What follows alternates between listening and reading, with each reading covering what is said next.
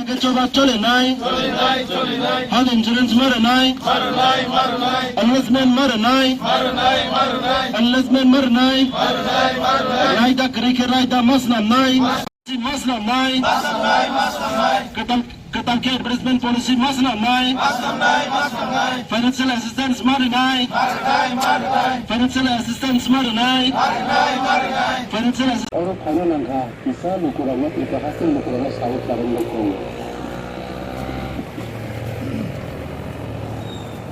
puilauno jotono na khambai delaina oro khainai rok financial assistance mar nai financial assistance mar nai health insurance mar nai health insurance mar nai single enrollment mar nai Ketal advertisement policy maslam nai Ketal advertisement policy maslam nai Ketal advertisement policy maslam nai financial assistance mar nai financial assistance mar nai financial assistance sumamani se buni general amchani lukurok se arang puisa rang telang thangkhang ke tiprasa hamkhlaini bagai erisis nam khnalai nai lena jampui jona resimin jampui jona post policy maslam nai Ketal advertisement policy maslam nai Ketal advertisement policy maslam nai financial assistance mar nai financial assistance mar nai health insurance mar nai health insurance mar nai investment mar nai investment mar nai raida krike raida maslam nai raida krike raida maslam nai खानांगौ माने दिनैनि साल जों आरो खुलुमना नायनानै हिंखांखाय तामनि बागै थांखे साबके खाजानि साबके बिकमनि अदहाय खालायनो दिनै त्रिपुरा मेडिया रखनो लाइ थांनाय साल खुनु रेखा आमनि बागै जों दिनै आरो दिनै खाजुमानिनो जों खुलुमनानि बागै ताबो आरो बासा लायजाक एबा खासु लायजाक आईसीटी डिपार्टमेन्टनि नकतरनो आमनि बागै जों ताव स्लोगान लाखिनाय ब्रडनि प्रब्लेमनि बागै कक साजाकनाय जागा मिडियाआव दं फियाबा सिनि त्रिपुरा मिडिया रखनि कक साजानाय जागा हायगाबा सिनि मानथाय हायगाबा जों ब जागा दंनाय हायगाबा सिनि तामो चलै दं सिनि लाइभ केबो सनो जाजाय खायनायनाय गोरै अबनि बिसिङनो गभर्नमेन्टनि बिसिंथै पत्रिपट फेसिलिटी रखनो जों नायजमै हायगाबा जों सानानै थांगांखाय अ जागाव गभर्नमेन्ट हायगाबा जे डिपार्टमेन्ट दंनाय रक सनो बोसोर जिराखै नाय अब नायजागिया खेल खायजागिया ताबो कम्पिउटार हायगाबा अनेक मडर्न जुग सेटेलाइट अमा हाय जुग जरा फाइबो जों ताबो खरां किसाना नांगौ अब बेलायनो सिनि बागै लासिमाय सिंसा हायगाबा बेलायनो खादुजांनाय कक अमाय खायनो सिनि बागै साबो बुसगाङो आगबै फायनाय सनो साबो नायनाय अ खादु मुरकनो जों फुरुंना बागैनो नरक जत साइमांखा त्रिपुरा सरकनि कायसानो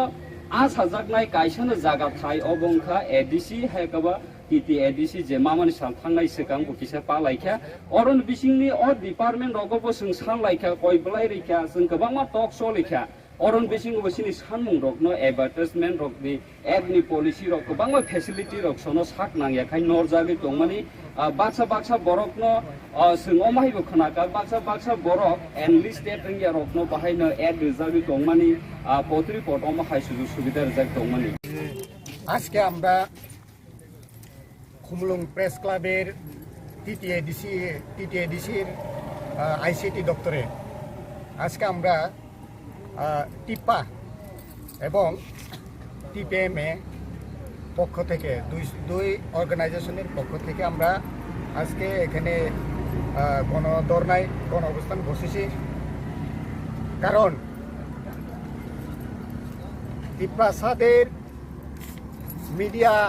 ত্রিপুরা মিডিয়াদের জন্য আমরা দাবি তুলে এখানে গণ অবস্থান করেছি কারণ গত নতুন এডিসি সরকার আসার পরে আমাদেরকে তিন মাসের মধ্যে টিটিএডিসির অ্যাডভার্টাইজমেন্ট পলিসি করার জন্য আমাদেরকে যে আশ্বাস দিয়েছিল সেটাকে পূরণ করার জন্য আজকে এই তারিখে 3 বছরের উপর হয়ে গেছে, কোনো অ্যাডভার্টাইজমেন্ট পলিসির কোনো হেলদোল নেই।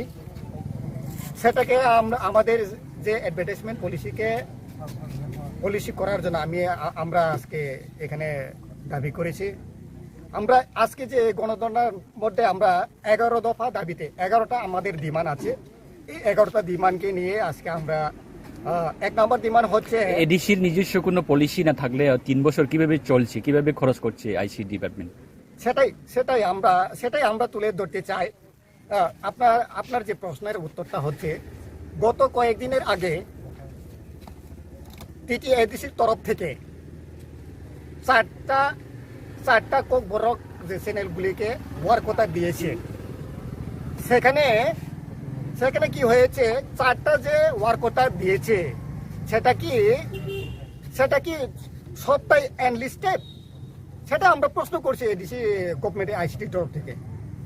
আর যদি এনলিস্টেড হয়ে থাকে তা ঠিক আছে, কিন্তু তার বিপরীতেও আমরা আমাদের যে ব্রক মিডিয়া যেহেতু এখনো উন্নতভাবে অন্য চ্যানেলের মতো যাতে করতে পারছি না এখনো, যারা ইউটিউবার, যারা নিউজ কন্টেন্ট যে এখনো পরিবেশন করছেন, তাদেরকে ন্যূনতম একটা দেওয়া হোক, আমরা সেটাই দাবি করছি।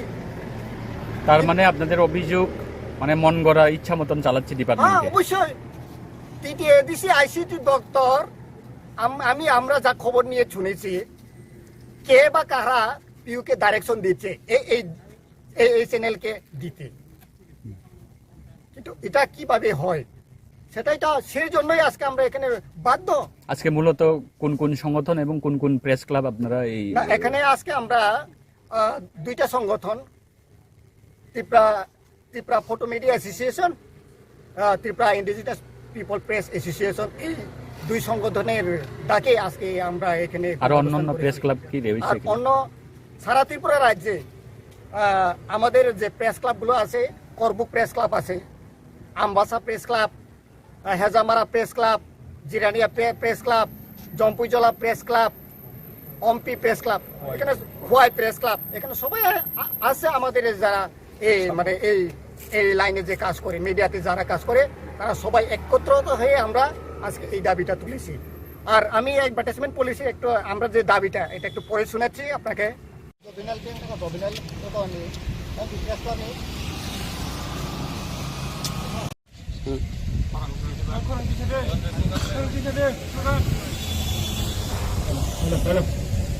Media ni mantai marunai, Kongbrok media ni mantai marunai, ketal advertisement policy masram na. Saika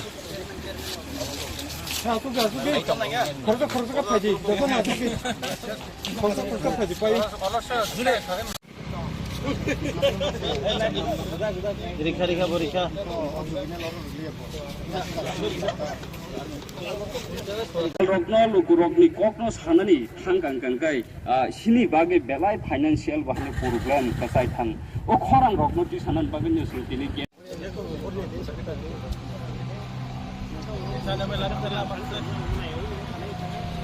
internet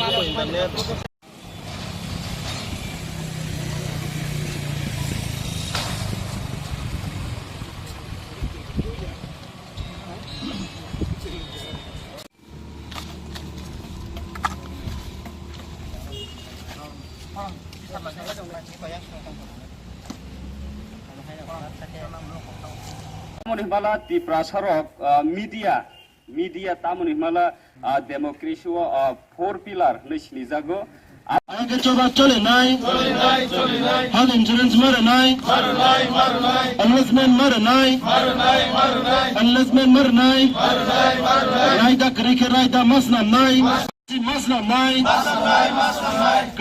ketal ke advertisement policy masna nai, financial assistance mare nai, financial assistance mare nai, financial Oro pananangka kisa lukurangna Tripura hasil lukurangna sawut barang lokong.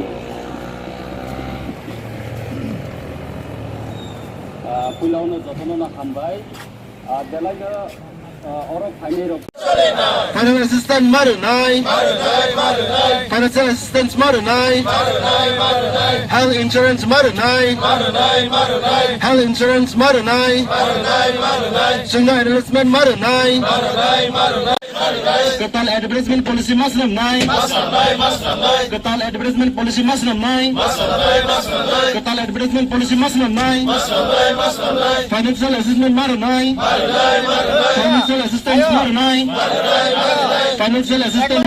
Sunamani se buni general amchoni lukurok se arang puisa rong telang thangkhang ke tiprasa hamkrai ni bagai erisi snam khnawai nai nei lena jompui jona ni simin jompui jona posta Policy masnam nai. Ketal advertisement policy masnam nai.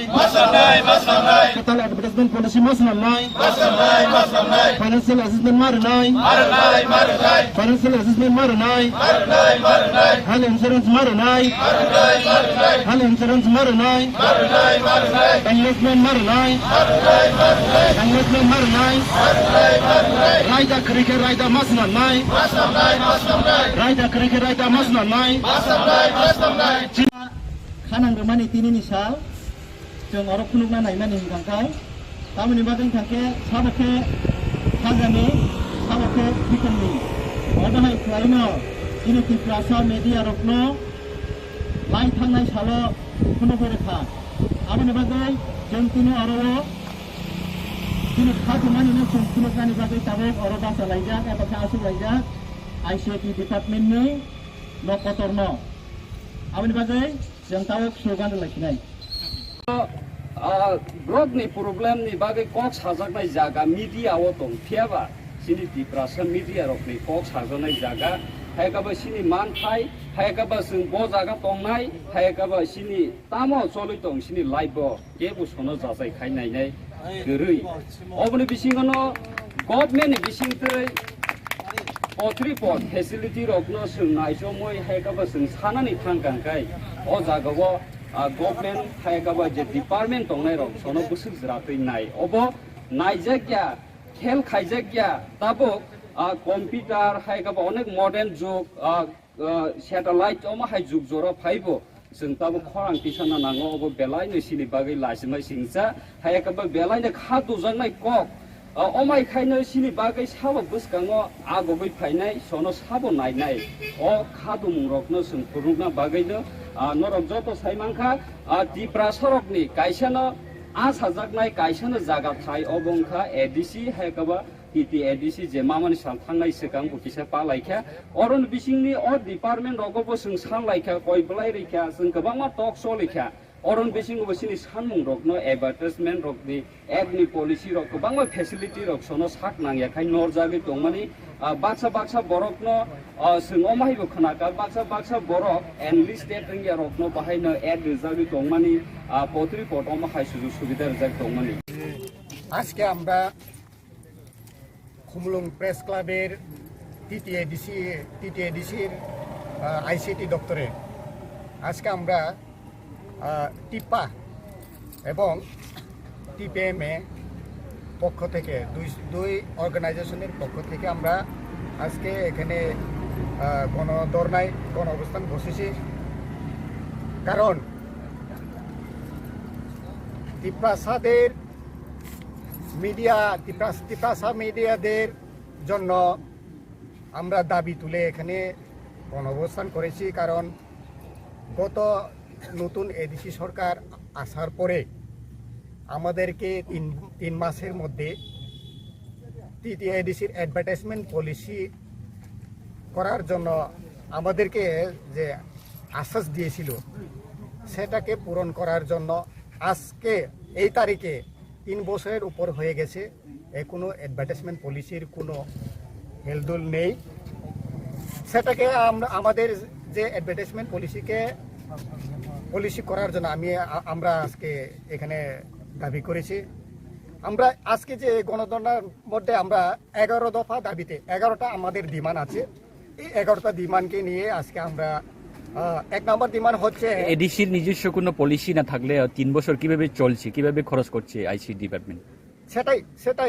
সেটাই আমরা তুলে ধরতে চাই আপনার যে প্রশ্নের উত্তরটা হচ্ছে, গত কয়েকদিনের আগে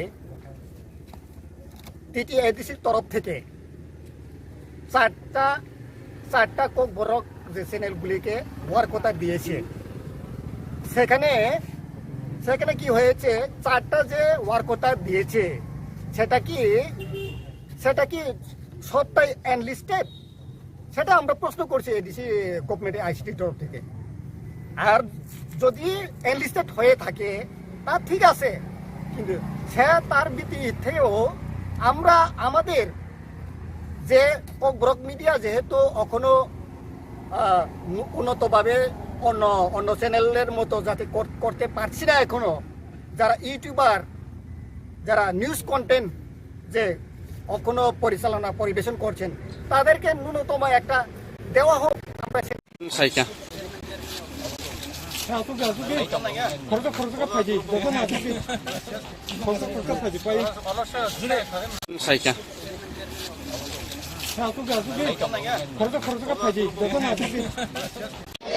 उद्यमिता और स्वरोजगार, गांव गांव की यही पुकार।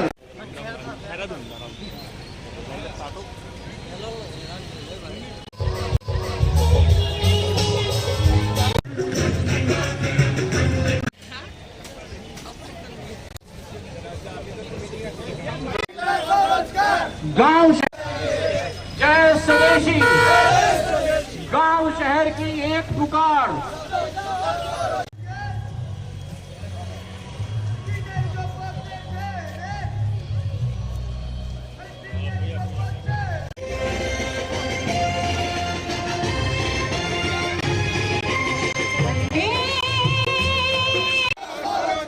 जब बाजार जाएंगे, जब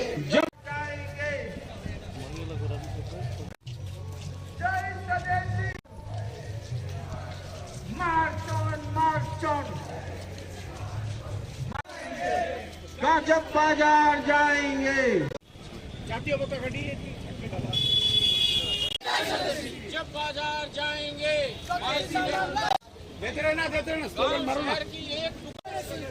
विदेशी वस्तुएं छोड़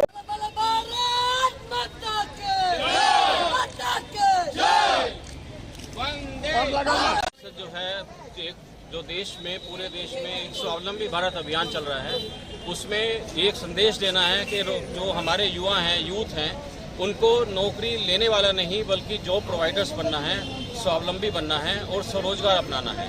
इसी उद्देश्य से त्रिपुरा में सभी में ये संदेश देने का युवाओं के द्वारा युवाओं को संदेश दिया जा रहा है, जो कि स्वदेशी जागरण मंच, अखिल भारतीय विद्यार्थी परिषद, त्रिपुरा विश्वविद्यालय के तत्वाधान में हम जो ये कार्यक्रम कर रहे हैं, ये एक जागरूक रैली है। सब लोगों को जागरूक करना हमारा उद्देश्य है कि हर युवा कोशिश करे कि अपने पढ़ाई के साथ साथ कोई ना कोई स्वरोजगार अपनाए और ऐसा कोई छोटा मोटा उद्योग धंधा करे जिससे कि उसका, उसके साथियों का और त्रिपुरा का विकास हो सके। इस प्रकार का संदेश देना इस रैली का उद्देश्य है। और ये बहुत ही हर्ष का विषय है कि त्रिपुरा के कोने कोने से छात्र आए हैं, सामाजिक कार्यकर्ता जुड़े हैं, स्वदेशी जागरण मंच के कार्यकर्ता जुड़े हैं।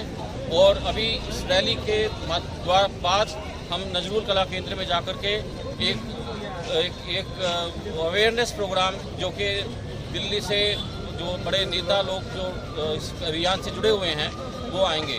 तो ये जो भारत का सपना है आत्मनिर्भर बनने का, वो आत्मनिर्भर बनाने का जो हमारा उद्देश्य है, जो भारत सरकार ने देखा है, उसमें जो नागरिकों की भूमिका है, उसके विषय में ये रैली का आयोजन किया गया है। सर, आपका शुभ नाम और डेजिग्नेशन? मेरा नाम दीपक शर्मा है। मैं स्वदेशी जागरण मंच का पूर्वोत्तर क्षेत्र का संपर्क प्रमुख हूँ। जय स्वदेशी, गांव शहर की एक पुकार।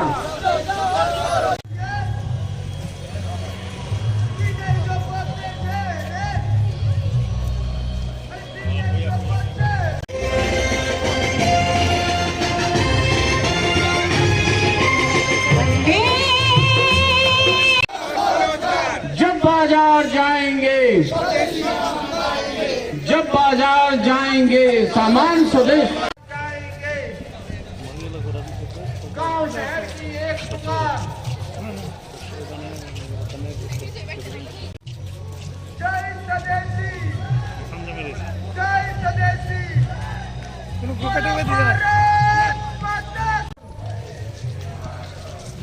on, march on. March on, march on. जय श्री जब बाजार जाएंगे, जब बाजार जाएंगे सामान स्वदेशी लाएंगे। জাতীয় পতাকা নিয়ে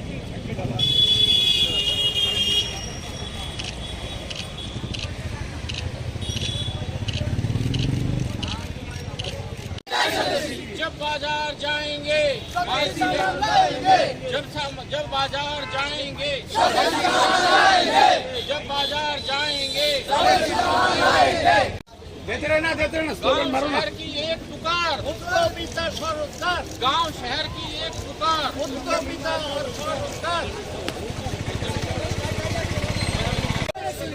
विदेशी वस्तुएं छोड़कर,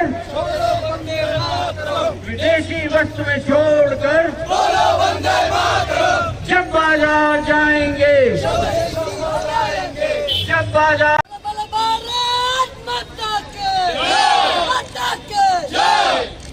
वंदे वंदे वंदे जय स्वदेशी जय स्वदेशी। सब लोग हाथ उठा। जो है जो देश में पूरे देश में एक स्वावलंबी भारत अभियान चल रहा है, उसमें एक संदेश देना है कि जो हमारे युवा हैं, यूथ हैं, उनको नौकरी लेने वाला नहीं बल्कि जॉब प्रोवाइडर्स बनना है, स्वावलंबी बनना है और स्वरोजगार अपनाना है। इसी उद्देश्य से त्रिपुरा में सभी में ये संदेश देने का युवाओं के द्वारा युवाओं को संदेश दिया जा रहा है, जो कि स्वदेशी जागरण मंच, अखिल भारतीय विद्यार्थी परिषद, त्रिपुरा विश्वविद्यालय के तत्वाधान में हम जो ये कार्यक्रम कर रहे हैं, ये एक जागरूक रैली है। सब लोगों को जागरूक करना हमारा उद्देश्य है कि हर युवा कोशिश करे कि अपने पढ़ाई के साथ साथ कोई ना कोई स्वरोजगार अपनाए और ऐसा कोई छोटा मोटा उद्योग धंधा करे जिससे कि उसका, उसके साथियों का और त्रिपुरा का विकास हो सके। इस प्रकार का संदेश देना इस रैली का उद्देश्य है और ये बहुत ही हर्ष का विषय है कि त्रिपुरा के कोने कोने से छात्र आए हैं, सामाजिक कार्यकर्ता जुड़े हैं, स्वदेशी जागरण मंच के कार्यकर्ता जुड़े हैं और अभी इस रैली के बाद हम नजरुल कला केंद्र में जाकर के एक अवेयरनेस प्रोग्राम, जो कि दिल्ली से जो बड़े नेता लोग जो इस अभियान से जुड़े हुए हैं वो आएंगे। तो ये जो भारत का सपना है आत्मनिर्भर बनने का, वो आत्मनिर्भर बनाने का जो हमारा उद्देश्य है, जो भारत सरकार ने देखा है, उसमें जो नागरिकों की भूमिका है, उसके विषय में ये रैली का आयोजन किया गया है। सर, आपका शुभ नाम और डेजिग्नेशन? मेरा नाम दीपक शर्मा है। मैं स्वदेशी जागरण मंच का पूर्वोत्तर क्षेत्र का संपर्क प्रमुख हूँ। जय स्वदेशी, गांव शहर की एक पुकार।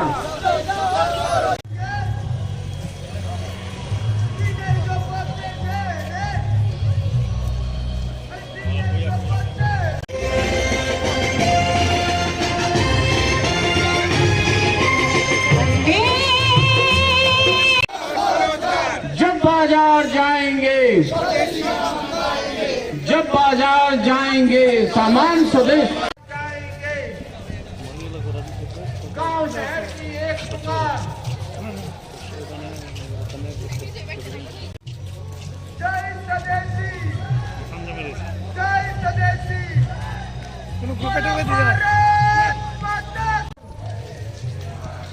March on, march on.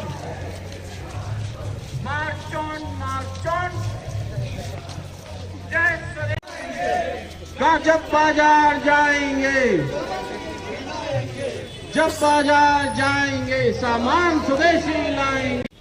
জাতীয় পতাকা নিয়ে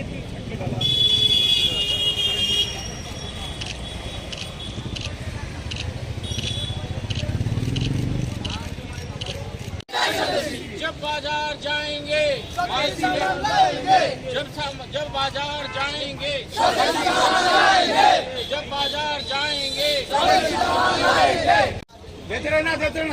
शहर की एक पुकार गांव शहर की एक पुकार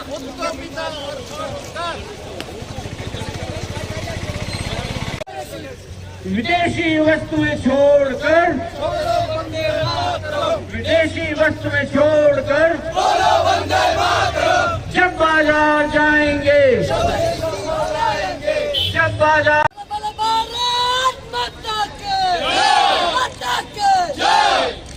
वंदे वंदे वंदे जय स्वदेशी, जय स्वदेशी। सब लोग हाथ उठा। जो है जो देश में पूरे देश में स्वावलंबी भारत अभियान चल रहा है, उसमें एक संदेश देना है कि जो हमारे युवा हैं, यूथ हैं, उनको नौकरी लेने वाला नहीं बल्कि जॉब प्रोवाइडर्स बनना है, स्वावलंबी बनना है और स्वरोजगार अपनाना है। इसी उद्देश्य से त्रिपुरा में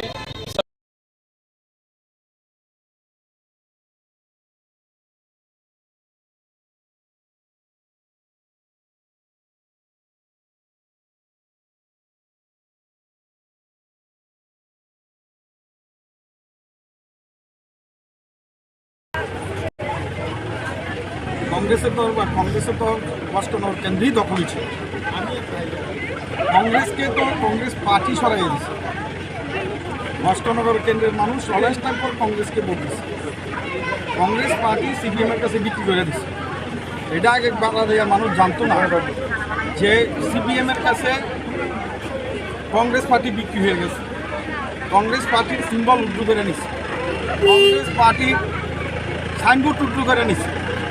সেই কারণে এর প্রতিবাদই তো আমরা বিজেপিতে কালকে ভারতীয় জনতা পার্টিতে যোগদান করেছি। সেই কারণে আমার বিশ্বাস আড়ালিয়ার মানুষ সেটা মানবে এবং করবে। আর সংখ্যালঘু অধ্যুষিত এরিয়া সম্পর্কে আমি গতকালকে বলেছি, কংগ্রেস 13টা আসনে নির্বাচন করেছে, একটা সংখ্যালঘু টিকিট দেয় নাই। কংগ্রেস পার্টি সবচেয়ে বেশি যে সিদ্ধান্ত সংসদীয় রাজনীতিতে সেখানে সংখ্যালঘুদেরকে সেখানে ভুলে গেছে। সেই কারণে সংখ্যালঘু এরিয়া, মেজরিটি এরিয়া এইসব বলে চলবে না। আড়ালিয়ার মানুষ এইবার মানিক শাহর হাতকে শক্তিশালী করার লক্ষ্যে গুরুত্বপূর্ণ দায়ী মুখ্যমন্ত্রীকে আরও জনপ্রিয় করে কাজ করানোর উদ্দেশ্যে সেখানে ভারতীয় জনতা পার্টি প্রার্থী তবাজ্জল হোসেনকে অধিক ভোটে ভোট দিয়ে জয়যুক্ত। 5 বছর যখন ছিল 2023-এর আগে সিপিএম পার্টি সেখানে হিমঘরে ছিল। 19-এর লোকসভা নির্বাচনে তখন কংগ্রেসের নেতৃত্ব আমি দিতাম। এই ওয়াস্টনগর কেন্দ্রে 4000-এর কাছাকাছি কংগ্রেস পার্টি ভোট বেশি পেয়েছিল সমস্ত দল থেকে। সিপিএম পার্টি থার্ড পার্টি ছিল। আর এই সিপিএম পার্টি 2023-এ কংগ্রেসকে সেখানে ক্রয় করে, কংগ্রেসকে সেখানে লিজ দিয়ে সেখানে সিপিএম পার্টির ভোট সংখ্যা বাড়িয়েছে। সিপিএম পার্টির কোনো ভোট নেই, ভোট ছিল কংগ্রেসে। অতএব সিপিএম হিমঘরে আছে, হিমঘরে থাকবে। আগামী দিন সিটিং গেটিং এই কথা সিপিএমের আর থাকবে না।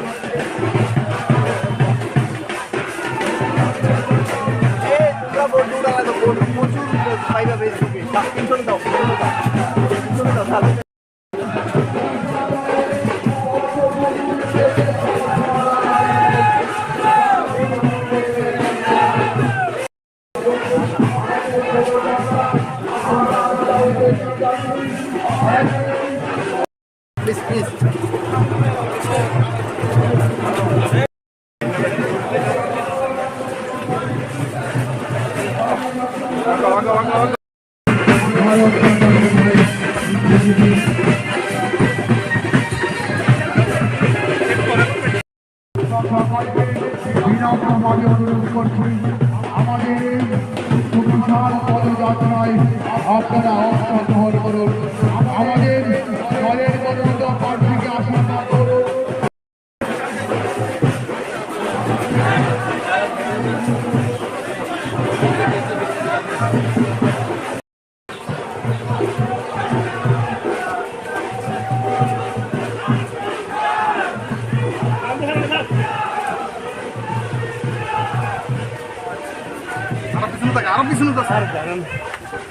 আসছে কি বলবেন?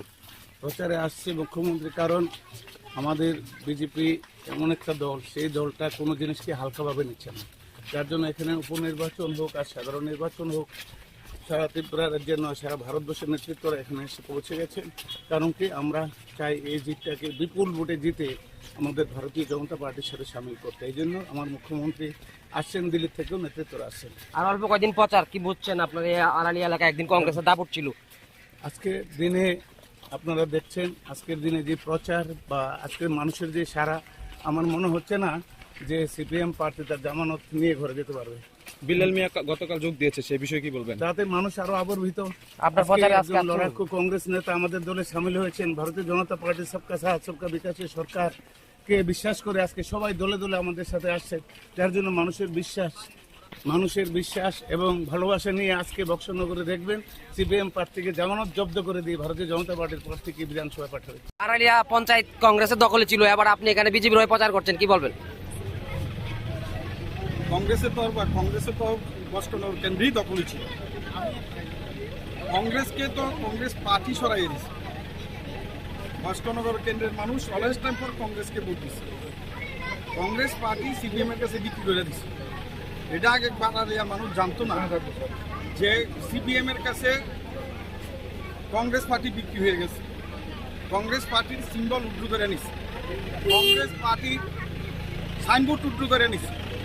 সেই কারণে এর প্রতিবাদই তো আমরা বিজেপিতে কালকে ভারতীয় জনতা পার্টিতে যোগদান করেছি। সেই কারণে আমার বিশ্বাস আড়ালিয়ার মানুষ সেটা মানবে এবং করবে। আর সংখ্যালঘু অধ্যুষিত এরিয়া সম্পর্কে আমি গতকালকে বলেছি, কংগ্রেস 13টা আসনে নির্বাচন করেছে, একটা সংখ্যালঘু টিকিট দেয় নাই। কংগ্রেস পার্টি সবচেয়ে বেশি যে সিদ্ধান্ত সংসদীয় রাজনীতিতে সেখানে সংখ্যালঘুদেরকে সেখানে ভুলে গেছে। সেই কারণে সংখ্যালঘু এরিয়া, মেজরিটি এরিয়া এসব বলে চলবে না। আড়ালিয়ার মানুষ এইবার মানিক শাহর হাতকে শক্তিশালী করার লক্ষ্যে গুরুত্বপূর্ণ দায়ী মুখ্যমন্ত্রীকে আরও জনপ্রিয় করে কাজ করানোর উদ্দেশ্যে সেখানে ভারতীয় জনতা পার্টি প্রার্থী তবাজ্জল হোসেনকে অধিক ভোটে ভোট দিয়ে জয়যুক্ত করে। একজন মুখ্যমন্ত্রী হয় দেখছি উনি বাড়ি বাড়ি প্রচার করছেন, কিন্তু সিপিএম নেতারা এখন কোনো ধরনের বড় ধরনের প্রচার নেই। একজন মুখ্যমন্ত্রী বাড়ি বাড়ি প্রচার করছেন, কি বলবেন এই বিষয়ে? গত 5 বছর যখন ছিল 2023-এর আগে সিপিএম পার্টি সেখানে হিমঘরে ছিল। 19-এর লোকসভা নির্বাচনে তখন কংগ্রেসের নেতৃত্ব আমি দিতাম। এই বক্সনগর কেন্দ্রে 4000-এর কাছাকাছি কংগ্রেস পার্টি ভোট বেশি পেয়েছিল সমস্ত দল থেকে। হিমঘরে কংগ্রেসের তো বক্সনগর কেন্দ্রেই দখলই ছিল। কংগ্রেস পার্টি সরাইয়ে দিচ্ছে। বক্সনগর কেন্দ্রের মানুষ অলওয়েজ টাইম ফর কংগ্রেসকে ভোট দিচ্ছে। কংগ্রেস পার্টি সিপিএম এর কাছে বিক্রি করে দিচ্ছে। এটা আগে বাংলাদেশের মানুষ জানতো না যে সিপিএম এর কাছে কংগ্রেস পার্টি বিক্রি হয়ে গেছে। কংগ্রেস পার্টির সিম্বল উড্ডু করে নিচ্ছে, কংগ্রেস পার্টির সাইনবোর্ড উড্ডু করে নিচ্ছে। সেই কারণে এর প্রতিবাদই তো আমরা বিজেপিতে কালকে ভারতীয় জনতা পার্টিতে যোগদান করেছি। সেই কারণে আমার বিশ্বাস আড়ালিয়ার মানুষ সেটা মানবে এবং করবে। আর সংখ্যালঘু অধ্যুষিত এরিয়া সম্পর্কে আমি গতকালকে বলেছি, কংগ্রেস 13টা আসনে নির্বাচন করেছে, একটা সংখ্যালঘু টিকিট দেয় নাই। কংগ্রেস পার্টি সবচেয়ে বেশি যে সিদ্ধান্ত সংসদীয় রাজনীতিতে সেখানে সংখ্যালঘুদেরকে সেখানে ভুলে গেছে। সেই কারণে সংখ্যালঘু এরিয়া, মেজরিটি এরিয়া এসব বলে চলবে না। আড়ালিয়ার মানুষ এইবার মানিক শাহর হাতকে শক্তিশালী করার লক্ষ্যে গুরুত্বপূর্ণ দায়ী মুখ্যমন্ত্রীকে আরও জনপ্রিয় করে কাজ করানোর উদ্দেশ্যে সেখানে ভারতীয় জনতা পার্টি প্রার্থী তবাজ্জল হোসেনকে অধিক ভোটে ভোট দিয়ে জয়যুক্ত। 5 বছর যখন ছিল 2023-এর আগে সিপিএম পার্টি সেখানে হিমঘরে ছিল। 19-এর লোকসভা কংগ্রেসের তো বক্সনগর কেন্দ্রেই দখলই ছিল। কংগ্রেস পার্টি সরাইয়ে দিচ্ছে। বক্সনগর কেন্দ্রের মানুষ অলওয়েজ টাইম ফর কংগ্রেসকে ভোট দিচ্ছে। কংগ্রেস পার্টি সিপিএম এর কাছে বিক্রি করে দিচ্ছে। এটা আগে বাংলাদেশের মানুষ জানতো না যে সিপিএম এর কাছে কংগ্রেস পার্টি বিক্রি হয়ে গেছে। কংগ্রেস পার্টির সিম্বল উড্ডু করে নিচ্ছে, কংগ্রেস পার্টির সাইনবোর্ড উড্ডু করে নিচ্ছে। সেই কারণে এর প্রতিবাদই তো আমরা বিজেপিতে কালকে ভারতীয় জনতা পার্টিতে যোগদান করেছি। সেই কারণে আমার বিশ্বাস আড়ালিয়ার মানুষ সেটা মানবে এবং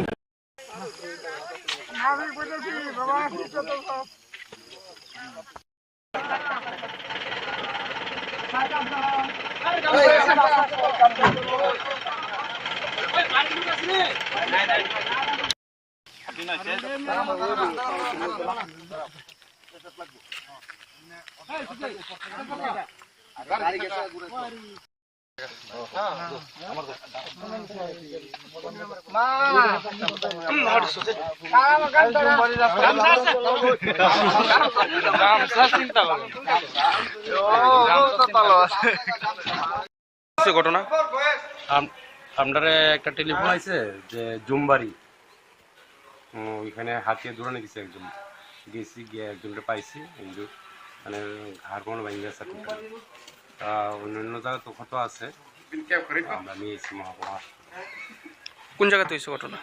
জুমবাড়ি জায়গাটা আর কি হাতির আক্রমণে আহত হয়েছে। ওনার নাম ইয় বিশ্বাস, নিরঞ্জন বিশ্বাস, 53 বয়স। ঘটনা কালকে সন্ধ্যার পরে গণেশ ছিল আয়াছিরা এরা মনে জুমবাড়ি ক্ষেত্রের থেকে আইতে লইছিল পাহাড়ের কাছ থেকে আইতে মনে হেরে লাগল পাইছে আয়াছিরা হের উপরে আক্রমণ করছে কইরাছে। তো কালকে সারা রাত্র আমরা তো আর কইতাম পারি না, এদিকে আতির ভলেন্টিয়ার আসিল তবু তারাও কইতেছে না, যেখানে ডিউটি দেওয়ার তারা দিচ্ছে। আজকে ভোরবেলা যে সময় আমরা খেতে টেতে যাইতেছে লোক তখন হের গ্যাগরানি শব্দ শুনলেন কইতে ফায়ার সার্ভিস কল করে হয়েছে আর আইছে আইসিরা ফোন লয়ে গেল। কোন জায়গা এটা? এটা হইল আপনার বালুচরা। কালকে রাত্রে এই ঘটনা হয়েছে। অফিস টিলা এটা অফিস টিলা। অফিস টিলা মাইগঙ্গ অফিস টিলা অফিস টিলা এরিয়াটা হইল মধ্যকৃষ্ণপুর মানে গাঁও সভা। কালকে রাত্রে কি ঘটনা হয়েছে? কালকে রাত্রে সন্ধ্যার পরে আর কি।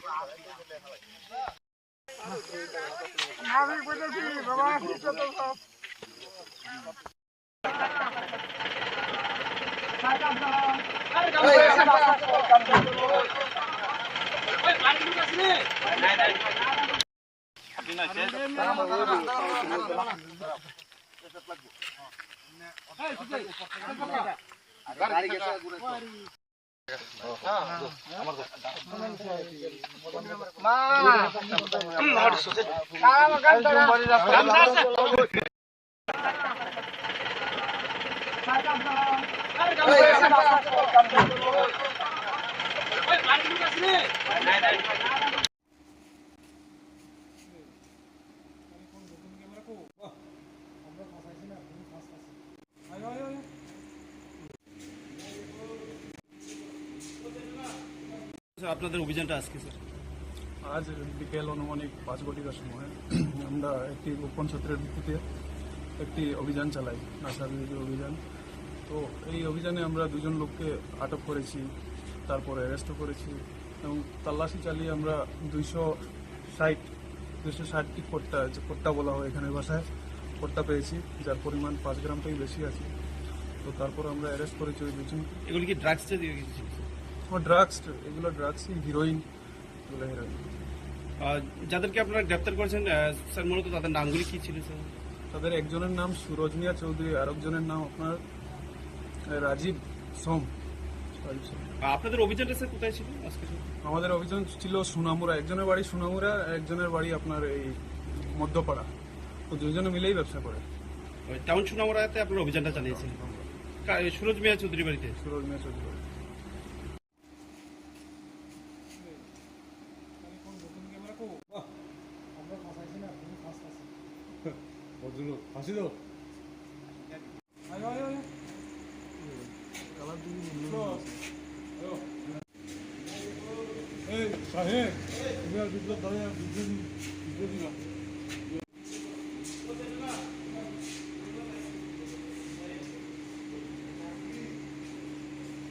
আপনাদের অভিযানটা আজকে স্যার? আজ বিকেল অনুমানিক 5 ঘটিকার সময় আমরা একটি গোপন সূত্রের ভিত্তিতে একটি অভিযান চালাই, নাশা বিরোধী অভিযান। তো এই অভিযানে আমরা 2 জন লোককে আটক করেছি, তারপরে অ্যারেস্টও করেছি এবং তল্লাশি চালিয়ে আমরা 260টি কোট্টা বলা হয় এখানে ভাষায় পট্টা পেয়েছি, যার পরিমাণ 5 গ্রাম থেকে বেশি আছে। তো তারপর আমরা অ্যারেস্ট করেছি ওই দুজনকে। এগুলি কি ড্রাগস? ড্রাগস, এগুলো ড্রাগসই, হিরোইন, এগুলো হিরোইন। যাদেরকে আপনারা গ্রেপ্তার করেছেন স্যার, মূলত তাদের নামগুলি কি ছিল স্যার? তাদের একজনের নাম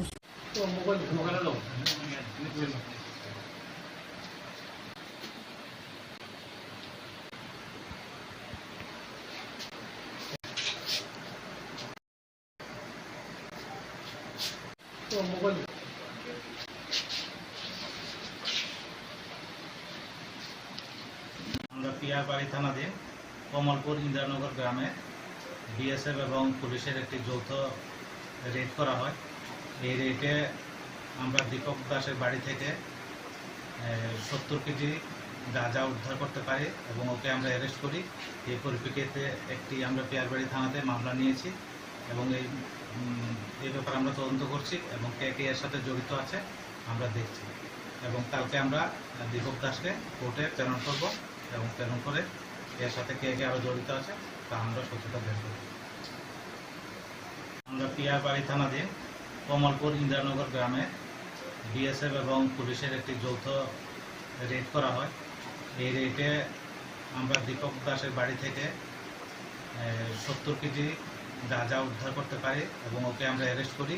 এই পরিপ্রেক্ষিতে আমরা পিয়ারবাড়ি থানাতে মামলা নিয়েছি এবং এই ব্যাপারে আমরা তদন্ত করছি এবং কে কে এর সাথে জড়িত আছে আমরা দেখছি। এবং কালকে আমরা দীপক দাসকে কোর্টে প্রেরণ করব এবং প্রেরণ করে এর সাথে কে কে আরও জড়িত আছে তা আমরা সত্যতা বের করব। আমরা পিয়ারবাড়ি থানাধীন কমলপুর ইন্দ্রনগর গ্রামে বিএসএফ এবং পুলিশের একটি যৌথ রেড করা হয়। এই রেডে আমরা দীপক দাসের বাড়ি থেকে 70 কেজি গাঁজা উদ্ধার করতে পারি এবং ওকে আমরা অ্যারেস্ট করি। এই পরিপ্রেক্ষিতে আমরা পিয়ারবাড়ি থানাতে মামলা নিয়েছি এবং এই ব্যাপারে আমরা তদন্ত করছি এবং কে কে এর সাথে জড়িত আছে আমরা দেখছি। এবং কালকে আমরা দীপক দাসকে কোর্টে প্রেরণ করব এবং প্রেরণ করে এর সাথে কে কে আরও জড়িত আছে তা আমরা সত্যতা বের করব। আমরা পিয়ারবাড়ি থানাধীন কমলপুর ইন্দ্রনগর গ্রামে বিএসএফ এবং পুলিশের একটি যৌথ রেড করা হয়। এই রেডে আমরা দীপক দাসের বাড়ি থেকে 70 কেজি গাঁজা উদ্ধার করতে পারি এবং ওকে আমরা অ্যারেস্ট করি। এই পরিপ্রেক্ষিতে আমরা পিয়ারবাড়ি থানাতে মামলা নিয়েছি এবং এই ব্যাপারে আমরা তদন্ত করছি এবং কে কে এর সাথে জড়িত আছে আমরা দেখছি। এবং কালকে আমরা দীপক দাসকে কোর্টে প্রেরণ করব এবং প্রেরণ করে এর সাথে কে কে আরও জড়িত আছে তা আমরা সত্যতা বের করব। আমরা পিয়ারবাড়ি থানাধীন কমলপুর ইন্দ্রনগর গ্রামে বিএসএফ এবং পুলিশের একটি যৌথ রেড করা হয়। এই রেডে আমরা দীপক দাসের বাড়ি থেকে 70 কেজি গাঁজা উদ্ধার করতে পারি এবং ওকে আমরা অ্যারেস্ট করি। এই পরিপ্রেক্ষিতে আমরা পিয়ারবাড়ি থানাতে মামলা নিয়েছি এবং এই ব্যাপারে আমরা তদন্ত করছি এবং কে কে এর সাথে জড়িত আছে আমরা দেখছি। এবং কালকে আমরা দীপক দাসকে কোর্টে প্রেরণ করব এবং প্রেরণ করে এর সাথে কে কে আরও জড়িত আছে তা আমরা সত্যতা বের করব। কংগ্রেসের তো অষ্টনগর কেন্দ্রেই দখল ছিল। কংগ্রেস পার্টি সরাই দিয়েছে।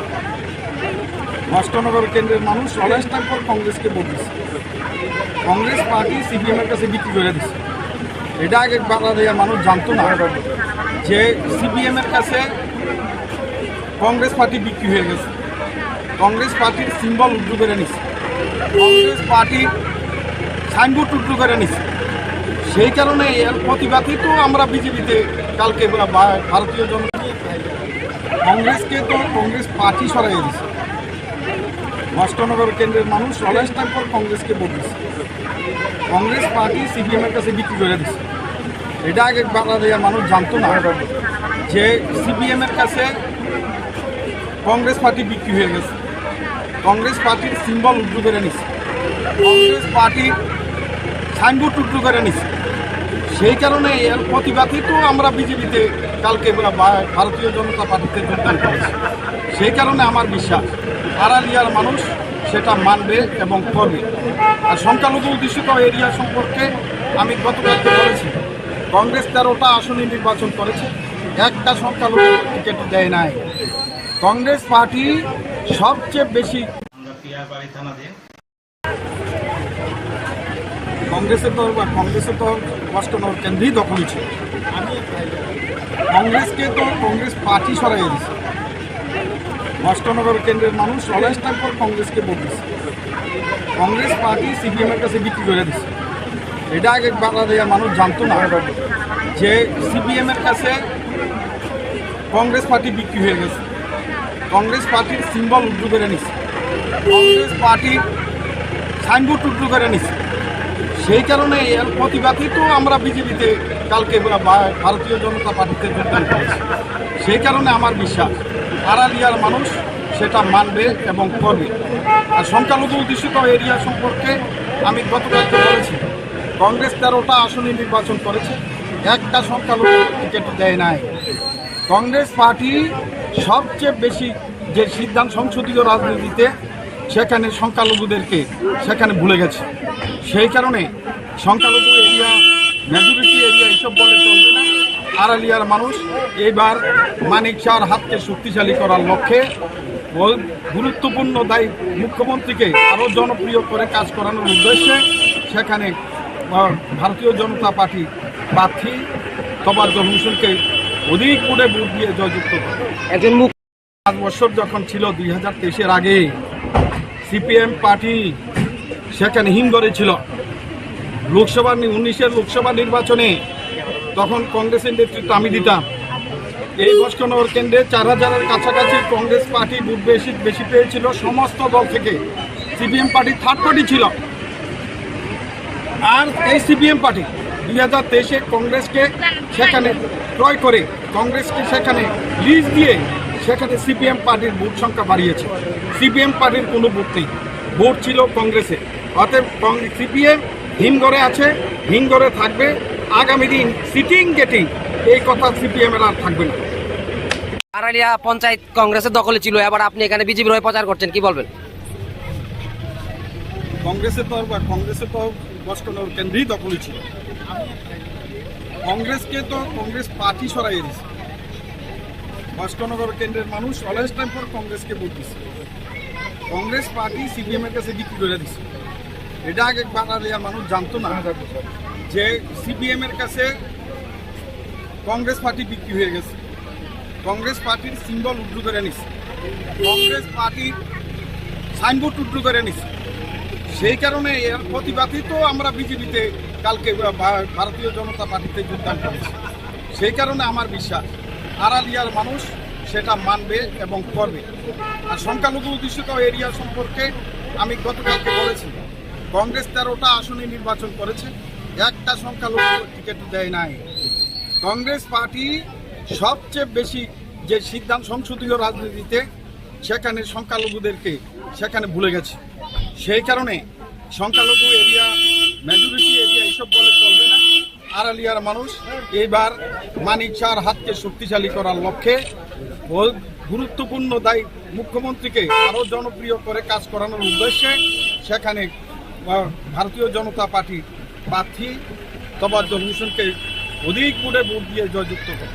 একজন মুখ্যমন্ত্রী হয়ে দেখছি উনি বাড়ি বাড়ি প্রচার করছেন, কিন্তু সিপিএম নেতারা এখন কোনো ধরনের বড় ধরনের প্রচার নেই। একজন মুখ্যমন্ত্রী বাড়ি বাড়ি প্রচার করছেন, কি বলবেন এই বিষয়ে? গত 5 বছর যখন ছিল 2023-এর আগে সিপিএম পার্টি সেখানে হিমঘরে ছিল। 19-এর লোকসভা নির্বাচনে তখন কংগ্রেসের নেতৃত্ব আমি দিতাম। এই বস্কনগর কেন্দ্রে 4000-এর কাছাকাছি কংগ্রেস পার্টি ভোট বেশি পেয়েছিল সমস্ত দল থেকে। সিপিএম পার্টি থার্ড পার্টি ছিল। আর এই সিপিএম পার্টি 2023-এ কংগ্রেসকে সেখানে ক্রয় করে, কংগ্রেসকে সেখানে লিজ দিয়ে সেখানে সিপিএম পার্টির ভোট সংখ্যা বাড়িয়েছে। সিপিএম পার্টির কোনো ভোট নেই, ভোট ছিল কংগ্রেসে। অতএব সিপিএম হিমঘরে আছে, হিমঘরে থাকবে। আগামী দিন সিটিং গেটিং এই কথা সিপিএমের আর থাকবে না। কংগ্রেসের তো বস্কনগর কেন্দ্রেই দখলে ছিল। কংগ্রেস পার্টি সরাইয়ে দিচ্ছে। বস্কনগর কেন্দ্রের মানুষ অলওয়েজ টাইম পর কংগ্রেসকে ভোট দিচ্ছে। কংগ্রেস পার্টি সিপিএমের কাছে বিক্রি করে দিচ্ছে। এটা আগে বাংলাদেশের মানুষ জানতো না যে সিপিএমের কাছে কংগ্রেস পার্টি বিক্রি হয়ে গেছে, কংগ্রেস পার্টির সিম্বল উদ্যোগ করে নিচ্ছে, কংগ্রেস পার্টি সাইনবোর্ড উদ্যোগ করে নিচ্ছে। সেই কারণে এর প্রতিবাদই তো আমরা বিজেপিতে কালকে ভারতীয় জনতা পার্টিতে যোগদান করেছি। সেই কারণে আমার বিশ্বাস আড়ালিয়ার মানুষ সেটা মানবে এবং করবে। আর সংখ্যালঘু অধ্যুষিত এরিয়া সম্পর্কে আমি গতকালকে বলেছি, কংগ্রেস 13টা আসনে নির্বাচন করেছে, একটা সংখ্যালঘু টিকিট দেয় নাই। কংগ্রেস পার্টি সবচেয়ে বেশি যে সিদ্ধান্ত সংসদীয় রাজনীতিতে সেখানে সংখ্যালঘুদেরকে সেখানে ভুলে গেছে। সেই কারণে সংখ্যালঘু এরিয়া, মেজরিটি এরিয়া এসব বলে চলবে না। আড়ালিয়ার মানুষ এবার মানিক শাহর হাতকে শক্তিশালী করার লক্ষ্যে গুরুত্বপূর্ণ দায়িত্ব মুখ্যমন্ত্রীকে আরও জনপ্রিয় করে কাজ করানোর উদ্দেশ্যে সেখানে ভারতীয় জনতা পার্টি প্রার্থী তবাজ্জল হোসেনকে অধিক ভোটে ভোট দিয়ে জয়যুক্ত করে। 5 বছর যখন ছিল 2023-এর আগে সিপিএম পার্টি সেখানে হিমঘরে ছিল। 19-এর লোকসভা নির্বাচনে তখন কংগ্রেসের নেতৃত্ব আমি দিতাম। এই বস্কনগর কেন্দ্রে 4000-এর কাছাকাছি কংগ্রেস পার্টি ভোট বেশি পেয়েছিল সমস্ত দল থেকে। সিপিএম পার্টি থার্ড পার্টি ছিল। আর এই সিপিএম পার্টি 2023-এ কংগ্রেসকে সেখানে ক্রয় করে, কংগ্রেসকে সেখানে লিজ দিয়ে সেখানে সিপিএম পার্টির ভোট সংখ্যা বাড়িয়েছে। সিপিএম পার্টির কোনো ভোট নেই, ভোট ছিল কংগ্রেসে। অতএব সিপিএম হিমঘরে আছে, হিমঘরে থাকবে। আগামী দিন সিটিং গেটিং এই কথা সিপিএম এর আর থাকবে না। আড়ালিয়া পঞ্চায়েত কংগ্রেসের দখলে ছিল, এবার আপনি এখানে বিজেপির হয়ে প্রচার করছেন, কি বলবেন? কংগ্রেসের তো বস্কনগর কেন্দ্রেই দখলে ছিল। কংগ্রেসকে তো কংগ্রেস পার্টি সরাইয়ে দিয়েছে। বস্কনগর কেন্দ্রের মানুষ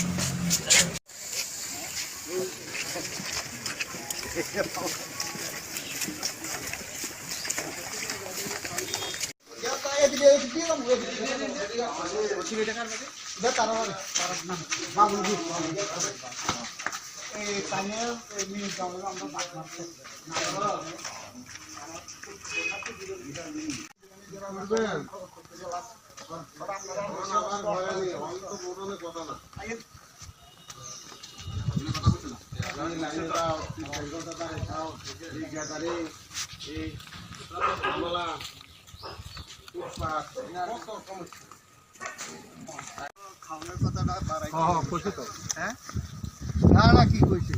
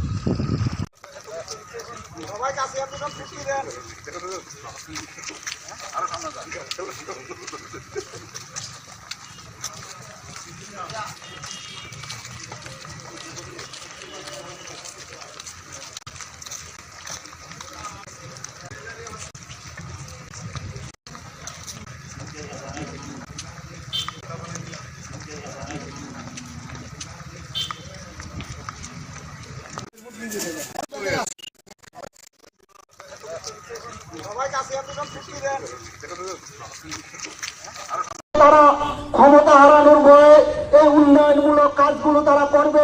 তারা বেকার যুবকদের কর্মসংস্থানের ব্যবস্থা করবে। আজকে ভাতা পাবক অভিভাবকরা অভিভাবকেরা ব্যাংকে গিয়ে ধর্ণা দিচ্ছেন। 3 মাস 4 মাস পরে তারা একবার ভাতা পাচ্ছেন। প্রত্যেক মাসে মাসে এসে সেখানে ভাতার জন্য হন্য হয়ে ঘুরছেন। যারা এডিসি এলাকা থেকে আসছেন তারা প্রায় 200 টাকা করে খরচ হয়ে যাচ্ছে। এইগুলো বন্ধ হবে, তারা মাসে মাসে সেগুলো করবে। দ্রব্যমূল্য নিয়ন্ত্রণ করবে।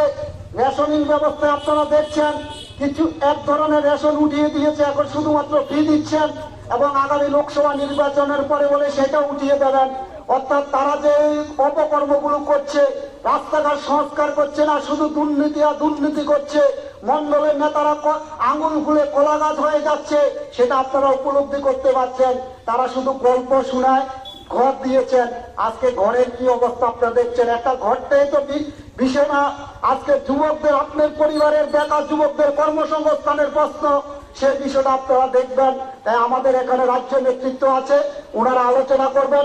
আমি আপনাদের কাছে একটা কথাই বলবো, তারা গতবারও প্রচার করেছেন ঘরের মেয়ে, এবার প্রচার করছেন ঘরের ছেলে। আপনাদের কাছে আমি একটাই বলবো, কাঠালিয়া কি ধনপুরের বাইরে? কাঠালিয়াটা কি ধনপুরের মধ্যে থাকে না? আমার বাড়ি তো কাঠালিয়া, আমি কি ঘরের ছেলে না? তাই আপনাদের কাছে আবেদন করব, তারা যেমন ঘরের ছেলে বলছেন, আমরাও ঘরের ছেলে। সুতরাং আমাদেরকে আপনারা আশীর্বাদ করবেন এবং আপনাদের জন্য যে একজন বিধায়ক নির্বাচিত হলে যে কাজগুলো করার কথা, তারা ক্ষমতা হারানোর ভয়ে এই উন্নয়নমূলক কাজগুলো তারা করবে। তারা বেকার যুবকদের কর্মসংস্থানের ব্যবস্থা করবে। আজকে ভাতা পাবক অভিভাবকরা, অভিভাবকেরা ব্যাংকে গিয়ে ধর্ণা দিচ্ছেন, 3 মাস 4 মাস পরে তারা একবার ভাতা পাচ্ছেন। প্রত্যেক মাসে মাসে এসে সেখানে ভাতার জন্য হন্য হয়ে ঘুরছেন। যারা এডিসি এলাকা থেকে আসছেন তারা প্রায় 200 টাকা করে খরচ হয়ে যাচ্ছে। এইগুলো বন্ধ হবে, তারা মাসে মাসে সেগুলো করবে, দ্রব্যমূল্য নিয়ন্ত্রণ করবে। রেশনিং ব্যবস্থায় আপনারা দেখছেন কিছু এক ধরনের রেশন উঠিয়ে দিয়েছে, এখন শুধুমাত্র ফি দিচ্ছেন এবং আগামী লোকসভা নির্বাচনের পরে বলে সেটা উঠিয়ে দেবেন। অর্থাৎ তারা যে অপকর্মগুলো করছে, রাস্তাঘাট সংস্কার করছে না, শুধু দুর্নীতি আর দুর্নীতি করছে, মন্ডলের নেতারা আঙুল ফুলে কলা গাছ হয়েছে, সেটা উপলব্ধি করতে পারছেন। তা শুধু গল্প নয়, ঘর দিয়েছেন। যুবকদের, আপনার পরিবারের বেকার যুবকদের কর্মসংস্থানের প্রশ্ন, সেই বিষয়টা আপনারা দেখবেন। তাই আমাদের এখানে রাজ্য নেতৃত্ব আছে, ওনারা আলোচনা করবেন। আমি আপনাদের কাছে একটা কথাই বলবো, তারা গতবারও প্রচার করেছেন ঘরের মেয়ে, এবার প্রচার করছেন ঘরের ছেলে। আপনাদের কাছে আমি একটাই বলবো, কাঠালিয়া কি ধনপুরের বাইরে? কাঠালিয়াটা কি ধনপুরের মধ্যে থাকে না? আমার বাড়ি তো কাঠালিয়া, আমি কি ঘরের ছেলে না? তাই আপনাদের কাছে আবেদন করব, তারা যেমন ঘরের ছেলে বলছেন, আমরাও ঘরের ছেলে। সুতরাং আমাদেরকে আপনারা আশীর্বাদ করবেন এবং আপনাদের জন্য যে একজন বিধায়ক নির্বাচিত হলে যে কাজগুলো করার কথা, আপনাদের আপদে বিপদে সহযোগিতা করা থেকে শুরু করে আপনাদের যতটুকু সাহায্য করা আমাদের ক্ষমতার মধ্যে, সেটা আমরা করব। এবং এই দুটো উপনির্বাচনে যখন বিজেপি পরাজিত হবে, তখন দেখবেন ত্রিপুরা রাজ্যে রাজনৈতিক পট পরিবর্তন হওয়ার সম্ভাবনা তৈরি হবে যাবে। এবং বিশেষ করে যারা বিক্ষুব্ধ বিজেপি আছেন, যারা বিজেপিকে এখন এনেছেন কিন্তু এখন হারে হারে টের পাচ্ছেন, তাদের কাছে অনুরোধ। কেন্দ্রটি এটা একটি খুবই গুরুত্বপূর্ণ কেন্দ্র আমাদের রাজ্যের 7টি বিধানসভার মধ্যে। এই বিধানসভা কেন্দ্র একটি ইতিহাস।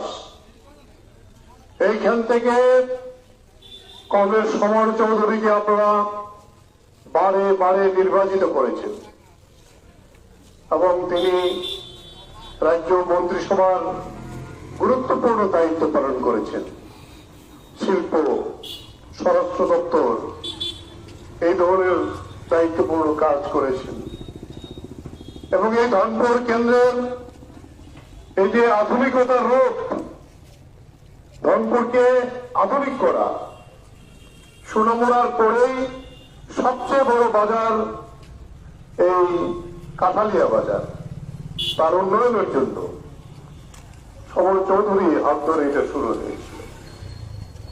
কংগ্রেস সমর্থকে আমরা যখন পার্লামেন্টে, ভারতবর্ষের পার্লামেন্টে নির্বাচিত করলাম, তার পরবর্তী সময়তে আপনারা জানেন এখান থেকে আপনারা আমাদের প্রাক্তন মুখ্যমন্ত্রী মানিক সরকারকে, আমাদের ত্রিপুরার বিজেপি সরকার চলছে, আমাদের প্রতিনিধি ছিলেন মানিক সরকারের প্রতিনিধি। 1 ফুট উন্নয়ন কি হয়েছে বলেন আপনারা? এই রাস্তাটার কি হাল? এই বাজারটা সবচেয়ে পুরনো বাজার, যেটুকু উন্নয়ন বামপন্থী সরকারের সময় তো হয়েছে, একটা নতুন ইট পড়েছে।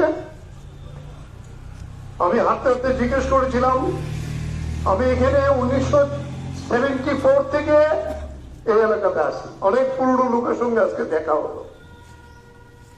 এন্টার জরুরি অবস্থার সময় কালীকৃষ্ণনগর থেকে আরম্ভ করে নিদয়া, এই সমস্ত এলাকায় ঘুরে ঘুরে আমি তখন যুব ফেডারেশনের একজন কর্মী, ঘরে ঘরে সম্পর্ক কাজ করেছি, আরো ঘনিষ্ঠভাবে এই এলাকাটাকে জানি। কোথায় সেই এলাকা? কৈশিক বলেছে, বেশি কথা বলা আজকে দরকার নেই। বক্সনগর নির্বাচন হচ্ছে আমাদের কাছে সবচেয়ে দুঃখের খবর। মাত্র নির্বাচিত হয়েছিল শামসুল হক,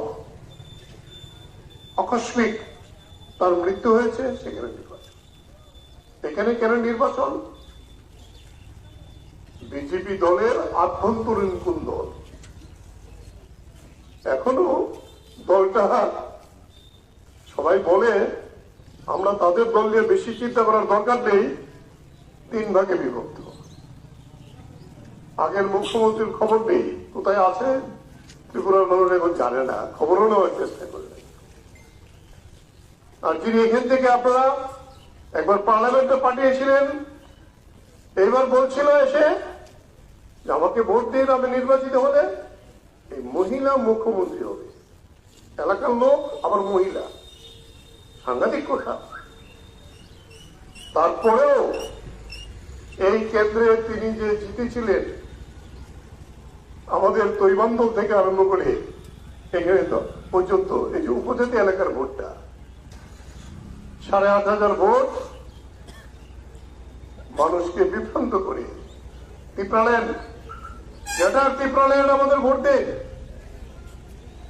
আজকে তারা বুঝেছে এটা ত্রিপুরাল্যান্ড কিছু হবে না। এইবারের নির্বাচনে দেখলাম, আমরা বলার আগেই তারা বলেছেন আমরা ভুল করেছি গত নির্বাচনে, তা না হলে এই সরকার আসতো না। 22টা আসনে যদি আমরা প্রার্থী না দিতাম, এই সরকার আসতে পারত না। আমাদের কথা, এটা তাদের কথা, প্রদ্যুৎ কিশোর দেববর্মনের কথা।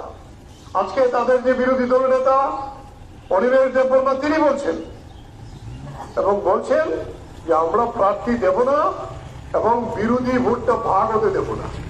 বিরোধী ভোটটা ভাগ হতে, সে তো মোটামুটি ভাবে মানুষ ভোট দিতে পেরেছিল। অল্প সময়ের জন্য হলো নির্বাচন কমিশন যে ভূমিকা নিয়েছিল, এই কেন্দ্রেও তো আমরা জিততাম। তাহলে আমরা আশা করব নির্বাচন কমিশন সেই সমর্থক ভূমিকা গ্রহণ করবে। তবে একটা কথা এখানে বলে যাই, আপনাদের দায়িত্ব দিয়ে যাই, বক্সনগর এবং ধর্মপুর কেন্দ্রের মানুষকে এই 2টা আসন যদি আপনারা জিতিয়ে দেন বামফ্রন্টকে, এই যে নতুন ঐক্য তৈরি হচ্ছে, এইখানকার বিজেপি সরকার কিন্তু টলমল হয়ে যাবে। পরিস্থিতি সেটাই বলছে, দেশের অবস্থা বিজেপির বিরুদ্ধে, তাই এখানেও নতুন সম্ভাবনা তৈরি হচ্ছে এবং এতে আতঙ্কিত। একেবারে ঠিক আছে, মুখ্যমন্ত্রী দলের নেতা এখন বাড়ি বাড়ি হাঁটতে আরম্ভ করেছে, আপত্তি নেই, রাজনৈতিক প্রচার তো সবাই করবে। কিন্তু আমরা মুখ্যমন্ত্রীকে বলবো, আপনি এইটা শুধু করুন, আপনি সরকারে আছেন, শুধু নির্বাচন কমিশন না, মানুষ যাতে নির্ভয়ে নির্বিঘ্নে যার ভোট সে দিতে পারে, এই আবেদন করছি। ভোট যদি মানুষ দিতে পারে, আমাদের জয় নিশ্চিত, কেউ আটকাতে পারবে না। 2টো কেন্দ্রে আজকে একটু আগে দেখলাম সোশ্যাল মিডিয়াতে বিল্লাল মিয়া নাকি বিজেপিতে যোগ দিচ্ছেন। কালকে বিল্লাল মিয়াকে কংগ্রেস বের করে দিয়েছে। গত নির্বাচনেও কিন্তু বিল্লাল মিয়া এই বিজেপির সঙ্গেই দহরমহল করেছিল। আমরা বলবো পচা মাল নিয়ে কেন টানাটানি করছে? হ্যাঁ, উৎফুল্ল, এখন উৎফুল্ল। আমরা বলছি সেখানেও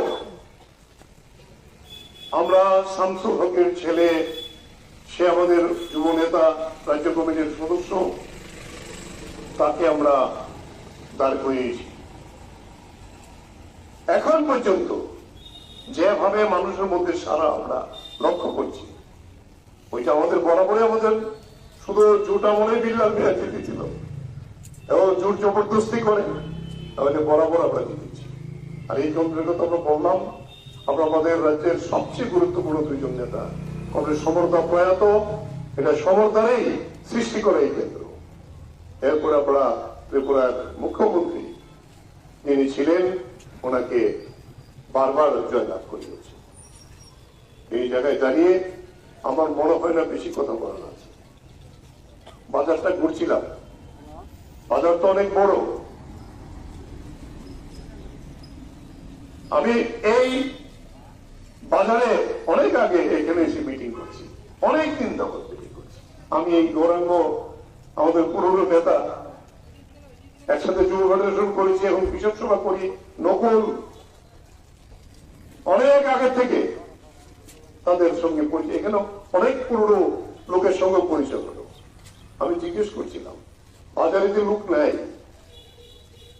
বাজার ওই লোক নেই কেন? এখন বিকাল বেলায় তো বাজারে লোক আসবে। দোকানিরা অনেকেই বলেছেন কি করে আসবে, পয়সা নেই তো, ফসল নেই, মাঠে ধান বড় করা যায়নি, সেচের ব্যবস্থা নেই, সবজি হয়নি, খরা। এখন এইবার মাঝে যদি আষাঢ়ের শেষে এই বৃষ্টিটা না হতো, এই জমি কি লাগানো যেত? একটাও মেশিন চালু নেই,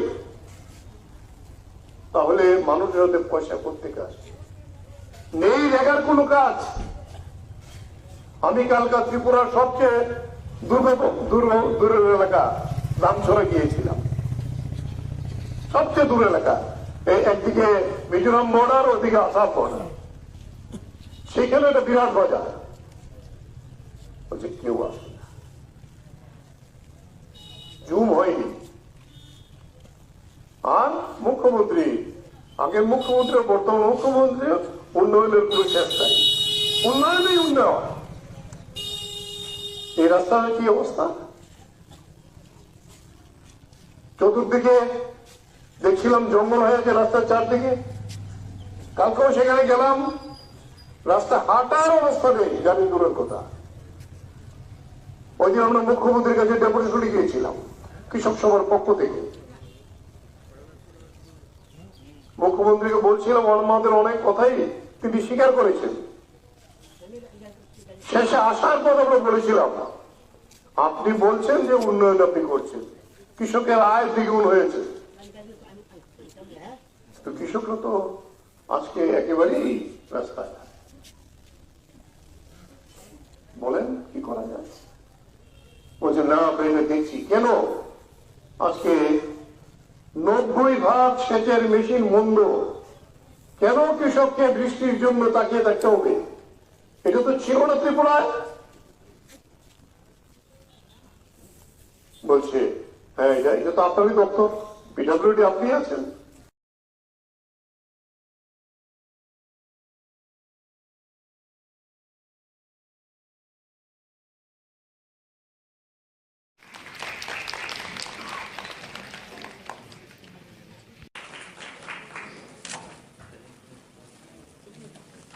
তারা ক্ষমতা হারানোর ভয়ে এই উন্নয়নমূলক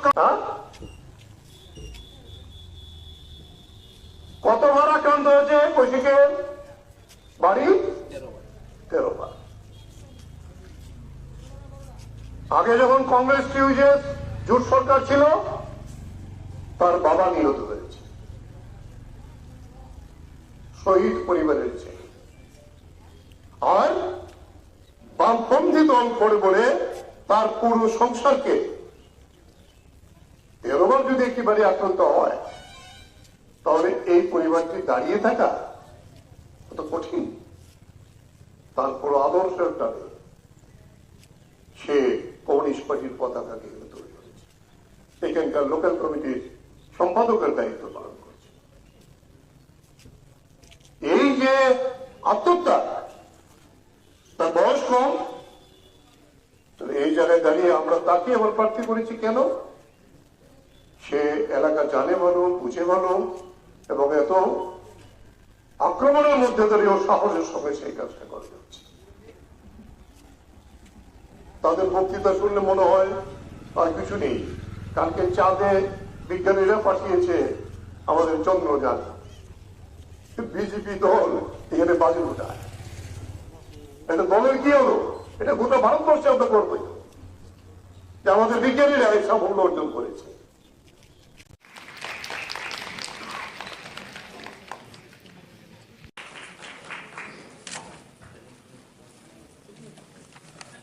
In association with IDA-CSP, I extend a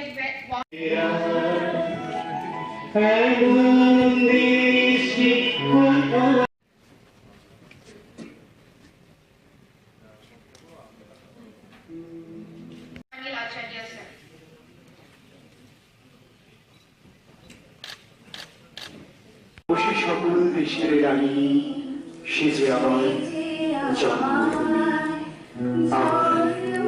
স্বপ্ন দিয়ে তৈরি সে দেশ, স্মৃতি দিয়ে ঘেরা এমন দেশটি কোথাও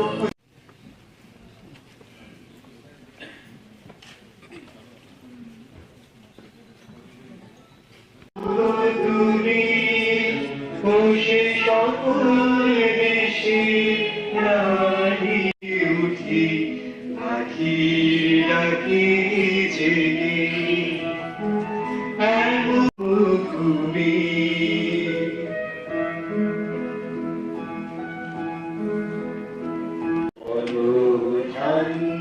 পুষ্প ভরা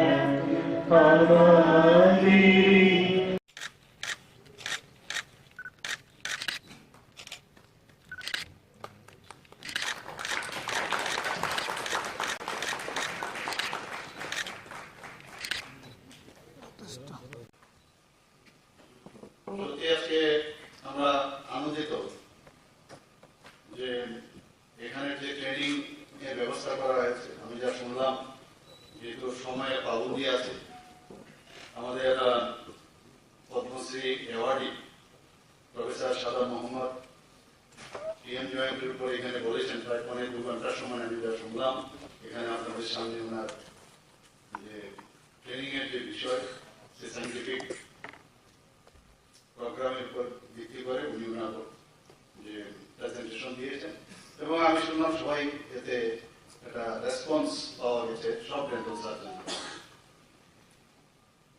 আমার মনে আছে, আমার যদি পেছনের দিকে যায়, আমরা ছিলাম ডেন্টিস্ট যখন অ্যাসোসিয়েশন আমরা তৈরি করি। আমরা 5-6 জন মিলে অ্যাসোসিয়েশন তৈরি করি। সেই অ্যাসোসিয়েশনের পরে আমরা যা জানলাম যে আমাদের ডেন্টিস্ট বলা গেলাম। তৎকালীন সময়ে স্পেশাল সেক্রেটারি ছিল ডক্টর আর দত্ত, পদ্মশ্রী অ্যাওয়ার্ডি। ওনার কাছে গিয়ে বললাম যে আমাদের তো বিভিন্ন জায়গায় ডেন্টিস্ট করে বলা হয় না, আমাদের ডেন্টাল সার্জন বলা হয়। উনি এনকারেজ করলেন, বলে খুব ভালো, এটা তো চেঞ্জ করা দরকার, তো সমস্ত কাগজপত্র দাও। তো সেই কাগজপত্র আমরা বের করলাম, রেলওয়ে থেকে আরম্ভ করে আর্মি, ডেন্টাল কোর্স, বিভিন্ন জায়গা থেকে। তো দৌড়ে সেটা ওনার কাছে গেলাম, যাওয়ার পরে ওনাকে দিলাম।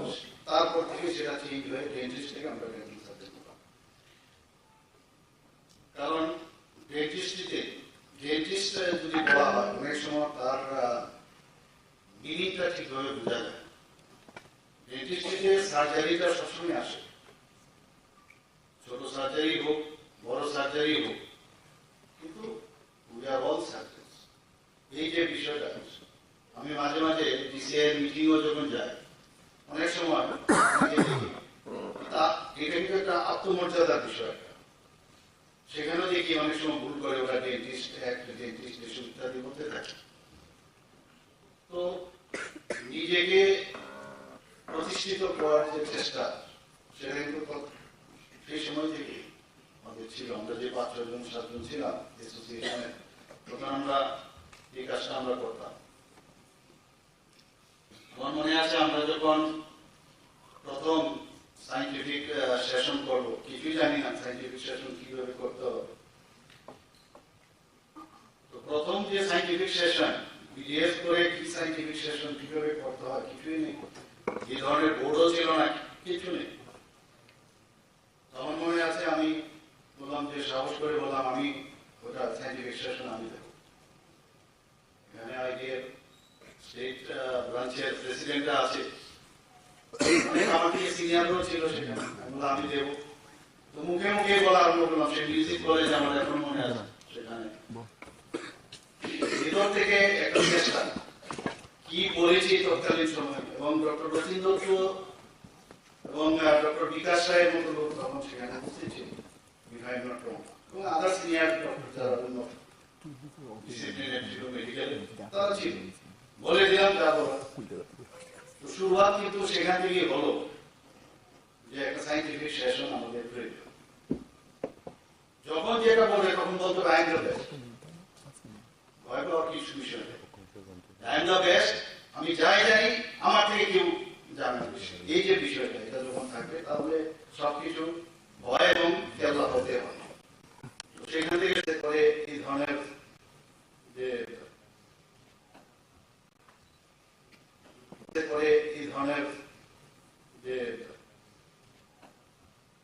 বিষয়গুলো এখানে এসে টেকনোলজি ডেভেলপ করবো।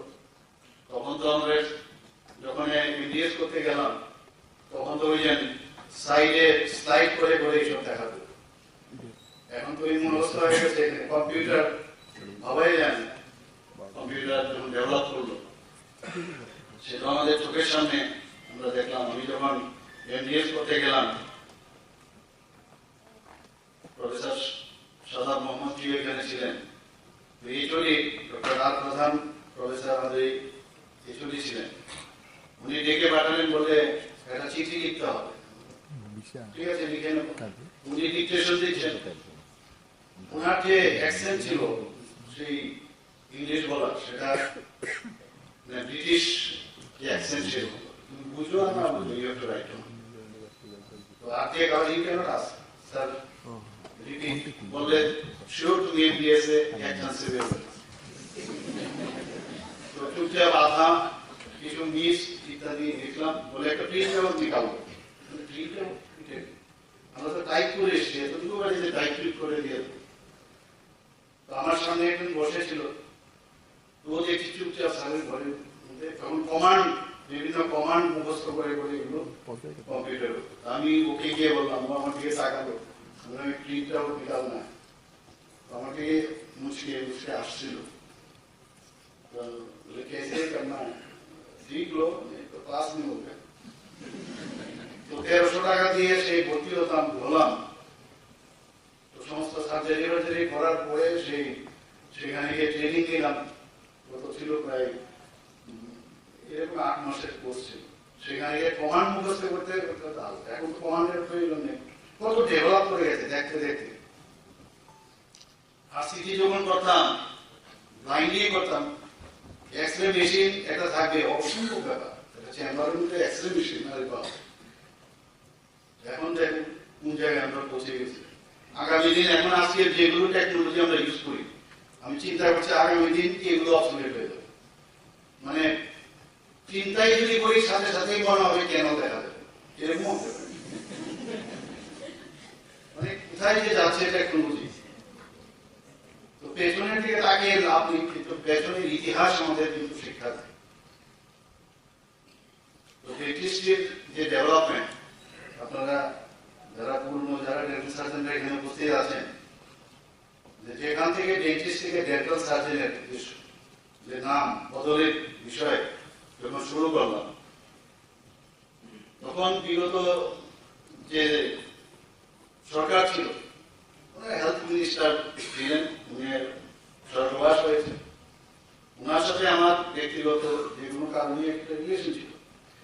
একদিন উনি বললেন যে আপনি আসুন আমার অফিসে। গেলাম, যাওয়ার পরে উনি বললেন যে ডেন্টাল কলেজ, আপনি বলছিলেন সেদিন ডেন্টাল কলেজ করবেন। বললাম আপনারা যদি হেল্প করেন বলে 2 দিনের মধ্যে আপনার সমস্ত ডিপিআর বানাতে পারবেন। হ্যাঁ, বানিয়ে নেব, সব তো আছেই। তো সেখানে গিয়ে দেখলাম যে আমাদের এই মেডিকেলের ফ্যাকাল্টি, একজন তো এখন নেই, মেডিকেল সুপারিনটেন্ডেন্ট ছিলেন বিআর আম্বেদকর হসপিটালে, আরেকজন এখনো আছেন, উনি ডাইরেক্টর ছিলেন। এমন ভাবে বলেন যে আরে ডেন্টিস্টের ডেভেলপমেন্ট কি হবে, এই নিয়ে ওখানে তর্ক বিতর্ক ইত্যাদি হোক। আমিও সাংঘাতিক ভাবে আমি আওয়াজ করি যে আপনাদের মতো যদি মানসিকতা আপনারা ইয়ে থাকে তাহলে কোনোদিন হবে না। এই নিয়ে খুব বাক বিতণ্ডা হলো, কিন্তু এই যে চেষ্টার পরে শেষ পর্যন্ত দেখা গেল সেটা আজকে কিন্তু সেটা ফলপ্রসূ। যে একটা ডেন্টাল কলেজ 2 মাসের মধ্যে এই ডেন্টাল কলেজ আমরা এখানে করতে পেরেছি। মাননীয় প্রধানমন্ত্রী নরেন্দ্র মোদী নিজে আমি গুয়াহাটি থেকে মেঘালয় যাচ্ছিলাম গাড়ি করে, যখন সব ঠিকঠাক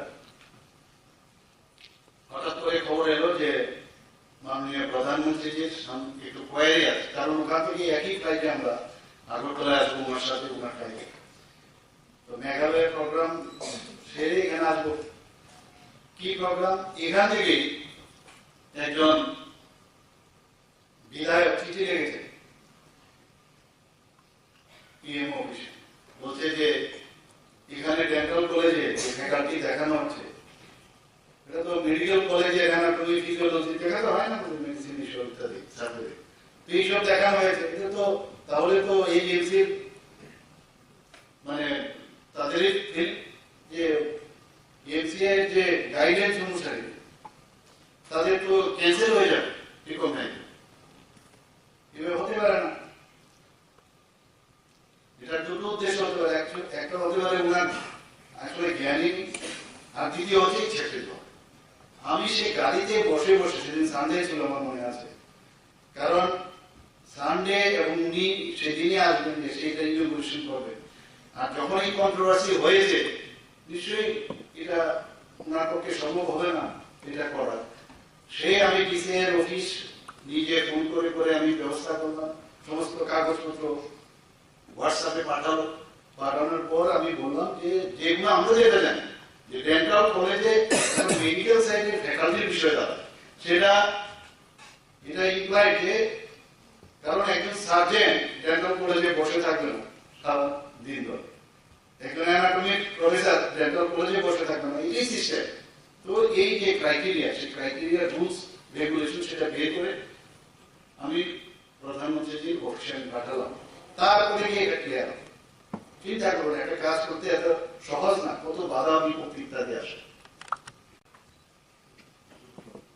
আজকে আমরা আনন্দিত যে এখানে যে ট্রেনিং এর ব্যবস্থা করা হয়েছে। আমি যা শুনলাম, যেহেতু সময়ের পাবন্দি আছে, আমাদের পদ্মশ্রী অ্যাওয়ার্ডি প্রফেসর সাদা মোহাম্মদ পিএম জয়েন্টের উপর এখানে বলেছেন প্রায় 2 ঘন্টার সময়। আমি যা শুনলাম এখানে আপনাদের সামনে ওনার যে ট্রেনিং এর যে বিষয়, সে সাইন্টিফিক প্রোগ্রামের উপর ভিত্তি করে উনি ওনার যে প্রেজেন্টেশন দিয়েছেন, এবং আমি শুনলাম সবাই এতে একটা রেসপন্স পাওয়া গেছে সব ডেন্টাল সার্জন। আমার মনে আছে, আমার যদি পেছনের দিকে যায়, আমরা ছিলাম ডেন্টিস্ট, যখন অ্যাসোসিয়েশন আমরা তৈরি করি, আমরা 5-6 জন মিলে অ্যাসোসিয়েশন তৈরি করি। সেই অ্যাসোসিয়েশনের পরে আমরা যা জানলাম যে আমাদের ডেন্টিস্ট বলা, গেলাম, তৎকালীন সময়ে স্পেশাল সেক্রেটারি ছিল ডক্টর আর দত্ত, পদ্মশ্রী অ্যাওয়ার্ডি। ওনার কাছে গিয়ে বললাম যে আমাদের তো বিভিন্ন জায়গায় ডেন্টিস্ট করে বলা হয় না, আমাদের ডেন্টাল সার্জন বলা হয়। উনি এনকারেজ করলেন, বলে খুব ভালো, এটা তো চেঞ্জ করা দরকার, তো সমস্ত কাগজপত্র দাও। তো সেই কাগজপত্র আমরা বের করলাম, রেলওয়ে থেকে আরম্ভ করে আর্মি, ডেন্টাল কোর্স, বিভিন্ন জায়গা থেকে। তো দৌড়ে সেটা ওনার কাছে গেলাম, যাওয়ার পরে ওনাকে দিলাম। তারপর থেকে সেটা চেঞ্জ হয়ে ডেন্টিস্ট থেকে আমরা ডেন্টাল সার্জন করলাম। কারণ ডেন্টিস্ট যদি বলা হয়, অনেক সময় তার মিনিংটা ঠিকভাবে বোঝা যায়। ডেন্টিস্টে সার্জারিটা সবসময় আসে, ছোট সার্জারি হোক, বড় সার্জারি হোক, কিন্তু উই আর অল সার্জেন্স। এই যে বিষয়টা, আমি মাঝে মাঝে ডিসিআই মিটিংও যখন যাই, অনেক সময় এটা কিন্তু একটা আত্মমর্যাদার বিষয়। সেখানেও দেখি অনেক সময় ভুল করে ওরা ডেন্টিস্ট অ্যাক্ট, ডেন্টিস্ট এসব ইত্যাদি মধ্যে থাকে। তো নিজেকে প্রতিষ্ঠিত করার যে চেষ্টা, সেটা কিন্তু সেই সময় থেকে আমাদের ছিল। আমরা যে 5-6 জন 7 জন ছিলাম অ্যাসোসিয়েশনে, তখন আমরা এই কাজটা আমরা করতাম। আমার মনে আছে আমরা যখন প্রথম সাইন্টিফিক সেশন করবো, কিছুই জানি না সাইন্টিফিক সেশন কিভাবে করতে হবে। তো প্রথম যে সাইন্টিফিক সেশন, বিডিএস করে কি সাইন্টিফিক সেশন কিভাবে করতে হয় কিছুই নেই। এই ধরনের বোর্ডও ছিল না, কিছু নেই। আমার মনে আছে আমি বললাম যে, সাহস করে বললাম আমি ওটা সাইন্টিফিক সেশন আমি দেবো। এখানে আইডিএর স্টেট ব্রাঞ্চের প্রেসিডেন্টরা আছে, আমাকে সিনিয়রও ছিল সেখানে, আমি দেবো। তো মুখে মুখে বলা আরম্ভ করলাম। সে মিউজিক কলেজ আমার এখন মনে আছে, সেখানে ভিতর থেকে একটা চেষ্টা কি করেছি তৎকালীন সময়, এবং ডক্টর রচিন দত্ত এবং ডক্টর বিকাশ রায়ের মতো লোক তখন সেখানে উপস্থিত ছিল, এবং আদার সিনিয়র ডক্টর যারা অন্য ডিসিপ্লিনের ছিল, মেডিকেল, তারা ছিল। বলে দিলাম যা বলা। তো শুরুয়াত কিন্তু সেখান থেকে হলো যে একটা সাইন্টিফিক সেশন আমাদের প্রয়োজন। যখন যেটা বলে তখন বলতো আই এম দ্য বেস্ট, ভয় পাওয়ার কিছু বিষয় নেই। আই এম দ্য বেস্ট, আমি যাই জানি, আমার থেকে কেউ জানে না। এই যে বিষয়টা, এটা যখন থাকবে তাহলে সবকিছু ভয় এবং কেল্লা হতে হয়। তো সেখান থেকে মানে যেহেতু আমরা মানে অন্যরকম একটা জগতে থাকি, তো সেটা নিয়ে এত উনার নাম সবাই জানে। যারা টিচার হয়েছে, টিচারের মর্যাদাটা রাখবেন, স্টুডেন্টের সাথে রিলেশন থাকবে, কিন্তু এই রিলেশন যেন মানে টিচার এবং স্টুডেন্টের যে রিলেশন হয়, আমরা যা নর্মাল স্কুল কলেজে যেরকম আমরা করেছি, এখন আমরা বহু টিচারের, আমার আইডল টিচার বলতে চাই, সে আইডল টিচার আপনারা। তো একটা উদাহরণ দিয়ে আমি আমার বক্তব্য এখানে শেষ করছি। আমার মনে আছে অর্থ নমশিয়াতে খুব নাম করা একটা ডাক্তার বলছিল, সেইগুলো আমরা করবো। অনেকদিন ধরে আমরা চিন্তা ভাবনা আছে। আসলে সময় হচ্ছে আসল বিষয়। সময়ে কথা বলবে, সময়ের জন্য ওয়েট করতে হবে, তার ওর করে লাভ নেই। আর আগে আমাদের তো পায়ে তোলার সুখ তুলি শেষ হয়ে গেল, আপনাদের তো তাও হয় না, কিছু করতে হয় না। মুখ্যমন্ত্রী হিসাবে, ডাক্তার হিসাবে আপনারা আমাকে পেয়েছেন, এর জন্য একটা বাড়তি অ্যাডভান্টেজ আপনাদের আছে। অনেকে বলে যে একমাত্র, আমি জানি না উন্নত আছে কিনা, একমাত্র আমাদের মনে আছে ডক্টর অমিত রায়, যিনি ডিসিআই বহু পুরনো, উনি বলছেন যে আরে আমাদের বিসিআই এর পরে একমাত্র ডাক্তার চিফ মিনিস্টার ত্রিপুরাতেই হল। তো আমরা তো খুব খুশি। আমি বললাম যে আর কার সাথে কার তুলনা করছেন, নিজের ব্যক্তি। তো যেহেতু সুযোগ এসছে, আস্তে আস্তে করে আমরা তো সমস্ত হেলথ সার্ভিসটাই চেঞ্জ করতে চাই। বিভিন্ন জায়গায় কিছুদিন আগে আমরা এখানে ট্রমা সেন্টার আমরা করেছি, সাউথে শান্তিবাজারে করেছি, সাউথে শান্তিবাজারে করেছি ট্রমা সেন্টার, গুমতিতে করেছি, আমবাসাতে করেছি। শুধু তাই না, কিছুদিন আগে গুমতিতে কার্ডিয়াক কেয়ার একটা ইউনিট করেছি, এত সুন্দর। মানে আমার কাছে গত 3 দিন আগে আমরা যে ওখানে জায়গাটাকে সব আগে থেকে নির্ধারিত ছিল, একটা মেডিকেল করে হবেই, সেটা একটা মুভ হয়েছিল। তো মুভ হওয়ার পরে আমি খুঁজছিলাম কোথায় গেল, আমাদের সেক্রেটারি মহোদয় আমাকে সেদিন একটা মিটিংয়ে ছিলাম, উনি বললেন যে ওরা এসছে, কথা হয়েছে, দে আর রেডি। তো সেই আমবাসার মধ্যে আমরা বলেছিলাম যে এডিসি এলাকায় একটা মেডিকেল কলেজ খুলবো। ওনারা বলছেন যে আমরা পিপিপি মডেলে আমরা এখানে খুলতে চাই, সেটাও হবে। আমরা তো কোনোদিন ভাবিনি যে প্রধানমন্ত্রী আমাদের এখানে রেলওয়ে দিয়ে দেবে, এবং ব্রড গেজে 12টা মানে এক্সপ্রেস ট্রেন, ডেমো ট্রেন। আরেকটা হচ্ছে এখন যখন ট্রেনে যাই আমি বিভিন্ন জায়গায় ট্রেনে, এই বিশটা রুমে যখন বসি মনে আমি লন্ডনে আছি, এরকম একটা অবস্থা। এত সুন্দর ট্রেন, আমি জানি না এখানে কি কত চলেছেন না, মানে সব ইন্টারসিটির জন্য আমি যখন মাননীয় আমাদের রেল মিনিস্টারের কাছে যাই, হেলথ মিনিস্টারের কাছে যা বলি, এখন বাকি রয়েছে একটা এইমস এর মতো না হলে একটা এইমস লাইক যেমন ড্রিমস বা পানিসাগর কমিউনিটি যে হেলথ সেন্টার, সেটাকে আমরা মহকুমা হাসপাতালে উন্নতি করেছি। আমরা বক্সনগর, কাঞ্চনমালা, মোহনপুর, কল্যাণপুর, নতুন বাজার এবং অম্পিতে 6টি প্রাথমিক স্বাস্থ্য কেন্দ্রে নতুন ভবনও আমরা উদ্বোধন অলরেডি করা হয়ে গেছে। মেয়েরা হাসপাতাল পোর্টাল একটা আমরা বের করেছি, এতে করে যারা ক্যান্সার পেশেন্ট তাদের পক্ষে খুব সুবিধা হয়েছে। আমাদের যে অটল বিহারী বাজপেয়ী রিজিওনাল ক্যান্সার হাসপাতালে এই যে হাসপাতাল প্ল্যাটফর্ম, তাতে করে রোগীদের খুবই সুবিধা হয়ে গেছে। শুধু তাই নয়, সমস্ত জেলা হাসপাতালে যারা এখন ডিজিটালের যুগ আমরা সবাই জানি, সেখানে টেলি রেডিওলজি সার্ভিস, এইচএমসি এবং জিবিপি হাসপাতালে রেডিওলজি সার্ভিস আমরা চালু করেছি। তাছাড়া আমরা আগরতলা গভর্নমেন্ট মেডিকেল কলেজে আপনারা জানেন মাত্র এখন আমরা 50টা সিটে বিএস স্টার্ট করেছি এখানে, কিন্তু একদিন হয়তো 100 হবে। আমি বারবার বলছি ইনফ্রাস্ট্রাকচার এমন ভাবে ডেভেলপ করবেন। হোস্টেলের একটু সমস্যা হচ্ছে, হোস্টেলের জন্য আমরা 2টো জায়গায় এখন আপাতত রেখেছি। আমি অলরেডি বলেছি যে হোস্টেল আস্তে আস্তে করে স্টুডেন্ট বাড়তে থাকবে, তো সেই হোস্টেলের জায়গা চিহ্নিত করার জন্য আমি আধিকারিকদের বলেছি যে ওখানে একটা হোস্টেলের গার্লস এবং বয়েজ তাদের জন্য আলাদা হোস্টেলের ব্যবস্থা রাখবে, এবং এমন ভাবে যেন করা হয় যাতে করে 100 স্টুডেন্ট আগামী দিন বাইরে বেশি হতে পারে, যে আজকে এখানে জায়গা নেই এরকম না, ভালো করে যেন সেটা হয়।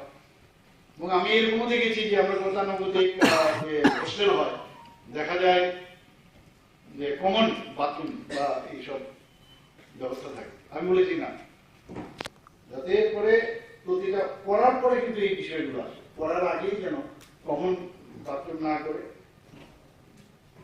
যাতে অ্যাটাচ থাকে, সেগুলো করা যায়, জায়গা থাকে। আমাদের যে প্রবলেমগুলো আছে, তো সেই বিষয়ে আমি বলেছি হোস্টেলটা হলে আমাকে ডিজাইন দেখানোর জন্য আমরা এই যে 23 বছর ধরে যারা চিকিৎসকরা ছিল তাদের এতদিন ধরে প্রমোশন হয়। এরকম আমার কাছে কিছু মানে এক্সাম্পল আছে যে মা বাবা প্লাস মানে যারা ছেলে মেয়ে তারা একই গ্রেডে ছিল। 23 বছর পর, আগে তো জিন্দাবাদ জিন্দাবাদ এইগুলো নিয়ে ব্যস্ত ছিল সবাই, আর তো কোনো কাজ ছিল না কিছু, কাজেই ওদের প্রমোশন দেওয়া হয়নি। আমরা এসে এই গভর্নমেন্ট আসার পর ওদেরকে আমরা প্রমোশন দিয়েছি। আমরা এই যে প্রায় 1480 মাত্র ক্যাডার স্ট্রেংথ ছিল আমাদের এই টিএসএ ত্রিপুরা হেলথ সার্ভিস, সেই জায়গায় এখন 2170 আমরা করেছি। কিছুদিন আগে আমি যখন সেক্রেটারি সাহেবকে বললাম যে আমাদের তো যারা স্পেশালিস্ট ডিক্লেয়ার হয়েছে, নন ক্লিনিক্যাল বা পারা ক্লিনিক্যাল যারা আছে তাদের কিন্তু স্পেশালিস্ট হিসেবে করা হয়নি। আমি বললাম যে না, এটা হবে না, স্পেশালিস্ট ঠিক আছে, মানে ক্লিনিক্যাল হলে খালি স্পেশালিস্ট হবে। আমার যত অভিজ্ঞতা যারা মাইক্রোবায়োলজি আছে তারাও তো কম করে না, তারাও তো স্পেশালিস্টই। তো তারপর বলার পর ওনাদেরকেও আমরা ইনক্লুড করলাম, কেউ যেন মানে এটা আলাদা কেউ যেন না মনে করে। যে ক্যাবিনেটও সেটা ডিসিশন হয়েছে। তো সব দিক দিয়ে দেশের সমস্যাগুলো আমরা বুঝি, কিন্তু একটা জিনিস আমি বলবো, ইনফ্রাস্ট্রাকচার তো আমরা দেবো, কিন্তু একটা বার খালি আপনারা আপনাদের কাছে অনুরোধ যে আপনার চেম্বারের যে চেয়ার বা আদার যে ফেসিলিটিস গুলো আছে সেগুলো আপনারা যেভাবে দেখে রাখেন ঠিক সেইভাবে আপনারা দেখে রাখবেন। কারণ আমি কিছুদিন আগে একটা প্রোগ্রামে আমি গিয়েছিলাম, আমি বলেছি যে সমস্ত বিল্ডিং গুলো আমরা তো করি, কিন্তু বিল্ডিং গুলো করার পরে সেগুলো রক্ষণাবেক্ষণ হয়, বটগাছ উঠে থাকে। আমি বলেছি সমস্ত জায়গায় যত গভর্নমেন্ট ইনস্টিটিউট যতগুলো আছে সব জায়গার মধ্যে এই গাছগাছাদের নাম চেষ্টা করছে, পরিষ্কার করছে, প্রথমে পিডব্লিউডি করছে, এখন বলছি যে সমস্ত ডিপার্টমেন্ট থেকে করতে হবে যাতে করে বিল্ডিংটা নষ্ট হয়। ঠিকভাবে যদি মেনটেন্স করা যায়, এএমসি করতে হবে, প্রচুর ডেন্টাল চেয়ার বিভিন্ন নতুন নতুন যে স্ক্যানার ইত্যাদি এসছে, তো এগুলোকে এএমসি এবং এগুলোকে রক্ষণাবেক্ষণের দায়িত্ব দিতে আমাদের সবাই, তাহলে লং রান করে একটা বাড়ি আমরা বলি 50 বছর তার স্থায়িত্ব, কিন্তু দেখা যায় বাড়ি ঘরের যদি হয় সেটা যদি প্রপারলি মেনটেন করে সে 100 বছর থাকতে পারে। সবার কাছে আমার একটা ইয়ে থাকবে যে নিজের চেম্বারটা যখন করেছেন তখন তো মাটিতে বসেও চেম্বারটা নিচ তলাটাও পরিষ্কার করেছেন। আমি নিজে ডেন্টাল চেয়ার 2500 টাকা লাগবে বলে আমি নিজেই শিখিয়েছিলাম কিভাবে ফিট করতে হবে। চেম্বারে বসে আমি সেই ডেন্টাল চেয়ারও ফিট করে ফেলেছি, এতে সুবিধা হয়েছে, জ্ঞান বৃদ্ধি হয়েছে, অসুবিধা হতো না। আপনাদের বলবো যে সব জিনিসের আর নেই বললে হবে, স্টাফ নেই, কি করব বললেই বলবে ওই স্কেলারের টিপসটা কাজ করছে না যদি করান কিভাবে করতে হবে আমাকে বলুন। আধিকারিকরা আছে হসপিটালের যারা ইনচার্জ থাকে তাদের সাথে কথা বলুন। এটা সবসময় যে দিলে গভর্নমেন্ট দিলে তবে হবে, এটা প্রাইম মিনিস্টার আবাস যোজনায় প্রধানমন্ত্রী যে 1,30,000 টাকা দেয়, আর রেগার থেকে চেষ্টা করেছেন, এটা সম্ভব হয় না, রেগা দিয়ে প্রায় 1,45,50 অব্দি দেয়, বাকিটা তো নিজে লাগাতে হবে, সব তো গভর্নমেন্ট করে দিতে পারবে না। এবং আমি যারা ডেন্টাল কলেজের যারা এখানে ফ্যাকাল্টিরা আছেন বা আগামী দিন যারা আসবেন তাদের একটা কথা বলবো, এখন কিন্তু আপনারা কিন্তু ত্রিপুরাতে ডেন্টিস্টের একটাই কমিটি, সেটা হচ্ছে আমাদের কলেজ, ডেন্টাল কলেজ যেটা হচ্ছে তার government dental college, not private.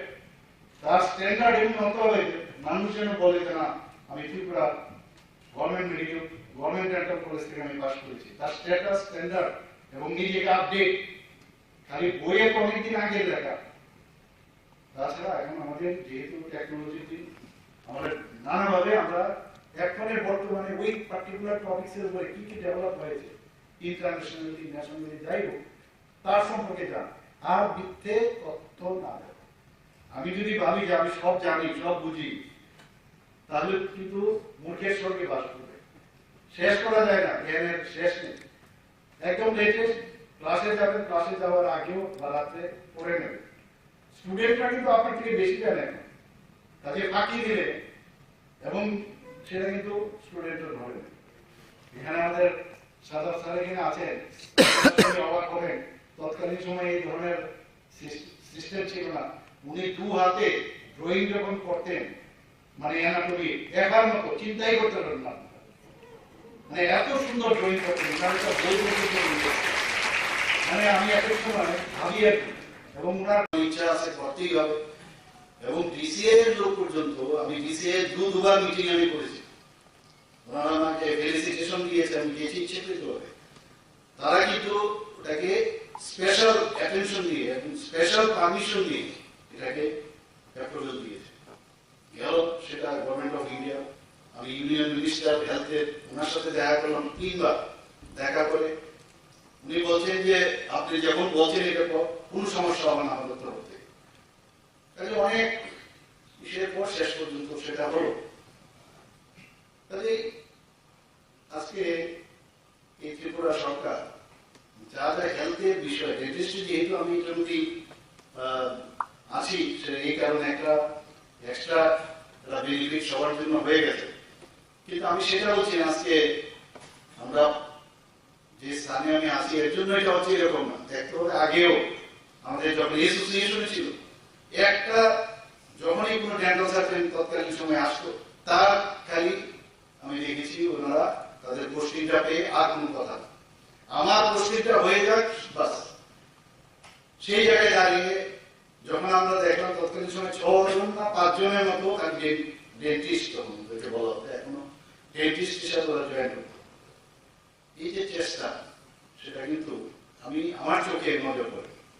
আমরা যখন অ্যাসোসিয়েশন বানালাম, তারপর কিন্তু দৌড় শুরু হলো। 31টা সিট, তৎকালীন সময় 31টা সিট এই আমরা গভর্নমেন্টের সাথে ফাইট করে তখনই শুধু ডেন্টাল সার্জন 31টা সিট আমরা পেয়ে করি। 31টা সিটের মধ্যে মাত্র 6 জন ডেন্টাল সার্জন তখন পেয়েছে। আমি জয়েন করেছি, অন্যরা জয়েন করেছে। ঠিক করেছি গভর্নমেন্ট সার্ভিস করব, তাই 9 বছর প্রাইভেট করেছি।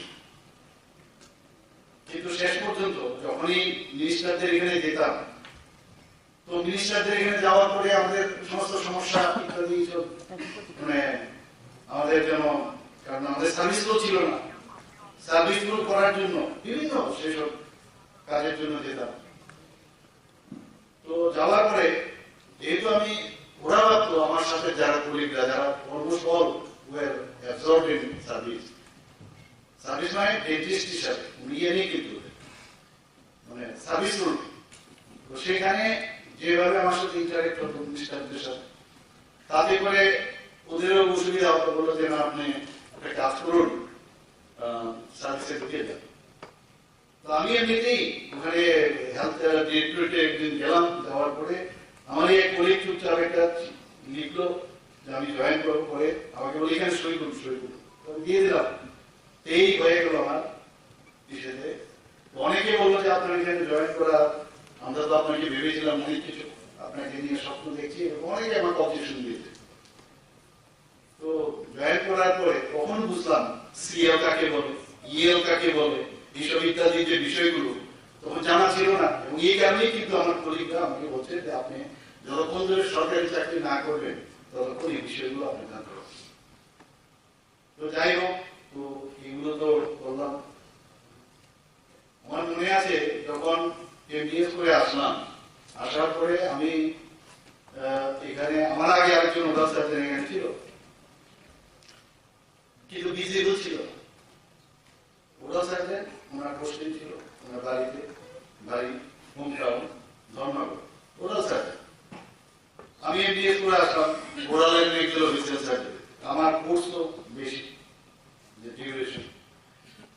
আমার ঠিক 6 মাস আগে আমাদের কলেজ থেকে আরেকজন ডাক্তারবাবু অপারেটিভ ডেন্টিস্ট্রি বলতে থাকে, যেটা গ্যান্ডো এখন বলা হয়, অপারেটিভ ডেন্টিস্ট্রিতে পাস করেছে।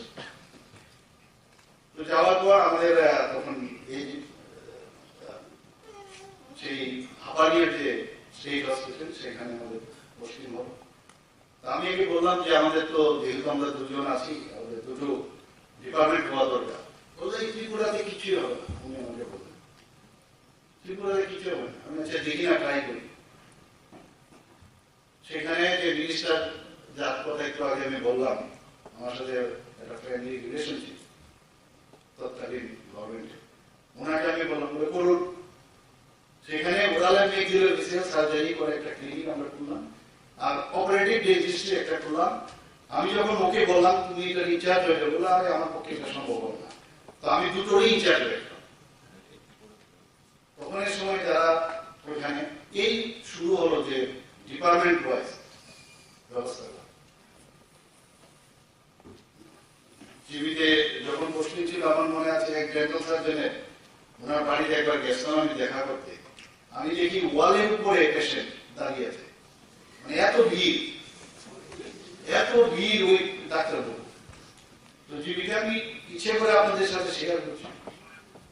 তো ওনাকে তখন জীবিতে গেলাম, একটু বসার ব্যবস্থা নেই, 5-6টা ট্রেনিং। আবার ওই যে বোর্ডটা আমরা দিয়ে রাখতাম এক একজন দরজার দিকে, যাতে I am doctor this, my name is this, মানে আমার কাছে আসো, তাহলে আমার বাজারও খুব গরম হবে। তো এই ধরনের একটা কাজ আছে।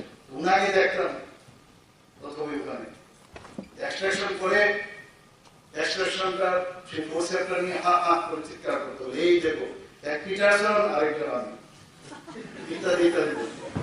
কি হবে তো পরে মানে ড্রামাও করতে হবে। আর ফোর্সেপটা দেখলাম সেই নোংরা যে জানালা আছে তার সামনে আছে। আমি ওনাকে বললাম দাদা এটা কি করছেন আপনি, নোংরার মধ্যে এটা পেয়েছে? তাই কিচ্ছু হয়। তো এই আমরা দেখিয়েছি এক সময় কত কথা এখানে যদি বলি তো শেষ করা যাবে না। একবার আরেকজন আমাদের স্পেশালিস্ট ছিল, উনি আমাকে বললেন যে একটু থাকতে হবে আমার সাথে। কি বিষয় বলে, একজন আমাকে হুমকি দিচ্ছে পেশেন্ট, এক্সট্রাকশন করতেই হবে। তো আমাকে বলছে চেম্বার থেকে আমি বলেছি, কারণ ওখানে যদি সমস্যা হয়, ও এসছে, ই ওয়াজ অ্যালকোহলিক, তো আমাকে বসিয়ে রাখলেন। তো এসছে, আসার পরে বলছে যে আরে আমার এক্সট্রাকশন করে দিই। বলা হবে না, আপনি যে অবস্থায় এসছেন এই অবস্থার মধ্যে এই অ্যালকোহল পেশেন্টের ইনজেকশন কাজ করবে না। বলে আমার মৃত্যুর জন্য কেউ দায়ী নয়, লিখে দিচ্ছি। তো বলে ঠিক আছে বসো। উনি যে ব্লক দেওয়ার কথা সে ব্লক দেন, প্রপারলি ব্লক দেন, বুঝতে পারছেন নিশ্চয়ই। বলে আমাদের সাথে ডাক্তারদের সাথে এমনিতে একটা সাবস্টেশিয়ার মতো একটা দিল ইনফিল্ট্রেশন দিয়ে লোয়ার মোলা যখন তুলতে লাগলো, এত চিৎকার পেশেন্টে। বলে কেন আমি বলছিলাম না হবে না। তারপর সেই টুয়েলিং হয়ে 7 দিনের মতো সে হসপিটালে ভর্তি ছিল। সব অদ্ভুত ঘটনা। আমি তাকিয়ে দিলাম, এটা তো আপনি হসপিটাল চেম্বারও করতে পারেন। বলে না, আপনি আছেন, তুমি আসো বলে আমি সাহস পেয়েছি। আমি তাকিয়ে দেখলাম, এটাও practice, one kind of practice. অনেক সময় ডাক্তারবাবুদের দেখা যায় মানে যখন ইমার্জেন্সি সিচুয়েশন হয়, একমাত্র সব টার্গেট হচ্ছে ডাক্তারবাবু, ওনাদের উপর চলা হয় পার্টি। আমি উদ্দেশ্যে সব জায়গায় বলি যে আরে ডাক্তারবাবুরা প্রথমেই তোমার জন্মের সময় যে সার্টিফিকেট দেয়, বার্থ সার্টিফিকেট ডাক্তারবাবুদের হয়, আর মৃত্যুর পরেও কিন্তু ডাক্তারবাবুদের সার্টিফিকেট হয়। তো কেন ভাই ডাক্তারবাবুদের উপর চড়াবো, কেন অ্যাসাল্ট করো ডাক্তারবাবুদের? তো ওই একটা নমুনা আমার একটা সিনিয়র ডাক্তারবাবু যেটা দেখালেন যে ডাক্তারবাবুদের সাথে অ্যাকচুয়ালি এমন একটা নোবেল প্রফেশন, এবং ইচ্ছে করলে if you want to drive your car very fast you can, if you don't want to come and quietly you want to do that also you can do. এই যে বিষয়, এমন একটা নোবেল প্রফেশন। আমরা সবাই জানি যে আমরা এখানে যারাই চাকরি করছে বা যারা চাকরি করছে না, আমাদের ব্রেড এন্ড বাটার সরকারি তরফ থেকে তো আসেই, চেম্বারে আসে। সবাই চাকরি দেওয়া সম্ভব হবে না। অনেকে আছে যে চাকরি যদি দিই আমরা, অনেকে এত ভালো ওয়েল টু ডু অবস্থায় আছে, তারা চাকরি নেবেও না, এরকম অবস্থা আছে। প্রথম দিকে অসুবিধা হয়, কিন্তু তবুও সরকারি চাকরি বা চাকরি করার একটা আলাদা বিষয়। তারপরেও দেখুন ডেন্টাল সার্ভিস, আজকে আমরা তৎকালীন সময় ডেন্টাল সার্ভিস আমরা করতে পেরেছি, বহু জায়গায় ঢুকতে হয়েছে, বুঝিও নাই ডেন্টাল সার্ভিস রুল কি বিষয়। একজন সামান্য ক্লার্ক এবং তার অভিজ্ঞতা নিয়ে রামনগরে আমার মনে আছে ভট্টের লোক ছিলেন, ওনার বাড়িতে গেছে কিভাবে সার্ভিস রুল করতে হবে। আজ পর্যন্ত এই সার্ভিস রুল হয়েছে ঠিকই, আমি কিন্তু কোনো বেনিফিট আজ পর্যন্ত পাই। সেই সার্ভিস রুল করেছি, এবং এই সার্ভিস রুলে এখন যেটা হলো সেটা হচ্ছে আমাদের ডেপুটি ডাইরেক্টর পর্যন্ত হয়ে গেল, মানে স্ট্রেংথেনিং করার সেই চেষ্টাটাও করা হয়েছে। এখানে এইবারের যে বাজেটে 27,000 কোটি, প্রায় 27,600 কোটি টাকার মতো আমরা বাজেট আমরা এবার পেশ করেছি বিধানসভায়। আমার যে মুখ্যমন্ত্রীর সময় ঘোষিত বহু লোক আমার কাছে আসে, 99% লোকই হচ্ছে এই মানে রোগ সংক্রান্ত সমস্যা, ওদের কিভাবে হেল্প করবে, বিভিন্ন জায়গা থেকে ওদের হেল্প করি। শেষ পর্যন্ত এই বাজেটে এবার এই 2023-24 অর্থ বছরে আমরা 59 করোড় রেখেছি, যে মুখ্যমন্ত্রীর নাম দিয়ে মুখ্যমন্ত্রী জন আরোগ্য যোজনা, মানে সমস্ত ত্রিপুরা মাননীয় প্রধানমন্ত্রীজি যে জন আরোগ্য যোজনা আছে, একই স্থায়ী ত্রিপুরা সরকার করেছি। প্রায় 13 লক্ষ লোককে আমরা সেই কার্ড আমরা বিতরণ করেছি, সবাই আপনারা জানেন। 2 লক্ষের মতো লোককে আমরা তাদের যে পয়সার বিষয় আছে টাকা পয়সা সেটেল করেছি, কিন্তু বাকি 4.75 লাখের লোকের কিন্তু সে কাভারেজ নেই, সেটা আমরা করেছি। পড়ার সময় বারবার আমি চিন্তা করলাম যে এটা করলাম, পরে এটা আর যে কোনো জিনিস করলে সাস্টেন হবে কিনা সেটা আগে দেখা দরকার। বললাম আজ পরবর্তী সময় দেখা গেল এটা উইথড্র হয়ে যায় বা এটা কন্টিনিউ হয় না, তখন কিন্তু খুব খারাপ। যা বলা এবং করার আগে ভালো করে চিন্তা করা। হয়তোবা এখন অব্দি যা চলছে সেভাবে আমরা চিন্তা করছি সেই বাজেটে, এবং আমি আধিকারিকদের বলেছি, সেক্রেটারি মহোদয়কে আমি বলেছি যে তাড়াতাড়ি করে আয়ুষ্মান কার্ডের মতো আমাদের যে ব্যবস্থাপনা, প্রায় 5 লক্ষ প্রধানমন্ত্রী যে আয়ুষ্মান কার্ডে পাবে, আমাদেরও 5 লক্ষ পাবে। বলেছি যে তারা মানে যত তাড়াতাড়ি সম্ভব হয় সেটা করা, কারণ এটা প্রসেস আছে, সেই কাজটা করেছি। উপস্বাস্থ্য কেন্দ্র 100টার মতো আমরা এবার সারা ত্রিপুরাতে আমরা তার জন্য বাজেট আমরা রেখেছি। আপনারা জানেন নেশামুক্ত ত্রিপুরা আমরা বলেছি, নেশামুক্ত ত্রিপুরা। শুধু পুলিশ দিয়ে ধরিয়ে দিলাম আর জেলে পুড়িয়ে দিলাম, এতে কোনো কাজের কাজ কিছু হবে না। কারণ আমাদের ডিএডিকশন সেন্টার একমাত্র এখানে নরসিংগড়ে একটা আছে, তারও সেই রকম ভাবে তার ব্যবস্থাপনার একটু খামতি আছে, যে কারণে এইবার বাজেটে আমরা 8টা ডিস্ট্রিক্টে 50 বেডের আমরা ডিএডিকশন সেন্টার আমরা করছি। এরপরে এই ধরনের যে বিষয়গুলো এখানে এসে টেকনোলজি ডেভেলপ করবো, তখন তো আমরা যখন এমবিবিএস করতে গেলাম তখন তো ওই যে সাইডে স্লাইড করে করে এইসব দেখাবো। এখন তো এমন অবস্থা হয়ে গেছে, কম্পিউটার ভাবাই যায় না।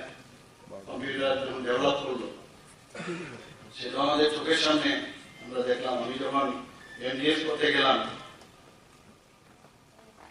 প্রফেসর সাদাব মোহাম্মদ জি এখানে ছিলেন, এইচওডি ডক্টর আর প্রধান প্রফেসর আমাদের এইচওডি ছিলেন। উনি ডেকে পাঠালেন, বলে একটা চিঠি লিখতে হবে। ঠিক আছে, লিখে নেব। উনি ডিকটেশন দিচ্ছেন, ওনার যে অ্যাকসেন্ট ছিল সেই ইংলিশ বলা, সেটা ব্রিটিশ যে অ্যাকসেন্ট ছিল, তুমি বুঝো না বুঝো, ইউ হ্যাভ টু রাইট। তো আর দিয়ে কাজ you can't ask sir repeat, বললে শিওর তুমি এমবিএস এ এক চান্সে বেরোবে। তো চুপচাপ আধা কিছু মিস ইত্যাদি লিখলাম, বলে একটা প্রিন্ট আউট নিকালবো। প্রিন্ট আউট আমরা তো টাইপ করে এসেছি, এতটুকু বাড়িতে টাইপ করে দিয়ে দেবো। তো আমার সামনে একজন বসেছিল, তো ও দেখছি চুপচাপ স্যারের ঘরের মধ্যে, তখন কমান্ড বিভিন্ন কমান্ড মুখস্থ করে করে এগুলো কম্পিউটার। আমি ওকে গিয়ে বললাম, ও আমার দিকে তাকালো, আমি প্রিন্ট আউট নিকাল না, আমাকে মুচকে মুচকে আসছিল। कैसे करना है, सीख लो, नहीं तो पास नहीं होगा। তো 1300 টাকা দিয়ে সেই ভর্তি হতাম, হলাম। তো সমস্ত সার্জারি করার পরে সেখানে গিয়ে ট্রেনিং নিলাম। কত ছিল, প্রায় এরকম 8 মাসের কোর্স ছিল। সেখানে গিয়ে কমান্ড মুখস্থ করতে করতে এখন তো কমান্ডের প্রয়োজন নেই, কত ডেভেলপ করে গেছে দেখতে দেখতে। আর সিটি যখন করতাম ব্লাইন্ডলি করতাম, এক্সরে মেশিন একটা থাকবে, অসম্ভব ব্যাপার। চেম্বারের মধ্যে এক্সরে মেশিন আর বাবা, এখন দেখুন কোন জায়গায় আমরা পৌঁছে গেছি। আগামী দিন এখন আজকের যেগুলো টেকনোলজি আমরা ইউজ করি, আমি চিন্তা করছি আগামী দিন এগুলো অবসলেট হয়ে যাবে। মানে চিন্তাই যদি করি সাথে সাথেই মনে হবে কেন দেখা যাবে, এরকম হতে পারে। মানে কোথায় যে যাচ্ছে টেকনোলজি, তো পেছনের দিকে তাকিয়ে লাভ নেই, কিন্তু পেছনের ইতিহাস আমাদের কিন্তু শিক্ষা দেয়। তো ডেন্টিস্টের যে ডেভেলপমেন্ট, আপনারা যারা পুরনো যারা ডেন্টাল সার্জনরা এখানে উপস্থিত আছেন, যেখান থেকে ডেন্টিস্ট থেকে ডেন্টাল সার্জনের যে নাম বদলের বিষয় যখন শুরু করলাম, তখন বিগত যে সরকার ছিল, ওনার হেলথ মিনিস্টার ছিলেন, উনি স্বর্গবাস হয়েছে। ওনার সাথে আমার ব্যক্তিগত যে কোনো কারণে একটা রিলেশন ছিল। একদিন উনি বললেন যে আপনি আসুন আমার অফিসে। গেলাম, যাওয়ার পরে উনি বললেন যে ডেন্টাল কলেজ আপনি বলছিলেন, সেটি ডেন্টাল কলেজ করবেন। বললাম আপনারা যদি হেল্প করেন বলে 2 দিনের মধ্যে আপনার সমস্ত ডিপিআর বানাতে পারবেন? হ্যাঁ, বানিয়ে নেব, সব তো আছেই। তো সেখানে গিয়ে দেখলাম যে আমাদের এই মেডিকেলের ফ্যাকাল্টি, একজন তো এখন নেই, মেডিকেল সুপারিনটেন্ডেন্ট ছিলেন বিআর আম্বেদকর হসপিটালে, আরেকজন এখনো আছেন, উনি ডাইরেক্টর ছিলেন। এমন ভাবে বলেন যে আরে ডেন্টিস্টের তো ডেভেলপমেন্ট কি হবে, এই নিয়ে ওখানে তর্ক বিতর্ক ইত্যাদি হোক। আমিও সাংঘাতিক ভাবে আমি আওয়াজ করি, আপনাদের মতো যদি মানসিকতা আপনারা দিয়ে থাকে তাহলে কোনোদিন হবে না। এই নিয়ে খুব বাক বিতণ্ডা হলো, কিন্তু এই যে চেষ্টা করে শেষ পর্যন্ত দেখা গেল সেটা আজকে কিন্তু সেটা ফলপ্রসূ। যে একটা ডেন্টাল কলেজ 2 মাসের মধ্যে এই ডেন্টাল কলেজ আমরা এখানে করতে পেরেছি। মাননীয় প্রধানমন্ত্রী নরেন্দ্র মোদী নিজে আমি গুয়াহাটি থেকে মেঘালয় যাচ্ছিলাম গাড়ি করে, যখন সব ঠিকঠাক, হঠাৎ করে খবর এলো যে মাননীয় প্রধানমন্ত্রীজির একটু কোয়ারি আছে, কারণ ওখান থেকে একই ফ্লাইটে আমরা আগরতলায় আসবো, ওনার সাথে ওনার ফ্লাইটে। তো মেঘালয়ের প্রোগ্রাম সেরে এখানে আসবো। কি প্রোগ্রাম? এখান থেকেই একজন বিধায়ক চিঠি লেগেছে পিএম অফিসে, বলছে যে এখানে ডেন্টাল কলেজে যে ফ্যাকাল্টি দেখানো হচ্ছে, এটা তো মেডিকেল কলেজে অ্যানাটমি, ফিজিওলজি দেখানো হয় না, মেডিসিন বিষয় ইত্যাদি সার্জারি, তো এইসব দেখানো হয়েছে। এটা তো তাহলে তো এই এমসির মানে তাদের যে এমসিআই যে গাইডলাইন্স অনুসারে তাদের তো ক্যান্সেল হয়ে যাবে রিকমেন্ড।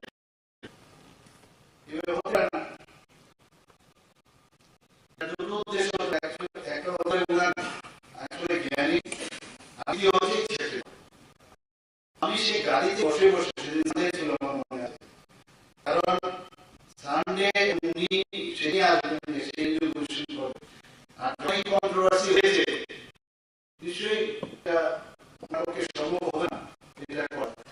সে আমি দিয়ে ফোন করে আমি ব্যবস্থা করলাম, সমস্ত কাগজপত্র হোয়াটসঅ্যাপ পাঠানোর পর আমি বললাম যে আমরা যেটা জানি যে ডেন্টাল কলেজে মেডিকেল সাইড ফ্যাকাল্টির বিষয়টা সেটা এটা ইমপ্লাইড, কারণ একজন সার্জন ডেন্টাল কলেজে বসে থাকেন প্রফেসর ডেন্টাল কলেজে বসে থাকেন, এই সিস্টেম।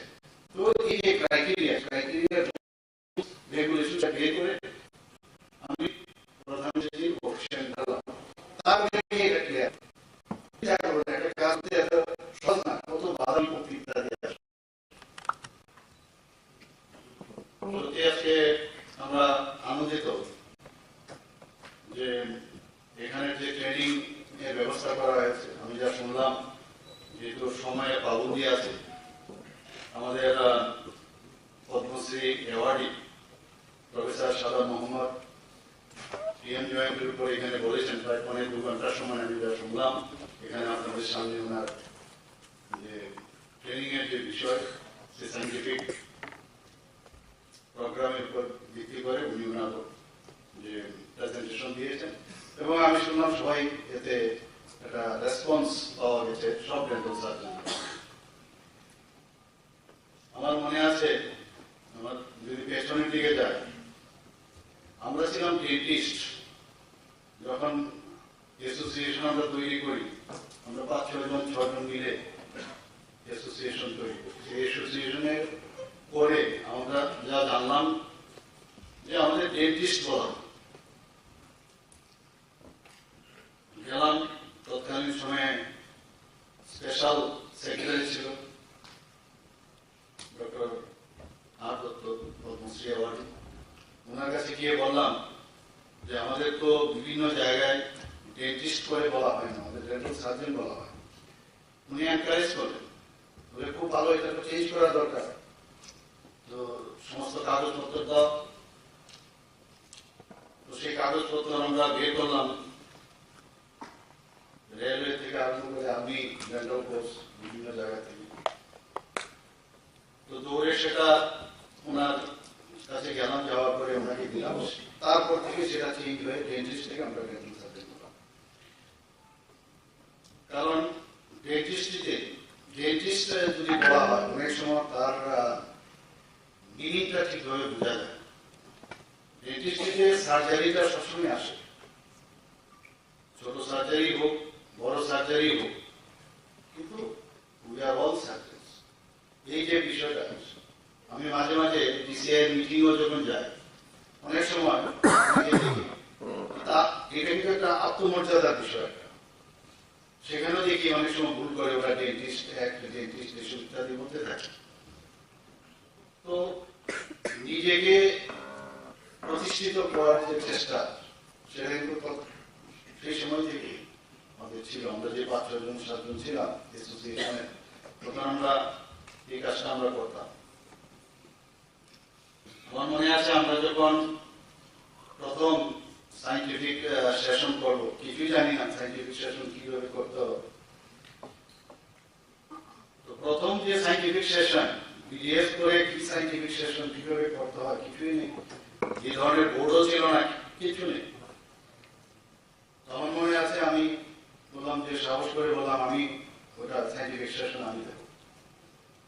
এখানে আইডিএর স্টেট ব্রাঞ্চের প্রেসিডেন্টরা আছে, আমাকে সিনিয়রও ছিল সেখানে, আমি দেব। তো মুখে মুখে বলা আরম্ভ করলাম, সেই মিউজিক কলেজ আমার এখন মনে আছে। সেখানে ভিতর থেকে একটা চেষ্টা কি বলেছি তৎকালীন সময়, এবং ডক্টর রতিন দত্ত এবং ডক্টর বিকাশ রায়ের মতো লোক তখন সেখানে উপস্থিত ছিল, এবং আদার সিনিয়র ডক্টর যারা উন্নত ডিসিপ্লিনের ছিল, মেডিকেলে তারা ছিল, বলে দিলাম যা বলা।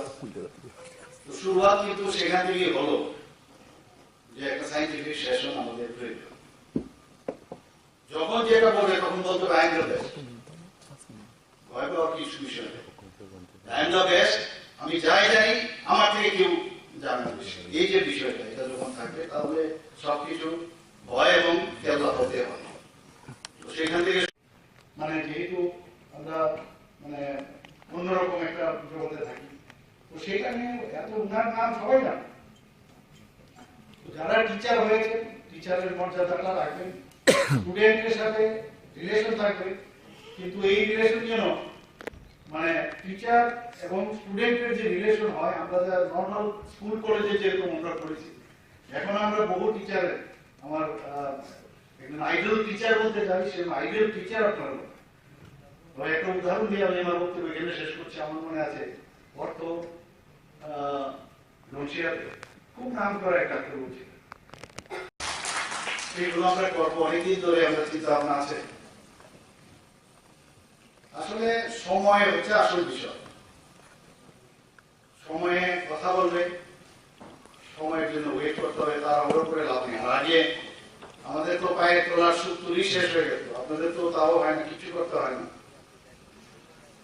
মুখ্যমন্ত্রী হিসাবে ডাক্তার হিসাবে আপনারা আমাকে পেয়েছেন, এর জন্য একটা বাড়তি অ্যাডভান্টেজ আপনাদের আছে। অনেকে বলে যে একমাত্র আমি জানি না অন্য আছে কিনা, একমাত্র আমাদের মনে আছে ডক্টর অমিত রায়, যিনি ডিসিআই বহু পুরনো, উনি বলছেন যে আরে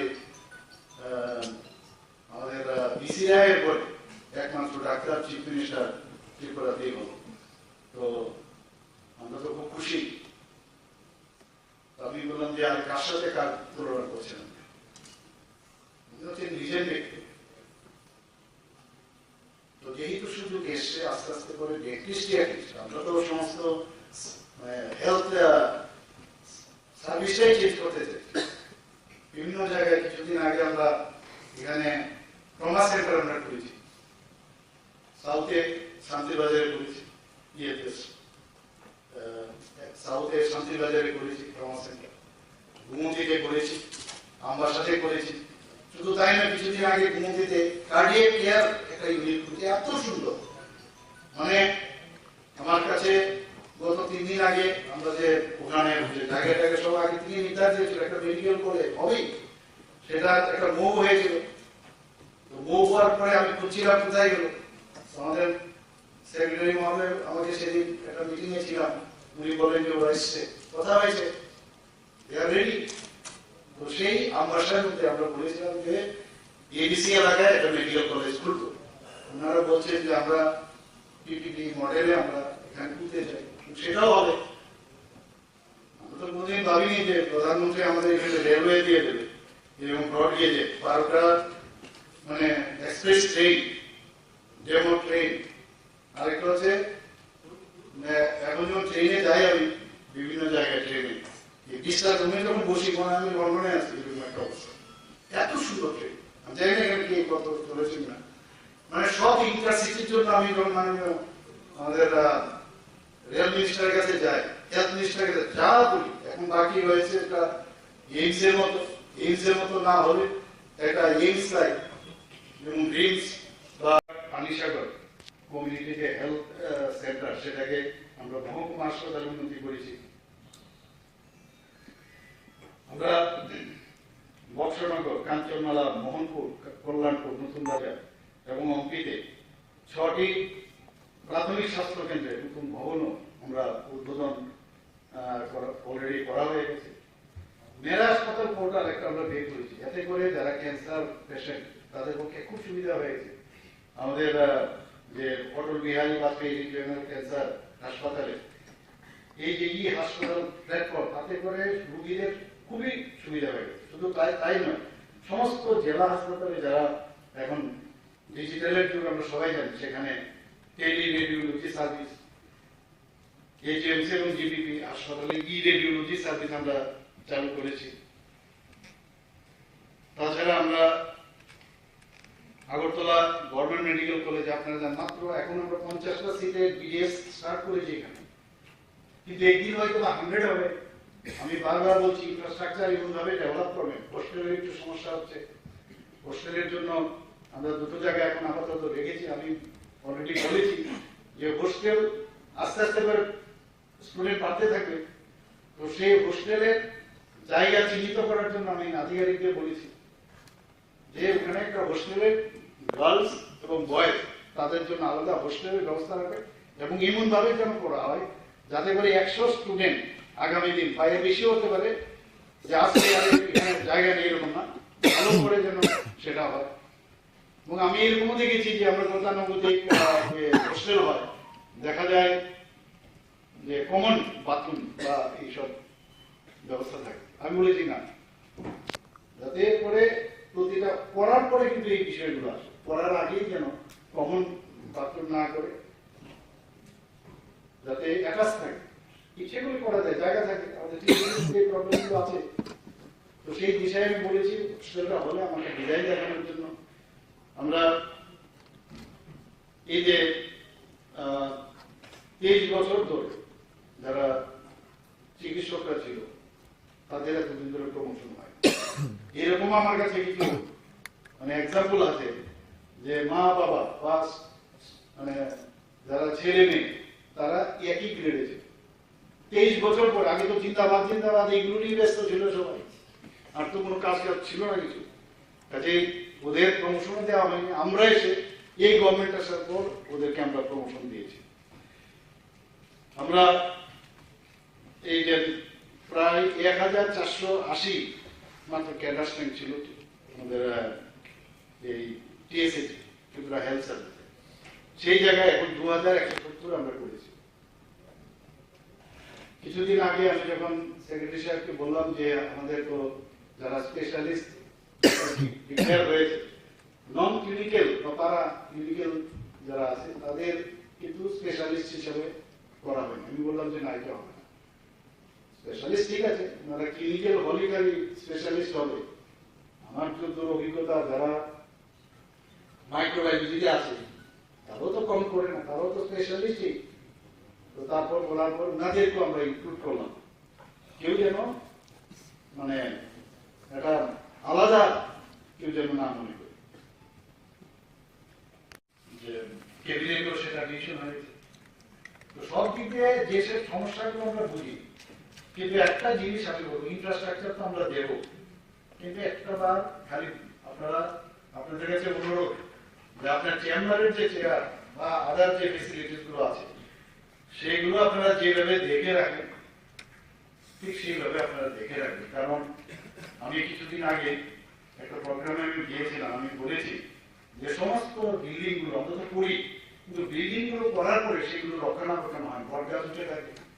আমি বলেছি সমস্ত জায়গায় যত গভর্নমেন্ট ইনস্টিটিউট যতগুলো আছে সব জায়গার মধ্যে এই গাছ সাজানো না চেষ্টা করছে, পরিষ্কার করছে, প্রথমে পিডব্লিউডি করছে, এখন বলছি যে সমস্ত ডিপার্টমেন্ট থেকে করতে হবে যাতে করে বিল্ডিংটা নষ্ট হয়। ঠিক ভাবে যদি মেনটেন্স করা যায়, এএমসি করতে হবে, প্রচুর ডেন্টাল চেয়ার বিভিন্ন নতুন নতুন যে স্ক্যানার ইত্যাদি এসছে, তো এগুলোকে এএমসি এবং এগুলোকে রক্ষণাবেক্ষণের দায়িত্ব দিতে আমাদের সবাই, তাহলে লং রান করে একটা বাড়ি আমরা বলি 50 বছর তার স্থায়িত্ব, কিন্তু দেখা যায় বাড়ি ঘরের যদি হয় সেটা যদি প্রপারলি মেনটেন করে সে 100 বছর থাকতে পারে। সবার কাছে আমার একটা ইয়ে থাকবে যে নিজের চেম্বারটা যখন করেছেন তখন তো মাটি দিয়ে বসেও চেম্বারটা নিচ তোলাটাও পরিষ্কার করেছে। আমি নিজে ডেন্টাল চেয়ার 2,500 টাকা লাগবে বলে আমি নিজেই শিখিয়েছিলাম কিভাবে ফিট করতে হবে। চেম্বারে বসে আমি সেই ডেন্টাল চেয়ারও ফিট করে দিয়েছি, এতে সুবিধা হয়েছে, জ্ঞান বৃদ্ধি হয়েছে, অসুবিধা হতো না। আপনাদের বলবো যে সব জিনিসের আর নেই বললে হবে, স্টাফ নেই, কি করবো বললেই বলবে ওই স্কেলারের টিপসটা কাজ করছে না যদি করান কিভাবে করতে হবে আমাকে বলুন। আধিকারিকরা আছে হসপিটালের যারা ইনচার্জ থাকে তাদের সাথে কথা বলুন। এটা সবসময় যে দিলে গভর্নমেন্ট দিলে তবে হবে, এটা প্রাইম মিনিস্টার আবাস যোজনায় প্রধানমন্ত্রী যে 1,30,000 টাকা দেয়, আর রেগা থেকে চেষ্টা করেছে, এটা সম্ভব হয় না, রেগা দিয়ে প্রায় 1,45,50 অব্দি দেয়, বাকিটা তো নিজে লাগাতে হবে, সব তো গভর্নমেন্ট করে দিতে পারবে না। এবং আমি যারা ডেন্টাল কলেজের যারা এখানে ফ্যাকাল্টিরা আছেন বা আগামী দিন যারা আসবেন তাদের একটা কথা বলবো, এখন কিন্তু আপনারা কিন্তু ত্রিপুরাতে ডেন্টিস্টের একটাই কমিটি ছিল, সেটা হচ্ছে আমাদের কলেজ, ডেন্টাল কলেজ যেটা হচ্ছে তার government dental college, not private, তার স্ট্যান্ডার্ড এমন হতে হবে যে মানুষ যেন বলে যে না আমি Tripura government medical government dental college থেকে আমি পাস করেছি, তার স্ট্যাটাস স্ট্যান্ডার্ড এবং নিজেকে আপডেট, খালি বইয়ে তো অনেকদিন আগে লেখা। তাছাড়া এখন আমাদের যেহেতু টেকনোলজির দিন, আমাদের নানাভাবে আমরা এখনের বর্তমানে ওই পার্টিকুলার টপিক্সের উপরে কি কি ডেভেলপ হয়েছে ইন্টারন্যাশনালি ন্যাশনালি যাই হোক তার সম্পর্কে জান, আর মিথ্যে তথ্য না দেয়। আমি যদি ভাবি যে আমি সব জানি সব বুঝি তাহলে কিন্তু মূর্খের স্বর্গে বাস করবে, শেষ করা যায় না, জ্ঞানের শেষ নেই। একদম লেটেস্ট ক্লাসে যাবেন, ক্লাসে যাওয়ার আগেও বা রাত্রে পড়ে নেবে, স্টুডেন্টরা কিন্তু আপনার থেকে বেশি জানে এখন, কাজে ফাঁকি দিলে এবং সেটা কিন্তু স্টুডেন্টরা ধরে নেবে। এখানে আমাদের সাদা স্যার এখানে আছেন, অবাক হবেন, তৎকালীন সময় এই ধরনের সিস্টেম ছিল না, উনি 2 হাতে ড্রয়িং যখন করতেন মানে অ্যানাটমি দেখার মতো, চিন্তাই করতে পারেন না, মানে এত সুন্দর ড্রয়িং করতেন, মানে আমি এক সময় ভাবি আর কি, এবং ওনার ইচ্ছা আছে করতেই হবে। এবং ডিসিএ এর লোক পর্যন্ত আমি ডিসিএ 2-2বার মিটিং আমি করেছি, ওনারা আমাকে ফেলিসিটেশন দিয়েছে, আমি গিয়েছি ইচ্ছাকৃতভাবে, তারা কিন্তু ওটাকে স্পেশাল অ্যাটেনশন দিয়ে এবং স্পেশাল পারমিশন দিয়ে এটাকে অ্যাপ্রুভাল দিয়েছে। গেল সেটা গভর্নমেন্ট অফ ইন্ডিয়া, আমি ইউনিয়ন মিনিস্টার হেলথের ওনার সাথে দেখা করলাম 3বার, দেখা করে উনি বলছেন যে আপনি যখন বলছেন এটা কোনো সমস্যা হবে না আমাদের তরফ থেকে, কাজে অনেক বিষয়ের পর শেষ পর্যন্ত সেটা হলো। কাজে আজকে এই ত্রিপুরা সরকার যা যা হেলথের বিষয়, ডেন্টিস্ট্রি যেহেতু আমি মোটামুটি আছি, এই কারণে একটা এক্সট্রা বেনিফিট সবার জন্য হয়ে গেছে, কিন্তু আমি সেটা বলছি না আজকে আমরা যে স্থানে আমি আছি এর জন্য এটা হচ্ছে এরকম না, দেখতে হলে আগেও আমাদের যখন অ্যাসোসিয়েশনে ছিল একটা যখনই কোনো ডেন্টাল সার্জেন তৎকালীন সময় আসতো তার খালি আমি দেখেছি ওনারা তাদের পোস্টিংটা পেয়ে আর কোনো কথা না, আমার পোস্টিংটা হয়ে যাক বাস। সেই জায়গায় দাঁড়িয়ে যখন আমরা দেখলাম তৎকালীন সময় 6 জন না 5 জনের মতো ডেন্টিস্ট তখন বলা হবে, এখনো ডেন্টিস্ট হিসাবে ওরা জয়েন করতো। এই যে চেষ্টা সেটা কিন্তু আমি আমার চোখে নজর করি, আমরা যখন অ্যাসোসিয়েশন বানালাম তারপর কিন্তু দৌড় শুরু হলো, 31টা সিট তৎকালীন সময় 31টা সিট এই আমরা গভর্নমেন্টের সাথে ফাইট করে তখন এই সময় ডেন্টাল সার্জন 31টা সিট আমরা পেয়ে করি।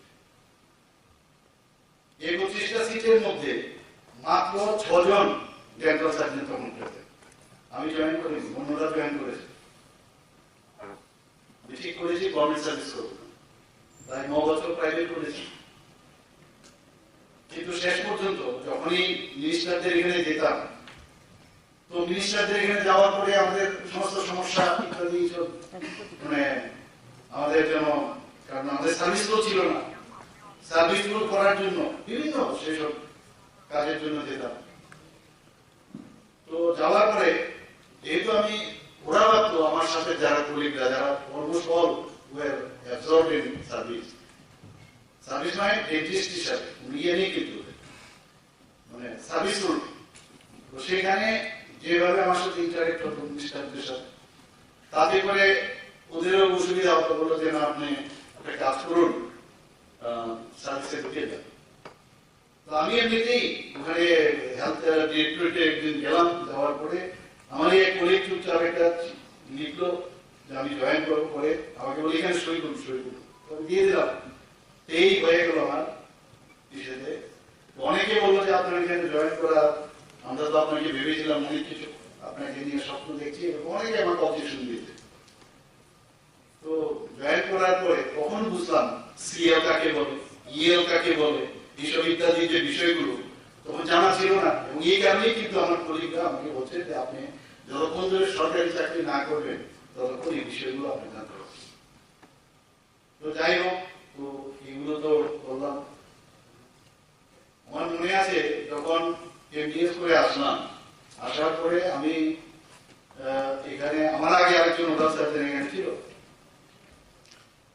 কিন্তু ভিজিবল ছিল।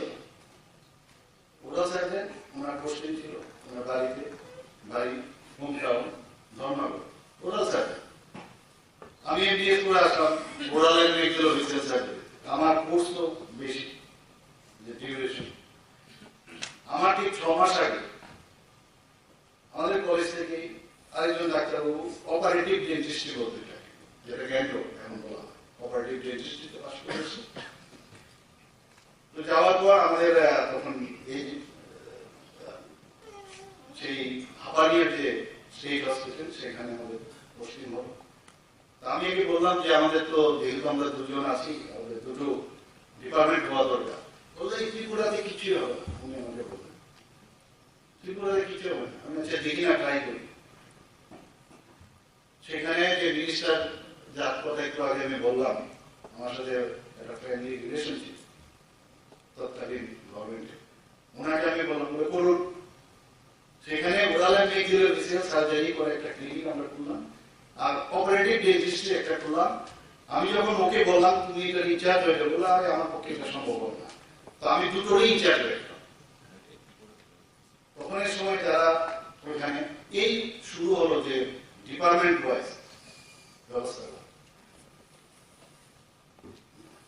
জিবিতে যখন পোস্টিং ছিল, আমার মনে আছে এক ডেন্টাল সার্জনের ওনার বাড়িতে একবার গেছিলাম আমি দেখা করতে। আমি দেখি ওয়ালের উপরে পেশেন্ট দাঁড়িয়ে আছে, মানে এত ভিড়, এত ভিড় ওই ডাক্তারবাবু। তো জীবিকা আমি ইচ্ছে করে আপনাদের সাথে শেয়ার করছি।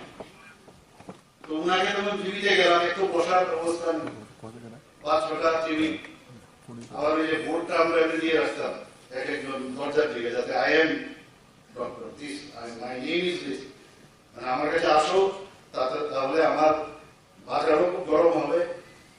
তো এই ধরনের একটা কাজ আছে। ওনাকে দেখলাম প্রথমে ওখানে এক্সট্রাকশন করে, এক্সট্রাকশনটা সেই ফোর্সেপটা নিয়ে হা হা করে চিৎকার করতে হবে, এই দেখো এক পিটারসন আরেকজন আমি, ইত্যাদি ইত্যাদি কি হবে। তো পরে মানে ড্রামাও করতে হবে। আর ফোর্সেপটা দেখলাম সেই নোংরা যে জানালা আছে তার সামনে আছে। আমি ওনাকে বললাম দাদা এটা কি করছেন আপনি, নোংরার মধ্যে এটা হয়েছে? তার কিচ্ছু হয়, কিচ্ছু হয়। তো এই আমরা দেখেছি এক দুই সময় কত কথা এখানে যদি বলি তো শেষ করা যাবে না। একবার আরেকজন আমাদের ডেন্টাল স্পেশালিস্ট ছিল, আমাকে বললেন যে একটু থাকতে হবে আমার সাথে। কি বিষয়? বলে একজন আমাকে হুমকি দিচ্ছে পেশেন্ট, এক্সট্রাকশন করতেই হবে।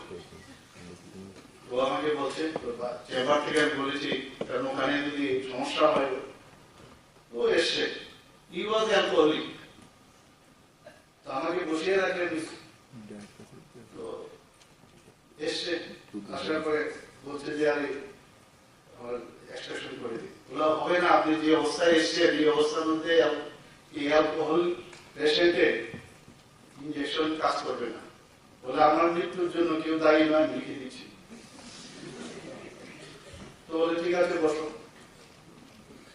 উনি যে ব্লক দেওয়ার কথা সে ব্লক দেননি, প্রপারলি ব্লক দেননি, বুঝতে পারছেন নিশ্চয়ই। বলে আমাদের সাথে ডাক্তারদের সাথে বলে এমনিতে একটা সাবস্টেশিয়ার মতো একটা দিল ইনফিল্ট্রেশন দিয়ে লোয়ার মেলায় যখন তুলতে লাগলো এত চিৎকার পেশেন্টে, বলে কেন আমি বলছিলাম না হবে না। তারপর তো সেই স্মেলিং হয়ে 7 দিনের মতো সে হসপিটালে ভর্তি ছিল। সব অদ্ভুত ঘটনা। আমি তাকিয়ে রইলাম, এটা তো আপনি হসপিটাল চেম্বারও করতে পারেন। বলে না, আপনি আছেন, তুমি আছো বলে আমি সাহস পেয়েছি। আমি তাকিয়ে দেখলাম এটাও practice, one kind of practice. অনেক সময় ডাক্তারবাবুদের দেখা যায় মানে যখন ইমার্জেন্সি সিচুয়েশন হয়, একমাত্র সফট টার্গেট হচ্ছে ডাক্তারবাবুরা, ওনাদের উপর চলা হয় পার্টি। আমি উদ্দেশ্যে সব জায়গায় বলি যে আরে ডাক্তারবাবুরা প্রথমেই তোমার জন্মের সময় যে সার্টিফিকেট দেয়, বার্থ সার্টিফিকেট ডাক্তারবাবুদের হয়, আর মৃত্যুর পরেও কিন্তু ডাক্তারবাবুদের সার্টিফিকেট হয়। তো কেন ভাই ডাক্তারবাবুদের উপর চড়াবো, কেন অ্যাসাল্ট করো ডাক্তারবাবুদের? তো ওই একটা নমুনা আমার একটা সিনিয়র ডাক্তারবাবু যেটা দেখালেন যে ডাক্তারবাবুদের সাথে অ্যাকচুয়ালি একটা নোবেল প্রফেশন, এবং ইচ্ছে করলে if you want to drive your car very fast you can, if you don't want to come and quietly you want to do that also you can. এই যে বিষয়, এবং একটা নোবেল প্রফেশন, আমরা সবাই আমরা জানি যে আমরা এখানে যারাই চাকরি করছে বা যারা চাকরি করছে না, আমাদের ব্রেড এন্ড বাটার সরকারি তরফ থেকে তো আসেই, চেম্বারে আসে, সবাই চাকরি দেওয়া সম্ভব হবে না। অনেকে আছে যে চাকরি যদি দিই আমরা, অনেকে এত ভালো ওয়েল টু ডু অবস্থায় আছে তারা চাকরি নেবেও না, এরকম অবস্থা। প্রথম দিকে অসুবিধা হয়, কিন্তু তবুও সরকারি চাকরি বা চাকরি করার একটা আলাদা বিষয়। তারপরেও দেখুন ডেন্টাল সার্ভিস, আজকে আমরা তৎকালীন সময় ডেন্টাল সার্ভিস আমরা করতে পেরেছি, বহু জায়গায় ঢুকতে হয়েছে, বুঝিও নাই ডেন্টাল সার্ভিস রুল কি বিষয়। একজন সামান্য ক্লার্ক এবং তার অভিজ্ঞতা নিজেকে রামনগরে আমার মনে আছে বর্ষের লোক ছিলেন, ওনার বাড়িতে গেছে কিভাবে সার্ভিস রুল করতে হবে। আজ পর্যন্ত এই সার্ভিস রুল হয়েছে ঠিকই, আমি কিন্তু কোনো বেনিফিট আজ পর্যন্ত পাই। সেই সার্ভিস রুল করেছি, এবং এই সার্ভিস রুলে এখন যেটা হলো সেটা হচ্ছে আমাদের ডিপুটি ডাইরেক্টর পর্যন্ত হয়ে গেল, মানে স্ট্রেংথেনিং করার সেই চেষ্টাটাও করা হয়েছে। এখানে এইবারের যে বাজেটে 27,000 কোটি, প্রায় 27,600 কোটি টাকার মতো আমরা বাজেট আমরা এবার পেশ করেছি বিধানসভা। আমার যে মুখ্যমন্ত্রীর সময় বৈঠকে বহু লোক আমার কাছে আসে, 99% লোকই হচ্ছে এই মানে রোগ সংক্রান্ত সমস্যা, ওদের কিভাবে হেল্প করবে, বিভিন্ন জায়গা থেকে ওদের হেল্প করি। শেষ পর্যন্ত এই বাজেটে এবার এই 2023-24 অর্থ বছরে আমরা 59 করোড় রেখেছি যে মুখ্যমন্ত্রীর নাম দিয়ে মুখ্যমন্ত্রী জন আরোগ্য যোজনা, মানে সমস্ত ত্রিপুরা মাননীয় প্রধানমন্ত্রীজি যে জন আরোগ্য যোজনা আছে একই স্থায়ী ত্রিপুরা আমরা করেছি। প্রায় 13 লক্ষ লোককে আমরা সেই কার্ড আমরা বিতরণ করেছি, সবাই আপনারা জানেন। 2 লক্ষের মতো লোককে আমরা তাদের যে পয়সার বিষয় আছে টাকা পয়সা সেটেল করেছি, কিন্তু বাকি 4.75 লাখের লোকের কিন্তু সে কাভারেজ নেই, সেটা আমরা করেছি। পড়ার সময় বারবার আমি চিন্তা করলাম যে এটা করলাম, পরে এটা আর যে কোনো জিনিস করলে সাস্টেন হবে কিনা সেটা আগে দেখা দরকার। বললাম আজ পরবর্তী সময় দেখা গেল এটা উইথড্র হয়ে যায়, বা এটা কন্টিনিউ হয় না, তখন কিন্তু খুব খারাপ। যা বলা এবং করা এবং করার আগে ভালো করে চিন্তা করা, হয়তো বা এখন অব্দি যা চলছে সেভাবে আমরা চিন্তা করছি সেই বাজেটে। এবং আমি আধিকারিকদের বলেছি, সেক্রেটারি মহোদয়কে আমি বলেছি যে তাড়াতাড়ি করে আয়ুষ্মান কার্ডের মতো আমাদের যে ব্যবস্থাপনা, প্রায় 5 লক্ষ প্রধানমন্ত্রী যে আয়ুষ্মান কার্ডে পাবে, আমাদেরও 5 লক্ষ পাবে। বলেছি যে তারা মানে যত তাড়াতাড়ি সম্ভব হয় সেটা করে, কারণ এটা প্রসেস আছে, সেই কাজটা করেছি। উপস্বাস্থ্য কেন্দ্র 100টার মতো আমরা এবার সারা ত্রিপুরাতে আমরা তার জন্য বাজেট আমরা রেখেছি। আপনারা জানেন নেশামুক্ত ত্রিপুরা আমরা বলেছি, নেশামুক্ত ত্রিপুরা শুধু পুলিশ দিয়ে ধরিয়ে দিলাম আর জেলে পুড়িয়ে দিলাম, এতে কোনো কাজের কাজ কিছু হবে না। কারণ আমাদের যে ডিভিশন সেন্টার একমাত্র এখানে নরসিংগড়ে একটা আছে, তারও সেই রকম ভাবে তার ব্যবস্থাপনার একটু খামতি আছে, যে কারণে এই বাজেটে আমরা 8টা ডিস্ট্রিক্টে 50 বেডে আমরা দিয়ে ডিভিশন সেন্টার আমরা করছি। করে এই ধরনের যে বিষয়গুলো এখানে এসে টেকনোলজি ডেভেলপ করবো, তখন তো আমরা যখন ইন্ডিয়াস করতে গেলাম তখন তো ওই যে সাইডে স্লাইড করে করে এইসব দেখাতো। এখন তো এই মনোবস্থা হয়ে গেছে, কম্পিউটার ভাবাই যায় না। কম্পিউটার যখন ডেভেলপ করলো সেটা আমাদের চোখের সামনে আমরা দেখলাম। আমি যখন এমডিএস করতে গেলাম, প্রফেসর সাদাব মোহাম্মদ জিও এখানে ছিলেন, এইচওডি ডক্টর আর প্রধান প্রফেসর আমাদের এইচওডি ছিলেন। উনি ডেকে পাঠালেন, বলে একটা চিঠি লিখতে হবে। ঠিক আছে, লিখে নেব। উনি ডিকটেশন দিচ্ছেন, ওনার যে অ্যাকসেন্ট ছিল সেই ইংলিশ বলা, সেটা ব্রিটিশ যে অ্যাকসেন্ট ছিল, বুঝলো না বুঝলো, ইউ হ্যাভ টু রাইট। তো আর take our you can't ask sir repeat, বললে শিওর টু এমডিএস এ অ্যাকশন সিভিল। তো চুপচাপ আধা কিছু মিস ইত্যাদি লিখলাম, বলে একটা প্রিন্ট আউট নিকালবো। আমরা তো টাইপ করে এসেছি, এতটুকু বাড়িতে টাইপ করে দিয়ে। তো আমার সামনে একজন বসেছিল, তো দেখছি চুপচাপ স্যারের ঘরের মধ্যে তখন কমান্ড, বিভিন্ন কমান্ড মুখস্থ করে করে এগুলো কম্পিউটার। আমি ওকে গিয়ে বললাম, ও আমার দিকে তাকালো, আমি প্রিন্ট আউট নিকাল না, আমাকে মুচকে মুচকে আসছিল। कैसे करना है सीख लो, नहीं तो क्लास में हो गया। তো 1300 টাকা দিয়ে সেই ভর্তি হতাম, হলাম। তো সমস্ত সার্জারি করার পরে সেখানে গিয়ে ট্রেনিং নিলাম। কত ছিল, প্রায় এরকম 8 মাসের কোর্স ছিল। সেখানে গিয়ে কমান্ড মুখস্থ করতে করতে এখন তো কমান্ডের প্রয়োজন নেই, কত ডেভেলপ করে গেছে দেখতে দেখতে।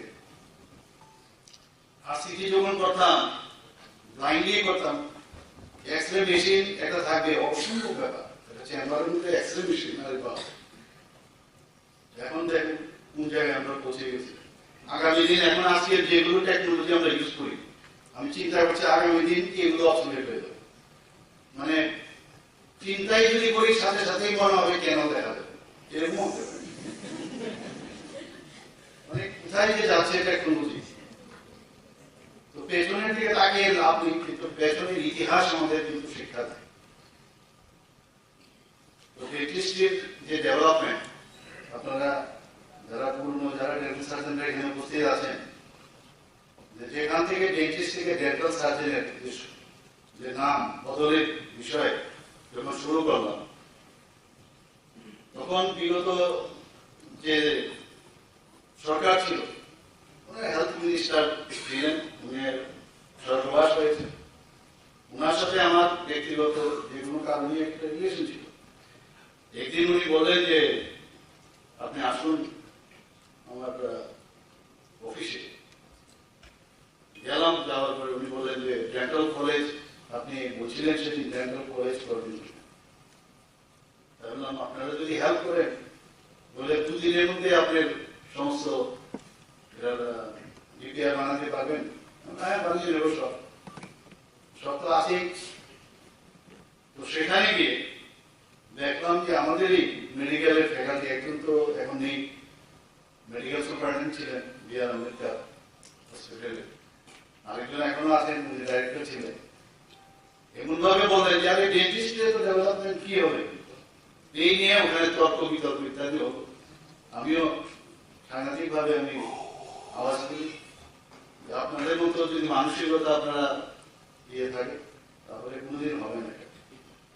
এই নিয়ে খুব বাক বিতণ্ডা হলো, কিন্তু এই যে চেষ্টার পরে শেষ পর্যন্ত দেখা গেল সেটা আজকে কিন্তু সেটা ফলপ্রসূ।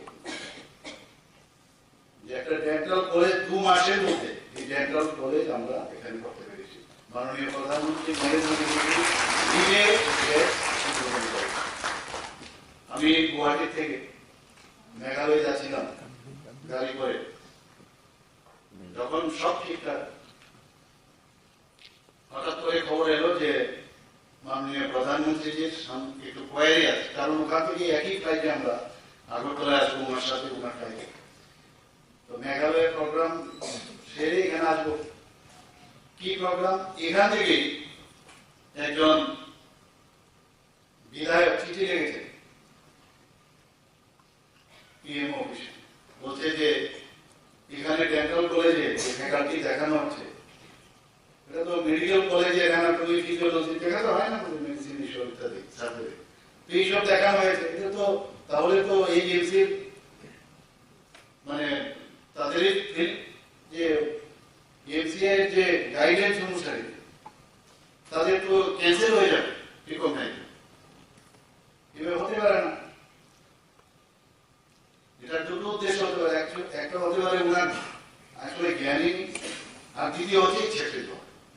আমি সেই গাড়িতে বসে বসে, সেদিন সানডে ছিল আমার মনে আছে, কারণ সানডে এবং উনি সেদিনই আসবেন, সেইটা ইনোগ্রেশন করবেন।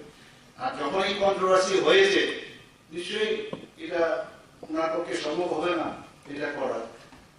আমি ডিসিএর অফিস নিজে ফোন করে করে আমি ব্যবস্থা করলাম, সমস্ত কাগজপত্র হোয়াটসঅ্যাপে পাঠানোর পর আমি বললাম যে যেগুলো আমরা যেটা জানি যে ডেন্টাল কলেজে মেডিকেল সাইডের ফ্যাকাল্টির বিষয় দ্বারা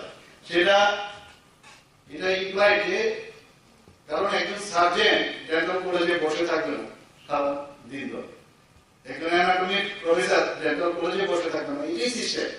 তো এই যে ক্রাইটেরিয়া, সেই ক্রাইটেরিয়া রুলস রেগুলেশন সেটা বের করে আমি প্রধানমন্ত্রীজির অফিসে পাঠালাম, তারপরে গিয়ে এটা ক্লিয়ার হবে। চিন্তা করুন, একটা কাজ করতে এত সহজ না, কত বাধা বিপত্তি ইত্যাদি আসে।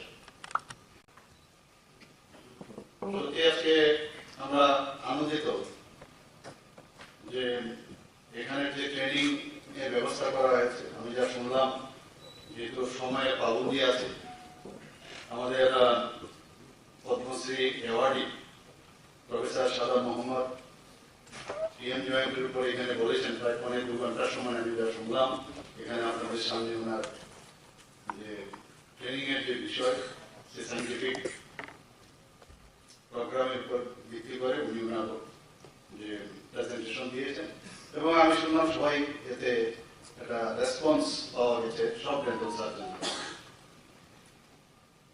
আমার মনে আছে, আমার যদি পেছনের দিকে যায়, আমরা ছিলাম ডেন্টিস্ট, যখন অ্যাসোসিয়েশন আমরা তৈরি করি, আমরা 5-6 জন মিলে অ্যাসোসিয়েশন তৈরি করি। সেই অ্যাসোসিয়েশনের পরে আমরা যা জানলাম যে আমাদের ডেন্টিস্ট বলা, গেলাম, তৎকালীন সময়ে স্পেশাল সেক্রেটারি ছিল ডক্টর আর দত্ত, পদ্মশ্রী অ্যাওয়ার্ডি।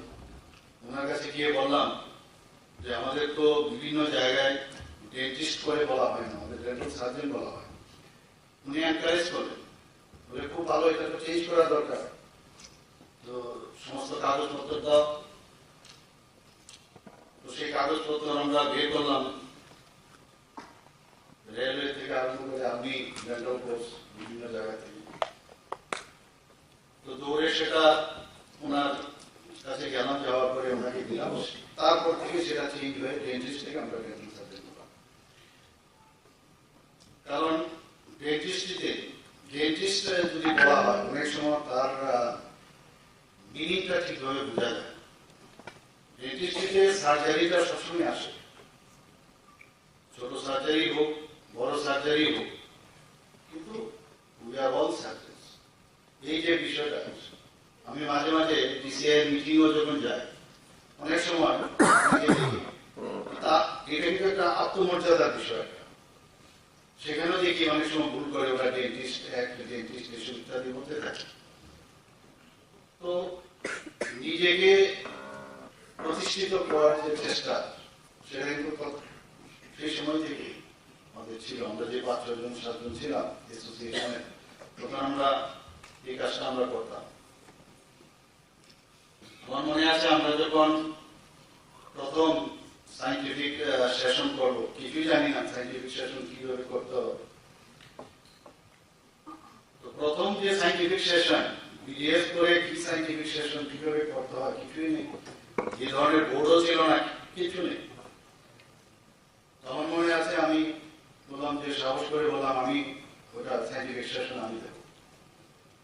এখানে আইডিয়ার স্টেট ব্রাঞ্চের প্রেসিডেন্টরা আছে, আমার থেকে সিনিয়রও ছিল সেখানে, আমি বললাম আমি দেবো। তো মুখে মুখে বলা আরম্ভ করলাম, সে মিউজিক কলেজ আমার এখন মনে আছে, সেখানে ভিতর থেকে একটা চেষ্টা কি বলেছি তৎকালীন সময়, এবং ডক্টর রথীন দত্ত এবং ডক্টর বিকাশ রায়ের মতো লোক তখন সেখানে উপস্থিত ছিল, এবং আদার সিনিয়র ডক্টর যারা ডিসিপ্লিনের ছিল, মেডিকেল তারা ছিল, বলে দিলাম যা বলার। তো শুরুয়াত কিন্তু সেখান থেকে হলো যে একটা সাইন্টিফিক সেশন আমাদের প্রয়োজন।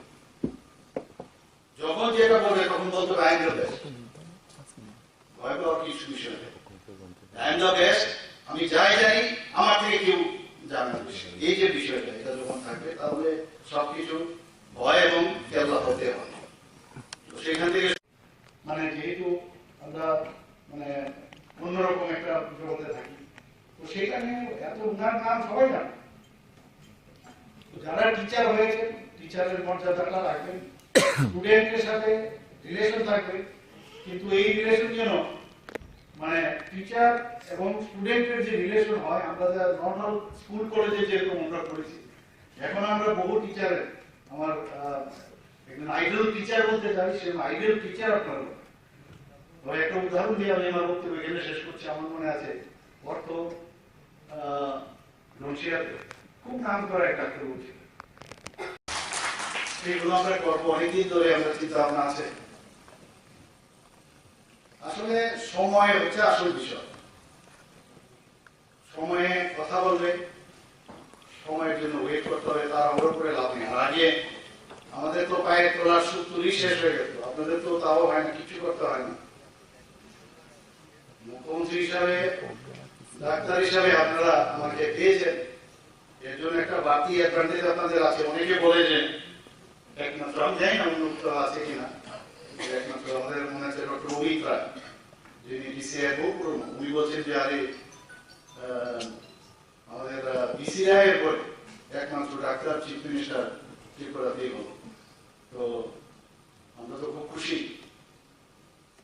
আমি বললাম যে আমি কার সাথে কার তুলনা করছেন,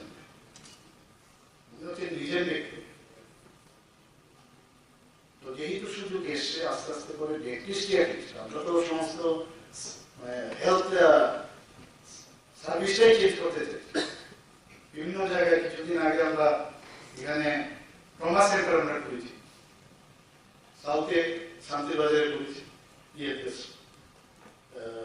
সাউথে শান্তিবাজারে করেছি ট্রমা সেন্টার, গুমতিতে করেছি, আমবাসাতে করেছি। শুধু তাই না, কিছুদিন আগে গুমতিতে কার্ডিয়াক কেয়ার একটা ইউনিট করেছি, এত সুন্দর। মানে আমার কাছে গত 3 দিন আগে আমরা যে ওখানে জায়গাটাকে সব আগে তিনি নির্ধার দিয়েছিল একটা মেডিকেল কলেজ হবেই, সেটা একটা মুভ হয়েছিল। তো মুভ হওয়ার পরে আমি খুঁজছিলাম কোথায় গেল। আমাদের সেক্রেটারি মহোদয় আমাকে সেদিন একটা মিটিং এ ছিলাম, উনি বলেন যে ওরা এসছে, কথা হয়েছে, দে আর রেডি। তো সেই আমবাসার মধ্যে আমরা বলেছিলাম যে এডিসি এলাকায় একটা মেডিকেল কলেজ খুলবো। ওনারা বলছেন যে আমরা পিপিপি মডেলে আমরা এখানে খুলতে চাই, সেটাও হবে।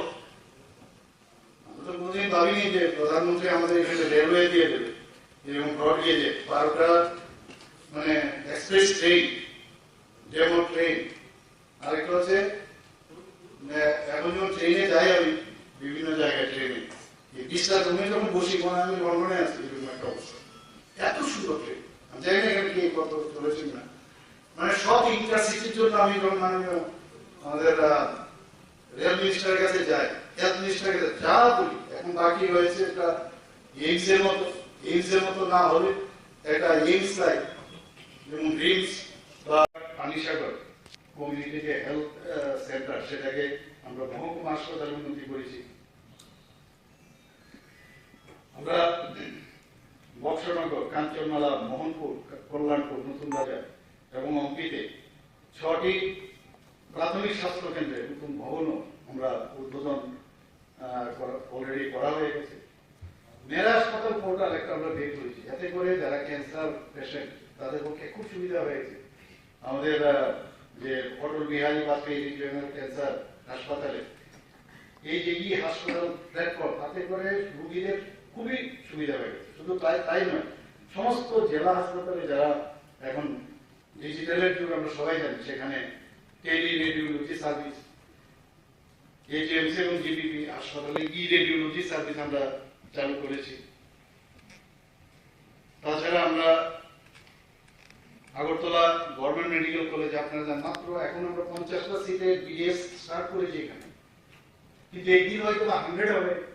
আমি বারবার বলছি ইনফ্রাস্ট্রাকচার এমনভাবে ডেভেলপ করবেন। হোস্টেলের একটু সমস্যা হচ্ছে, হোস্টেলের জন্য আমরা 2টো জায়গায় এখন আপাতত রেখেছি। আমি অলরেডি বলেছি যে হোস্টেল আস্তে আস্তে করে স্টুডেন্ট বাড়তে থাকবে, তো সেই হোস্টেলের জায়গা চিহ্নিত করার জন্য আমি আধিকারিকদের বলেছি যে ওখানে একটা হোস্টেলের গার্লস এবং বয়েজ তাদের জন্য আলাদা হোস্টেলের ব্যবস্থা রাখবে, এবং এমন ভাবে যেন করা হয় যাতে করে 100 স্টুডেন্ট আগামী দিন বা এর বেশি হতে পারে, যে আজকে জায়গা নেই এরকম না, ভালো করে যেন সেটা হয়।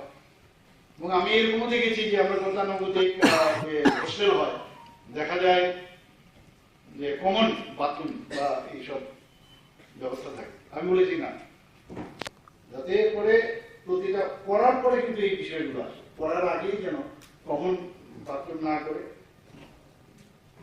যাতে অ্যাটাচ থাকে, ইচ্ছে করে করা যায়, জায়গা থাকে। আমাদের যে প্রবলেমগুলো আছে, তো সেই দিশায় আমি বলেছি হোস্টেলটা হলে আমাকে ডিজাইন দেখানোর জন্য আমরা এই যে 23 বছর ধরে যারা চিকিৎসকরা ছিল তাদের এতদিন ধরে প্রমোশন হয়, এরকম আমার কাছে কিছু মানে এক্সাম্পল আছে যে মা বাবা পাস মানে যারা ছেলে মেয়ে তারা একই গ্রেডে ছিল 23 বছর পর। আগে তো জিন্দাবাদ জিন্দাবাদ এইগুলো নিয়ে ব্যস্ত ছিল সবাই, আর তো কোনো কাজ ছিল না কিছু, কাজেই ওদের প্রমোশন দেওয়া হয়নি। আমরা এসে এই গভর্নমেন্ট আসার পর ওদেরকে আমরা প্রমোশন দিয়েছি। আমরা এই যে প্রায় 1480 মাত্র ক্যাডার স্ট্রেংথ ছিল আমাদের এই টিএসএ ত্রিপুরা হেলথ সার্ভিস, সেই জায়গায় এখন 2170 আমরা করেছি। কিছুদিন আগে আমি যখন সেক্রেটারি সাহেবকে বললাম যে আমাদের তো যারা স্পেশালিস্ট ডিক্লেয়ার হয়েছে, নন ক্লিনিক্যাল বা পারা ক্লিনিক্যাল যারা আছে তাদের কিন্তু স্পেশালিস্ট হিসেবে করা হয়নি। আমি বললাম যে না, এটা হবে না, স্পেশালিস্ট ঠিক আছে, মানে ক্লিনিক্যাল হলে খালি স্পেশালিস্ট হবে। আমার যত অভিজ্ঞতা যারা মাইক্রোবায়োলজিতে আছে তারাও তো কম করে না, তারাও তো স্পেশালিস্টই। তো তারপর বলার পর ওনাদেরকে আমরা ইনক্লুড করলাম, কেউ যেন মানে এটা আলাদা কেউ যেন না মনে করে। যে ক্যাবিনেটও সেটা ডিসিশন হয়েছে। তো সব দিক দিয়ে দেশের সমস্যাগুলো আমরা বুঝি, কিন্তু একটা জিনিস আমি বলবো, ইনফ্রাস্ট্রাকচার তো আমরা দেব, কিন্তু একটা বার খালি আপনাদের কাছে অনুরোধ যে আপনার চেম্বারের যে চেয়ার বা আদার যে ফেসিলিটিস গুলো আছে সেগুলো আপনারা যেভাবে দেখে রাখেন ঠিক সেইভাবে আপনারা দেখে রাখবেন। কারণ আমি কিছুদিন আগে একটা প্রোগ্রামে আমি গিয়েছিলাম, আমি বলেছি যে সমস্ত বিল্ডিং গুলো আমরা তো করি, কিন্তু বিল্ডিং গুলো করার পরে সেগুলো রক্ষণাবেক্ষণ হয়, বটগাছ উঠে থাকে। আমি বলেছি সমস্ত জায়গায় যত গভর্নমেন্ট ইনস্টিটিউট যতগুলো আছে সব জায়গার মধ্যে এই গাছগাছরা যেন না চেষ্টা করছে, পরিষ্কার করছে, প্রথমে পিডব্লিউডি করছে, এখন বলছি যে সমস্ত ডিপার্টমেন্ট থেকে করতে হবে যাতে করে বিল্ডিংটা নষ্ট হয়। ঠিক ভাবে যদি এটাকে মেইনটেনেন্স করা যায়, এএমসি করতে হবে, প্রচুর ডেন্টাল চেয়ার বিভিন্ন নতুন নতুন যে স্ক্যানার ইত্যাদি এসছে, তো এগুলোকে এএমসি এবং এগুলোকে রক্ষণাবেক্ষণের দায়িত্ব দিতে আমাদের সবাই, তাহলে লং রান করে একটা বাড়ির আমরা বলি 50 বছর তার স্থায়িত্ব, কিন্তু দেখা যায় বাড়ি ঘরের যদি হয় সেটা যদি প্রপারলি মেনটেন করে সে 100 বছর থাকতে পারে। সবার কাছে আমার একটা ইয়ে থাকবে যে নিজের চেম্বারটা যখন করেছেন তখন তো মাটিতে বসেও চেম্বারটা নিচ তোলাটাও পরিষ্কার করেছেন। আমি নিজে ডেন্টাল চেয়ার 2500 টাকা লাগবে বলে আমি নিজেই শিখিয়েছিলাম কিভাবে ফিট করতে হবে। চেম্বারে বসে আমি সেই ডেন্টাল চেয়ারও ফিট করে ফেলেছি, এতে সুবিধা হয়েছে, জ্ঞান বৃদ্ধি হয়েছে, অসুবিধা হতো না। আপনাদের বলবো যে সব জিনিসের আর নেই বললে হবে, স্টাফ নেই, কি করবো বললেই বলবে ওই স্কেলারের টিপসটা কাজ করছে না যদি করান কিভাবে করতে হবে আমাকে বলুন। আধিকারিকরা আছে, হসপিটালের যারা ইনচার্জ থাকে তাদের সাথে কথা বলুন। এটা সবসময় যে দিলে গভর্নমেন্ট দিলে তবে হবে, এটা প্রাইম মিনিস্টার আবাস যোজনায় প্রধানমন্ত্রী যে 1,30,000 টাকা দেয়, আর রেগার থেকে চেষ্টা করেছেন, এটা সম্ভব হয় না, রেগা দিয়ে প্রায় 1,45,50 অব্দি দেয়, বাকিটা তো নিজে লাগাতে হবে, সব তো গভর্নমেন্ট করে দিতে পারবে না। এবং আমি যারা ডেন্টাল কলেজের যারা এখানে ফ্যাকাল্টিরা আছেন বা আগামী দিন যারা আসবেন তাদের একটা কথা বলবো, এখন কিন্তু আপনারা কিন্তু ত্রিপুরাতে ডেন্টিস্টের একটাই কমি ছিল, সেটা হচ্ছে আমাদের কলেজ, ডেন্টাল কলেজ যেটা হচ্ছে তার government dental college, not private. তার স্ট্যান্ডার্ড এমন হতে হবে যে মানুষ যেন বলে যে না আমি Tripura government medical government dental college থেকে আমি পাস করেছি, তার স্ট্যাটাস স্ট্যান্ডার্ড এবং নিজেকে আপডেট, খালি বইয়ে তো অনেকদিন আগে লেখা। তাছাড়া এখন আমাদের যেহেতু টেকনোলজির দিন, আমাদের নানাভাবে আমরা এখনের বর্তমানে ওই পার্টিকুলার টপিক্সের উপরে কি কি ডেভেলপ হয়েছে, ইন্টারন্যাশনালি ন্যাশনালি যাই হোক, তার সম্পর্কে জান, আর মিথ্যে তথ্য না দেয়। আমি যদি ভাবি যে আমি সব জানি সব বুঝি, তাহলে কিন্তু মূর্খের সঙ্গে বাস করবে, শেষ করা যায় না, জ্ঞানের শেষ নেই। একদম লেটেস্ট ক্লাসে যাবেন, ক্লাসে যাওয়ার আগেও বা রাত্রে পড়ে নেবেন। স্টুডেন্টরা কিন্তু আপনার থেকে বেশি জানেন, কাজে ফাঁকি দিলে এবং সেটা কিন্তু স্টুডেন্টরা ধরে নেবে। এখানে আমাদের সাদা স্যার এখানে আছেন, অবাক হবেন, তৎকালীন সময় এই ধরনের সিস্টেম ছিল না। উনি 2 হাতে ড্রয়িং যখন করতেন, মানে অ্যানাটমি দেখার মতো, চিন্তাই করতে পারেন না, মানে এত সুন্দর ড্রয়িং করতেন, মানে আমি এক সময় ভাবি আর কি, এবং ওনার ইচ্ছা আছে করতেই হবে। এবং ডিসিএ এর লোক পর্যন্ত, আমি ডিসিএ 2বার মিটিং আমি করেছি, ওনারা আমাকে ফেলিসিটেশন দিয়েছে, আমি গিয়েছি ইচ্ছাকৃতভাবে। তারা কিন্তু ওটাকে স্পেশাল অ্যাটেনশন দিয়ে এবং স্পেশাল পারমিশন দিয়ে এটাকে অ্যাপ্রুভাল দিয়েছে। গেল সেটা গভর্নমেন্ট অফ ইন্ডিয়া, আমি ইউনিয়ন মিনিস্টার হেলথের ওনার সাথে দেখা করলাম 3বার, দেখা করে উনি বলছেন যে আপনি যখন বলছেন এটা কোনো সমস্যা হবে না আমাদের তরফ থেকে। কাজে অনেক ইসের পর শেষ পর্যন্ত সেটা হলো। কাজে আজকে এই ত্রিপুরা সরকার যা যা হেলথের বিষয়, ডেন্টিস্ট্রি যেহেতু আমি মোটামুটি আছি, এই কারণে একটা এক্সট্রা বেনিফিট সবার জন্য হয়ে গেছে। কিন্তু আমি সেটা বলছি আজকে আমরা যে স্থানে আমি আছি এর জন্য এটা হচ্ছে এরকম না, দেখতে হবে আগেও আমাদের যখন অ্যাসোসিয়েশনে ছিল, একটা যখনই কোনো ডেন্টাল সার্জন তৎকালীন সময় আসতো, তার খালি আমি দেখেছি ওনারা তাদের পোস্টিংটা পেয়ে আর কোনো কথা, আমার পোস্টিংটা হয়ে যাক বাস। সেই জায়গায় দাঁড়িয়ে যখন আমরা দেখলাম তৎকালীন সময় 6 জন না 5 জনের মতো ডেন্টিস্ট, তখন বলা হতো এখনো ডেন্টিস্ট হিসাবে ওরা জয়েন করতো। এই যে চেষ্টা, সেটা কিন্তু আমি আমার চোখে নজর পড়ে। আমরা যখন অ্যাসোসিয়েশন বানালাম, তারপর কিন্তু দৌড় শুরু হলো। 31টা সিট তৎকালীন সময়, 31টা সিট এই আমরা গভর্নমেন্টের সাথে ফাইট করে, তখন এর সময় ডেন্টাল সার্জন 31টা সিট আমরা পেয়ে করেছি। 31টা সিটের মধ্যে মাত্র 6 জন ডেন্টাল সার্জন তখন পেতে। আমি জয়েন করেছি, অন্যরা জয়েন করেছে, ঠিক করেছি গভর্নমেন্ট সার্ভিস করবো, তাই 9 বছর প্রাইভেট করেছি। কিন্তু শেষ পর্যন্ত যখনই মিনিস্টারদের এখানে যেতাম, তো মিনিস্টারদের এখানে যাওয়ার পরে আমাদের সমস্ত সমস্যা ইত্যাদি মানে আমাদের জন্য, কারণ আমাদের সার্ভিস তো ছিল না, সার্ভিস করার জন্য বিভিন্ন সেসব কাজের জন্য যেতাম। তো যাওয়ার পরে যেহেতু আমি, ওরা ভাবতো আমার সাথে যারা কলিগরা, যারা almost all were absorbed in service, service মানে ডেন্টিস্ট হিসাবে উনি নেই, কিন্তু মানে সার্ভিস রুল।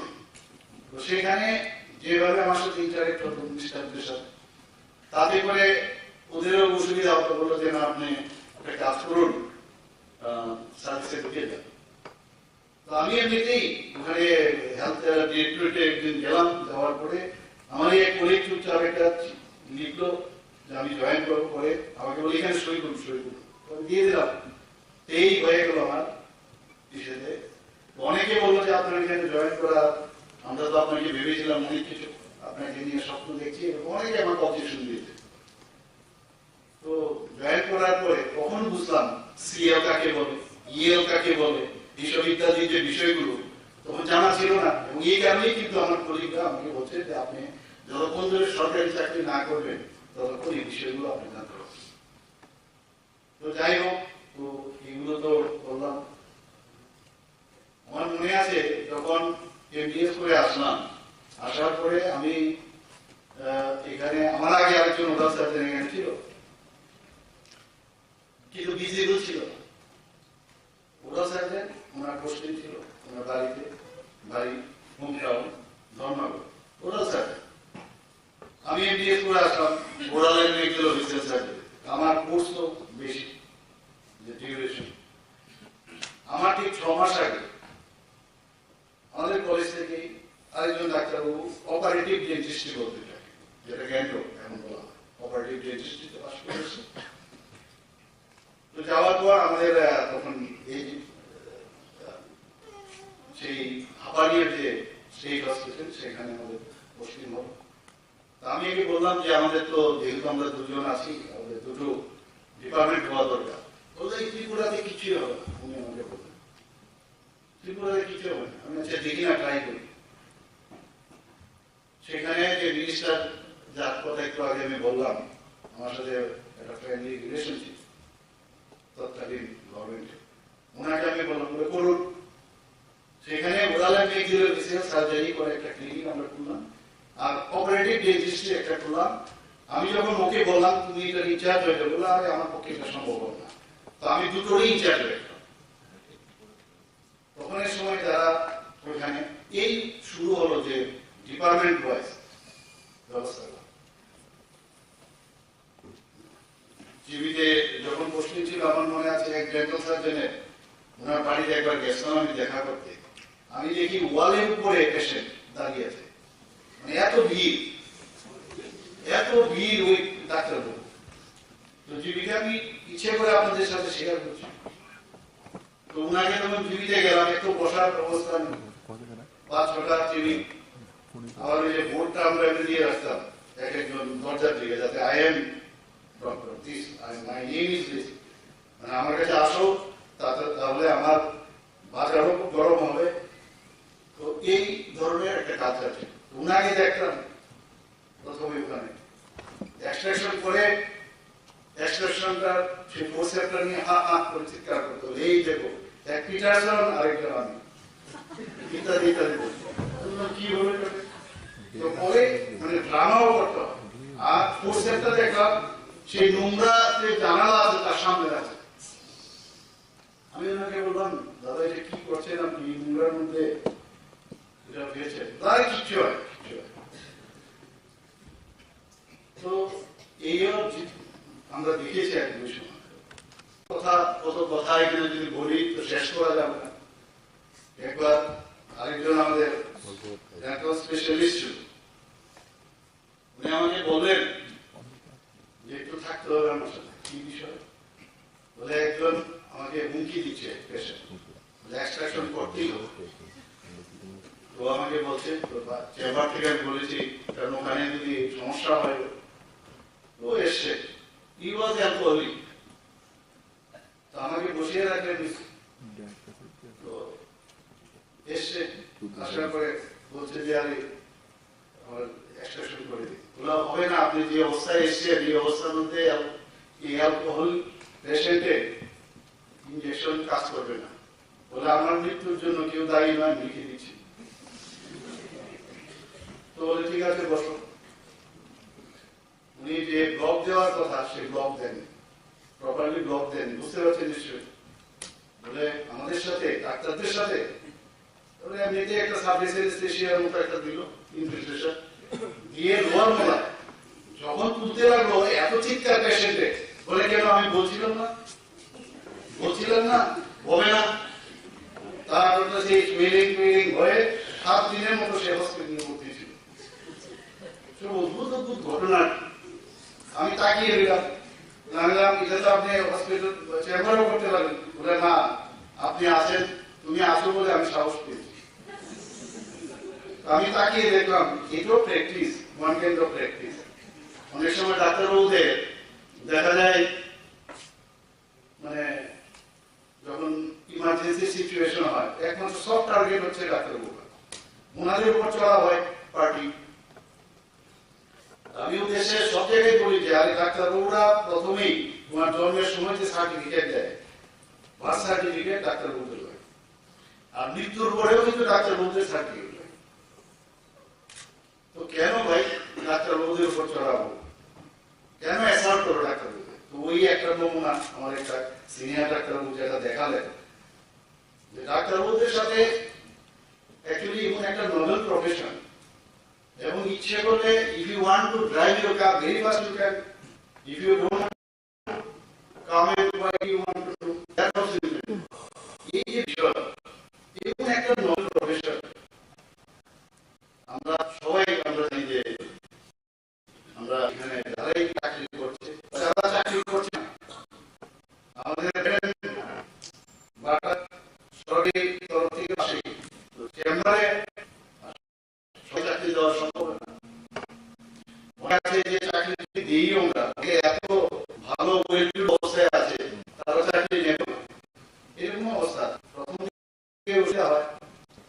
কিন্তু সরকারি চাকরি বা চাকরি করার একটা আলাদা বিষয়, তারপরেও এটা একটা সার্ভিস। আজকে আমরা তৎকালীন ডেন্টাল সার্ভিস আমরা করতে পেরেছি, বহু জায়গায় করতে হয়েছে, বুঝিও না সার্ভিস কি বিষয়।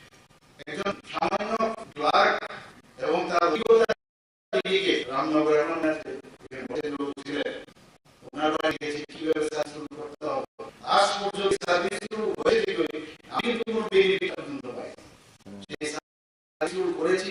এবং এই সার্ভিস করে এখন যেটা সেটা হচ্ছে আমাদের ডিউটি ডাইরেক্টর পর্যন্ত হয়ে গেছে, স্ট্যান্ডিং করার চেষ্টাটাও করা হয়। এখানে এইবারে বাজেটে 27,000 কি প্রায় 27,500 কোটি টাকার মতো বাজেট আমরা এবার পেশ করেছি বিধানসভায়। আমার যে মুখ্যমন্ত্রী সমিতিতে বহু লোক আমার কাছে আছে, 99% লোকই এই মানে রোগ সংক্রান্ত সমস্যা কিভাবে বিভিন্ন জায়গায় হেল্প করে। শেষ পর্যন্ত এই বাজেটে এবার 2023 অর্থ বছরে 59 করোড় রেখেছিল মুখ্যমন্ত্রী মুখ্যমন্ত্রী জন আরেকটি জন, মানে সমস্ত ত্রিপুরা প্রধানমন্ত্রী যে জন যোজন আছে আমরা করেছি, প্রায় 13 লক্ষ আমরা সেই কার্ড বিতরণ করেছি। সবাই আপনারা জানেন 2 লক্ষ লোককে আমরা তাদের পয়সার বিষয়ে টাকা পয়সা করেছি, কিন্তু বাকি 4.7 লাখ লোকের কিন্তু কাভারেজ নেই, সেটা আমরা করেছি। বারবার বললাম যে এটা বললাম আর যেগুলো করে শাস্তি হবে কিনা সেটা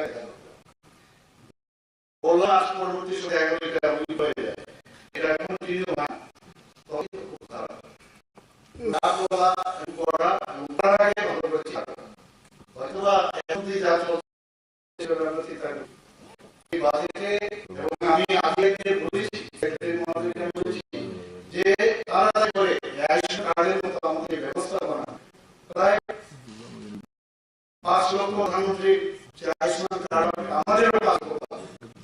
পলিসি মানে প্রসেস আছে ঠিক আছে উপস্বাস্থ্যকে 100টার আমরা সারা তার জন্য পালন করি আপনাকে নেশামুক্ত ত্রিপুরা বলি নেশামুক্ত শুধু পুলিশ দিয়ে দিলাম আর জেলে পুলিশ দিলাম কিন্তু কাজে কাজ চলে কারণ আমাদের এই রিসোর্স সেন্টার একমাত্র এখানে নতুন একটা আছে তাও সেই রকম ভাবে ব্যবস্থাপনার খামতি আছে যে ক্যাপিটাল বাজেটে আমরা ডিস্ট্রিক্ট আমাদের 8টা ডিস্ট্রিক্টে 50 বেড আমরা 30 সেন্টার পরে এই ধরনের যে বিষয়গুলো এখানে এসে টেকনোলজি ডেভেলপ করবো তখন তো আমরা যখন ইন্ডিয়েট করতে গেলাম তখন তো ওই যে সাইডে স্লাইড করে করে এইসব দেখাতো এখন তো এমন অবস্থা হয়ে গেছে কম্পিউটার ভাবাই যায় না কম্পিউটার যখন ডেভেলপ করলো সেটা আমাদের চোখের সামনে আমরা দেখলাম আমি যখন এমডিএস করতে গেলাম প্রফেসর সাদাব মোহাম্মদ জি এখানে ছিলেন এইচওডি ডক্টর আর প্রধান প্রফেসর আমাদের এইচওডি ছিলেন উনি ডেকে পাঠালেন বলে একটা চিঠি লিখতে হবে ঠিক আছে লিখে নেব উনি ডিকটেশন দিচ্ছেন ওনার যে অ্যাকসেন্ট ছিল সেই ইংলিশ বলা সেটা ব্রিটিশ যে অ্যাকসেন্ট ছিল বুঝলো না বুঝলো ইউ হ্যাভ টু রাইট তো আর দিয়ে কাজ ইউ ক্যানট আস্ক স্যার বললে শিওর তুমি এমবিএস এ এক চান্স দেবে তো চুপচাপ আধা কিছু মিস ইত্যাদি লিখলাম বলে একটা প্রিন্ট আউট নিকালবো প্রিন্ট আউট আমরা তো টাইপ করে এসছি এতটুকু বাড়িতে টাইপ করে দিয়ে তো আমার সামনে একজন বসেছিল তো যে চুপচাপ সামনে ঘরে তখন কমান্ড বিভিন্ন কমান্ড মুখস্থ করে করে এগুলো কম্পিউটার আমি ওকে গিয়ে বললাম ও আমার দিকে তাকালো আমি প্রিন্ট আউট নিকাল না আমাকে মুচকে মুচকে আসছিল कैसे करना है सीख लो नहीं तो क्लास नहीं होगा তো 1300 টাকা দিয়ে সেই ভর্তি হতাম হলাম তো সমস্ত সার্জারি করার পরে সেখানে গিয়ে ট্রেনিং নিলাম কত ছিল প্রায় এরকম 8 মাসের কোর্স ছিল সেখানে গিয়ে কমান্ড মুখস্থ করতে এখন তো কমান্ডের প্রয়োজন নেই কত ডেভেলপ করে গেছে দেখতে দেখতে আর সিটি যখন করতাম ব্লাইন্ডলি করতাম এক্সরে মেশিন একটা থাকবে অসম্ভব ব্যাপার এটা চেম্বারের মধ্যে এক্সরে মেশিন আর এখন দেখুন কোন জায়গায় আমরা পৌঁছে গেছি আগামী দিন এখন আজকে যেগুলো টেকনোলজি আমরা ইউজ করি আমি চিন্তা করছি আগামী দিন এগুলো অবসলেট হয়ে যাবে মানে চিন্তাই যদি করি সাথে সাথেই মনে হবে কেন দেখা যাবে এরকম হতে পারে মানে কোথায় যে যাচ্ছে টেকনোলজি তো পেছনের দিকে তাকিয়ে লাভ নেই কিন্তু পেছনের ইতিহাস আমাদের কিন্তু শিক্ষা দেয়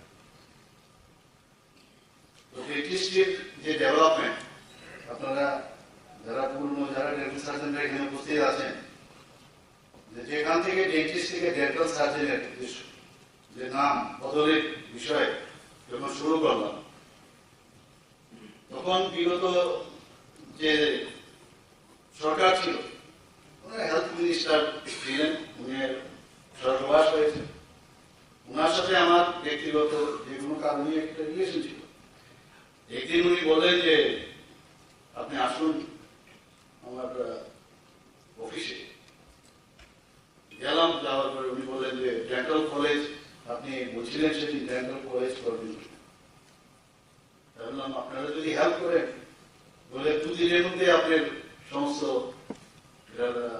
ডিপিআর বানাতে পারবেন হ্যাঁ বানিয়ে নেব সব তো আছেই তো সেখানে গিয়ে দেখলাম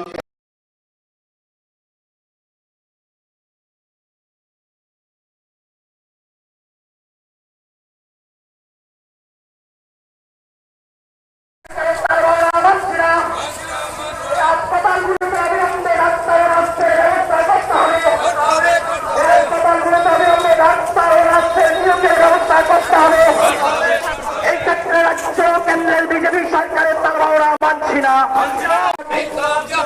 সিপিআইএমের রাজ্যে অর্থনৈতিকের দ্রব্য মূল্য বৃদ্ধির বিরুদ্ধে প্রতিবাদ জানাতে মিছিলে চলে চলে শক্তি একত্রে অবস্থায় অর্থনৈতিকের দ্রব্য মূল্য বৃদ্ধির কাজটাকে কেন্দ্রীয় সরকার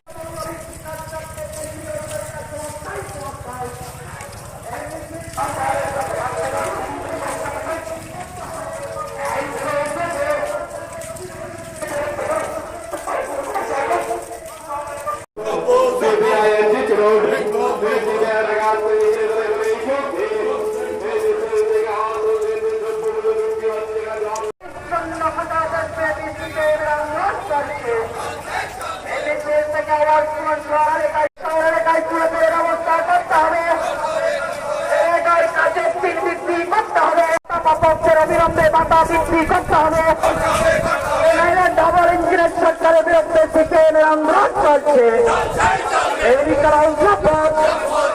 সিপিআইএম দিচ্ছে না, সিপিআইএমের রাজ্যে আজকের মিছিলে করে করে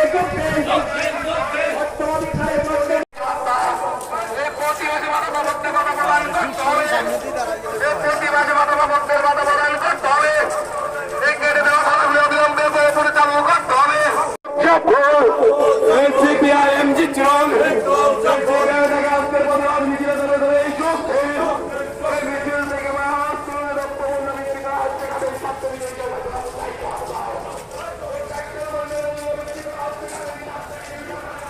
নতুন করে সরকার শপথ নিয়ে বলছিলেন যে এই রাজ্যের উন্নয়নে তারা গুরুত্বপূর্ণ কার্যকরী পদক্ষেপ গ্রহণ করবেন। আমি আপনাদের জিজ্ঞেস করতে চাই, আমরা গেছিলাম এই জন্য যে আমাদের গ্রামীণ এলাকায় ওই বছরে 100 দিনের কাজের জায়গায় বামফ্রন্ট সরকারের সময় 95-97 দিন কাজ হতো। বিগত বিজেপির সরকারের সময়তে গত 1 বছরে 100 দিনে আমরা দেখেছি 5 বছরে গড় করে মাত্র 30 থেকে 34 দিন কাজ হয়েছিল। আমাদের প্রত্যাশা ছিল কাজ বাড়বে, কিন্তু গত 6 মাসের অভিজ্ঞতা কাজ বন্ধ, কাজ নেই। আজকে যারা কাজ করেছেন তারা মজুরি পেতে 3 মাস 4 মাস 5 মাস অপেক্ষা করতে হচ্ছে। আর রেগা প্রকল্প পরিচালনায় যারা গুরুত্বপূর্ণ ভূমিকা পালন করেন, জিআরএস থেকে এই দপ্তরের কর্মী, তারা 2 মাসে একবার বেতন পাচ্ছেন, কি মাসের 20 তারিখ 24 তারিখ হয়ে যাচ্ছে তাদের বেতন পাওয়ার জন্য।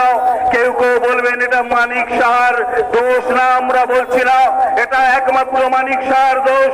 আমাদের দেশের কেন্দ্রীয় সরকার তৈরি হয়েছিল, যেই সরকার বলেছিল সবকা সাথ সবকা বিকাশ। সেই বিকাশের নমুনা অনুযায়ী গত 2021-22 সালে ভারতবর্ষের রেগা প্রকল্পের বরাদ্দ ছিল 98,000 কোটি টাকা। ওই রিভাইজ প্রকল্পের মধ্যে দিয়ে দেখা গেছে 90,000 কোটি টাকা বরাদ্দ করা হয়েছিল এবং তা খরচ হয়েছিল।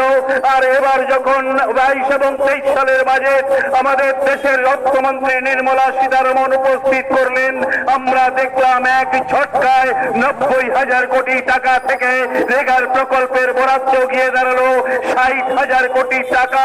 30,000 কোটি টাকা ভারতবর্ষের রেগার বরাদ্দ কমেছে।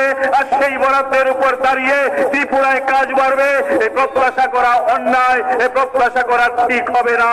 তাই আমরা বলছি আমাদের দেশের সরকার, আমাদের রাজ্যের সরকার, এই দুটো সরকারের একই অভিজ্ঞতা, তারা কেউ চান না গ্রামীণ মানুষের কাজ পাক। আজকে আমাদের দেশে সবচেয়ে বড় সংকট ওই রকম এক পরিস্থিতির মধ্যে দাঁড়িয়ে রাজ্যে বামফ্রন্ট সরকারের সময়তে আপনারা জানেন প্রায় 5.5 লক্ষ তারা সরকারে এসে বললেন না এত ভাতা দেওয়া যাবে না। ভাতা কাটা হলো কয়েক লক্ষ মানুষের, প্রায় 1,40,000 মানুষের ভাতা বন্ধ করে দেওয়া হলো। মানুষ চাপ দিলেন, জনগণ চাপ দিলেন, ওরা বললেন ভাতা দেওয়া হবে। আমি জানি না আপনারা জানেন কিনা, এই সরকার প্রতিষ্ঠার পর গত 4 মাস ধরে ভাতা বন্ধ ছিল। সাম্প্রতিক গত 2-3 দিন আগে কিছু কিছু টাকা ঢুকতে শুরু করেছে। আমি শুধু বলবো, ওরা বলতে পারে আমরা তো টাকা দিয়ে দিয়েছে, কিন্তু একটা কথা ভাবুন তো, যেই মানুষটা মাসের শেষে 2,000 টাকা ওই ভাতা দিয়ে তার ওষুধ খরচ চালান, তার সেখানে খাওয়ার খরচ চালান, সেই মানুষটা যদি 4 মাস ধরে বেতন না পায়, ভাতা না পায়, তাহলে তার পারিবারিক অবস্থা, তার অবস্থা কি হতে পারে? এই সরকারটা ওই ভাতা প্রাপক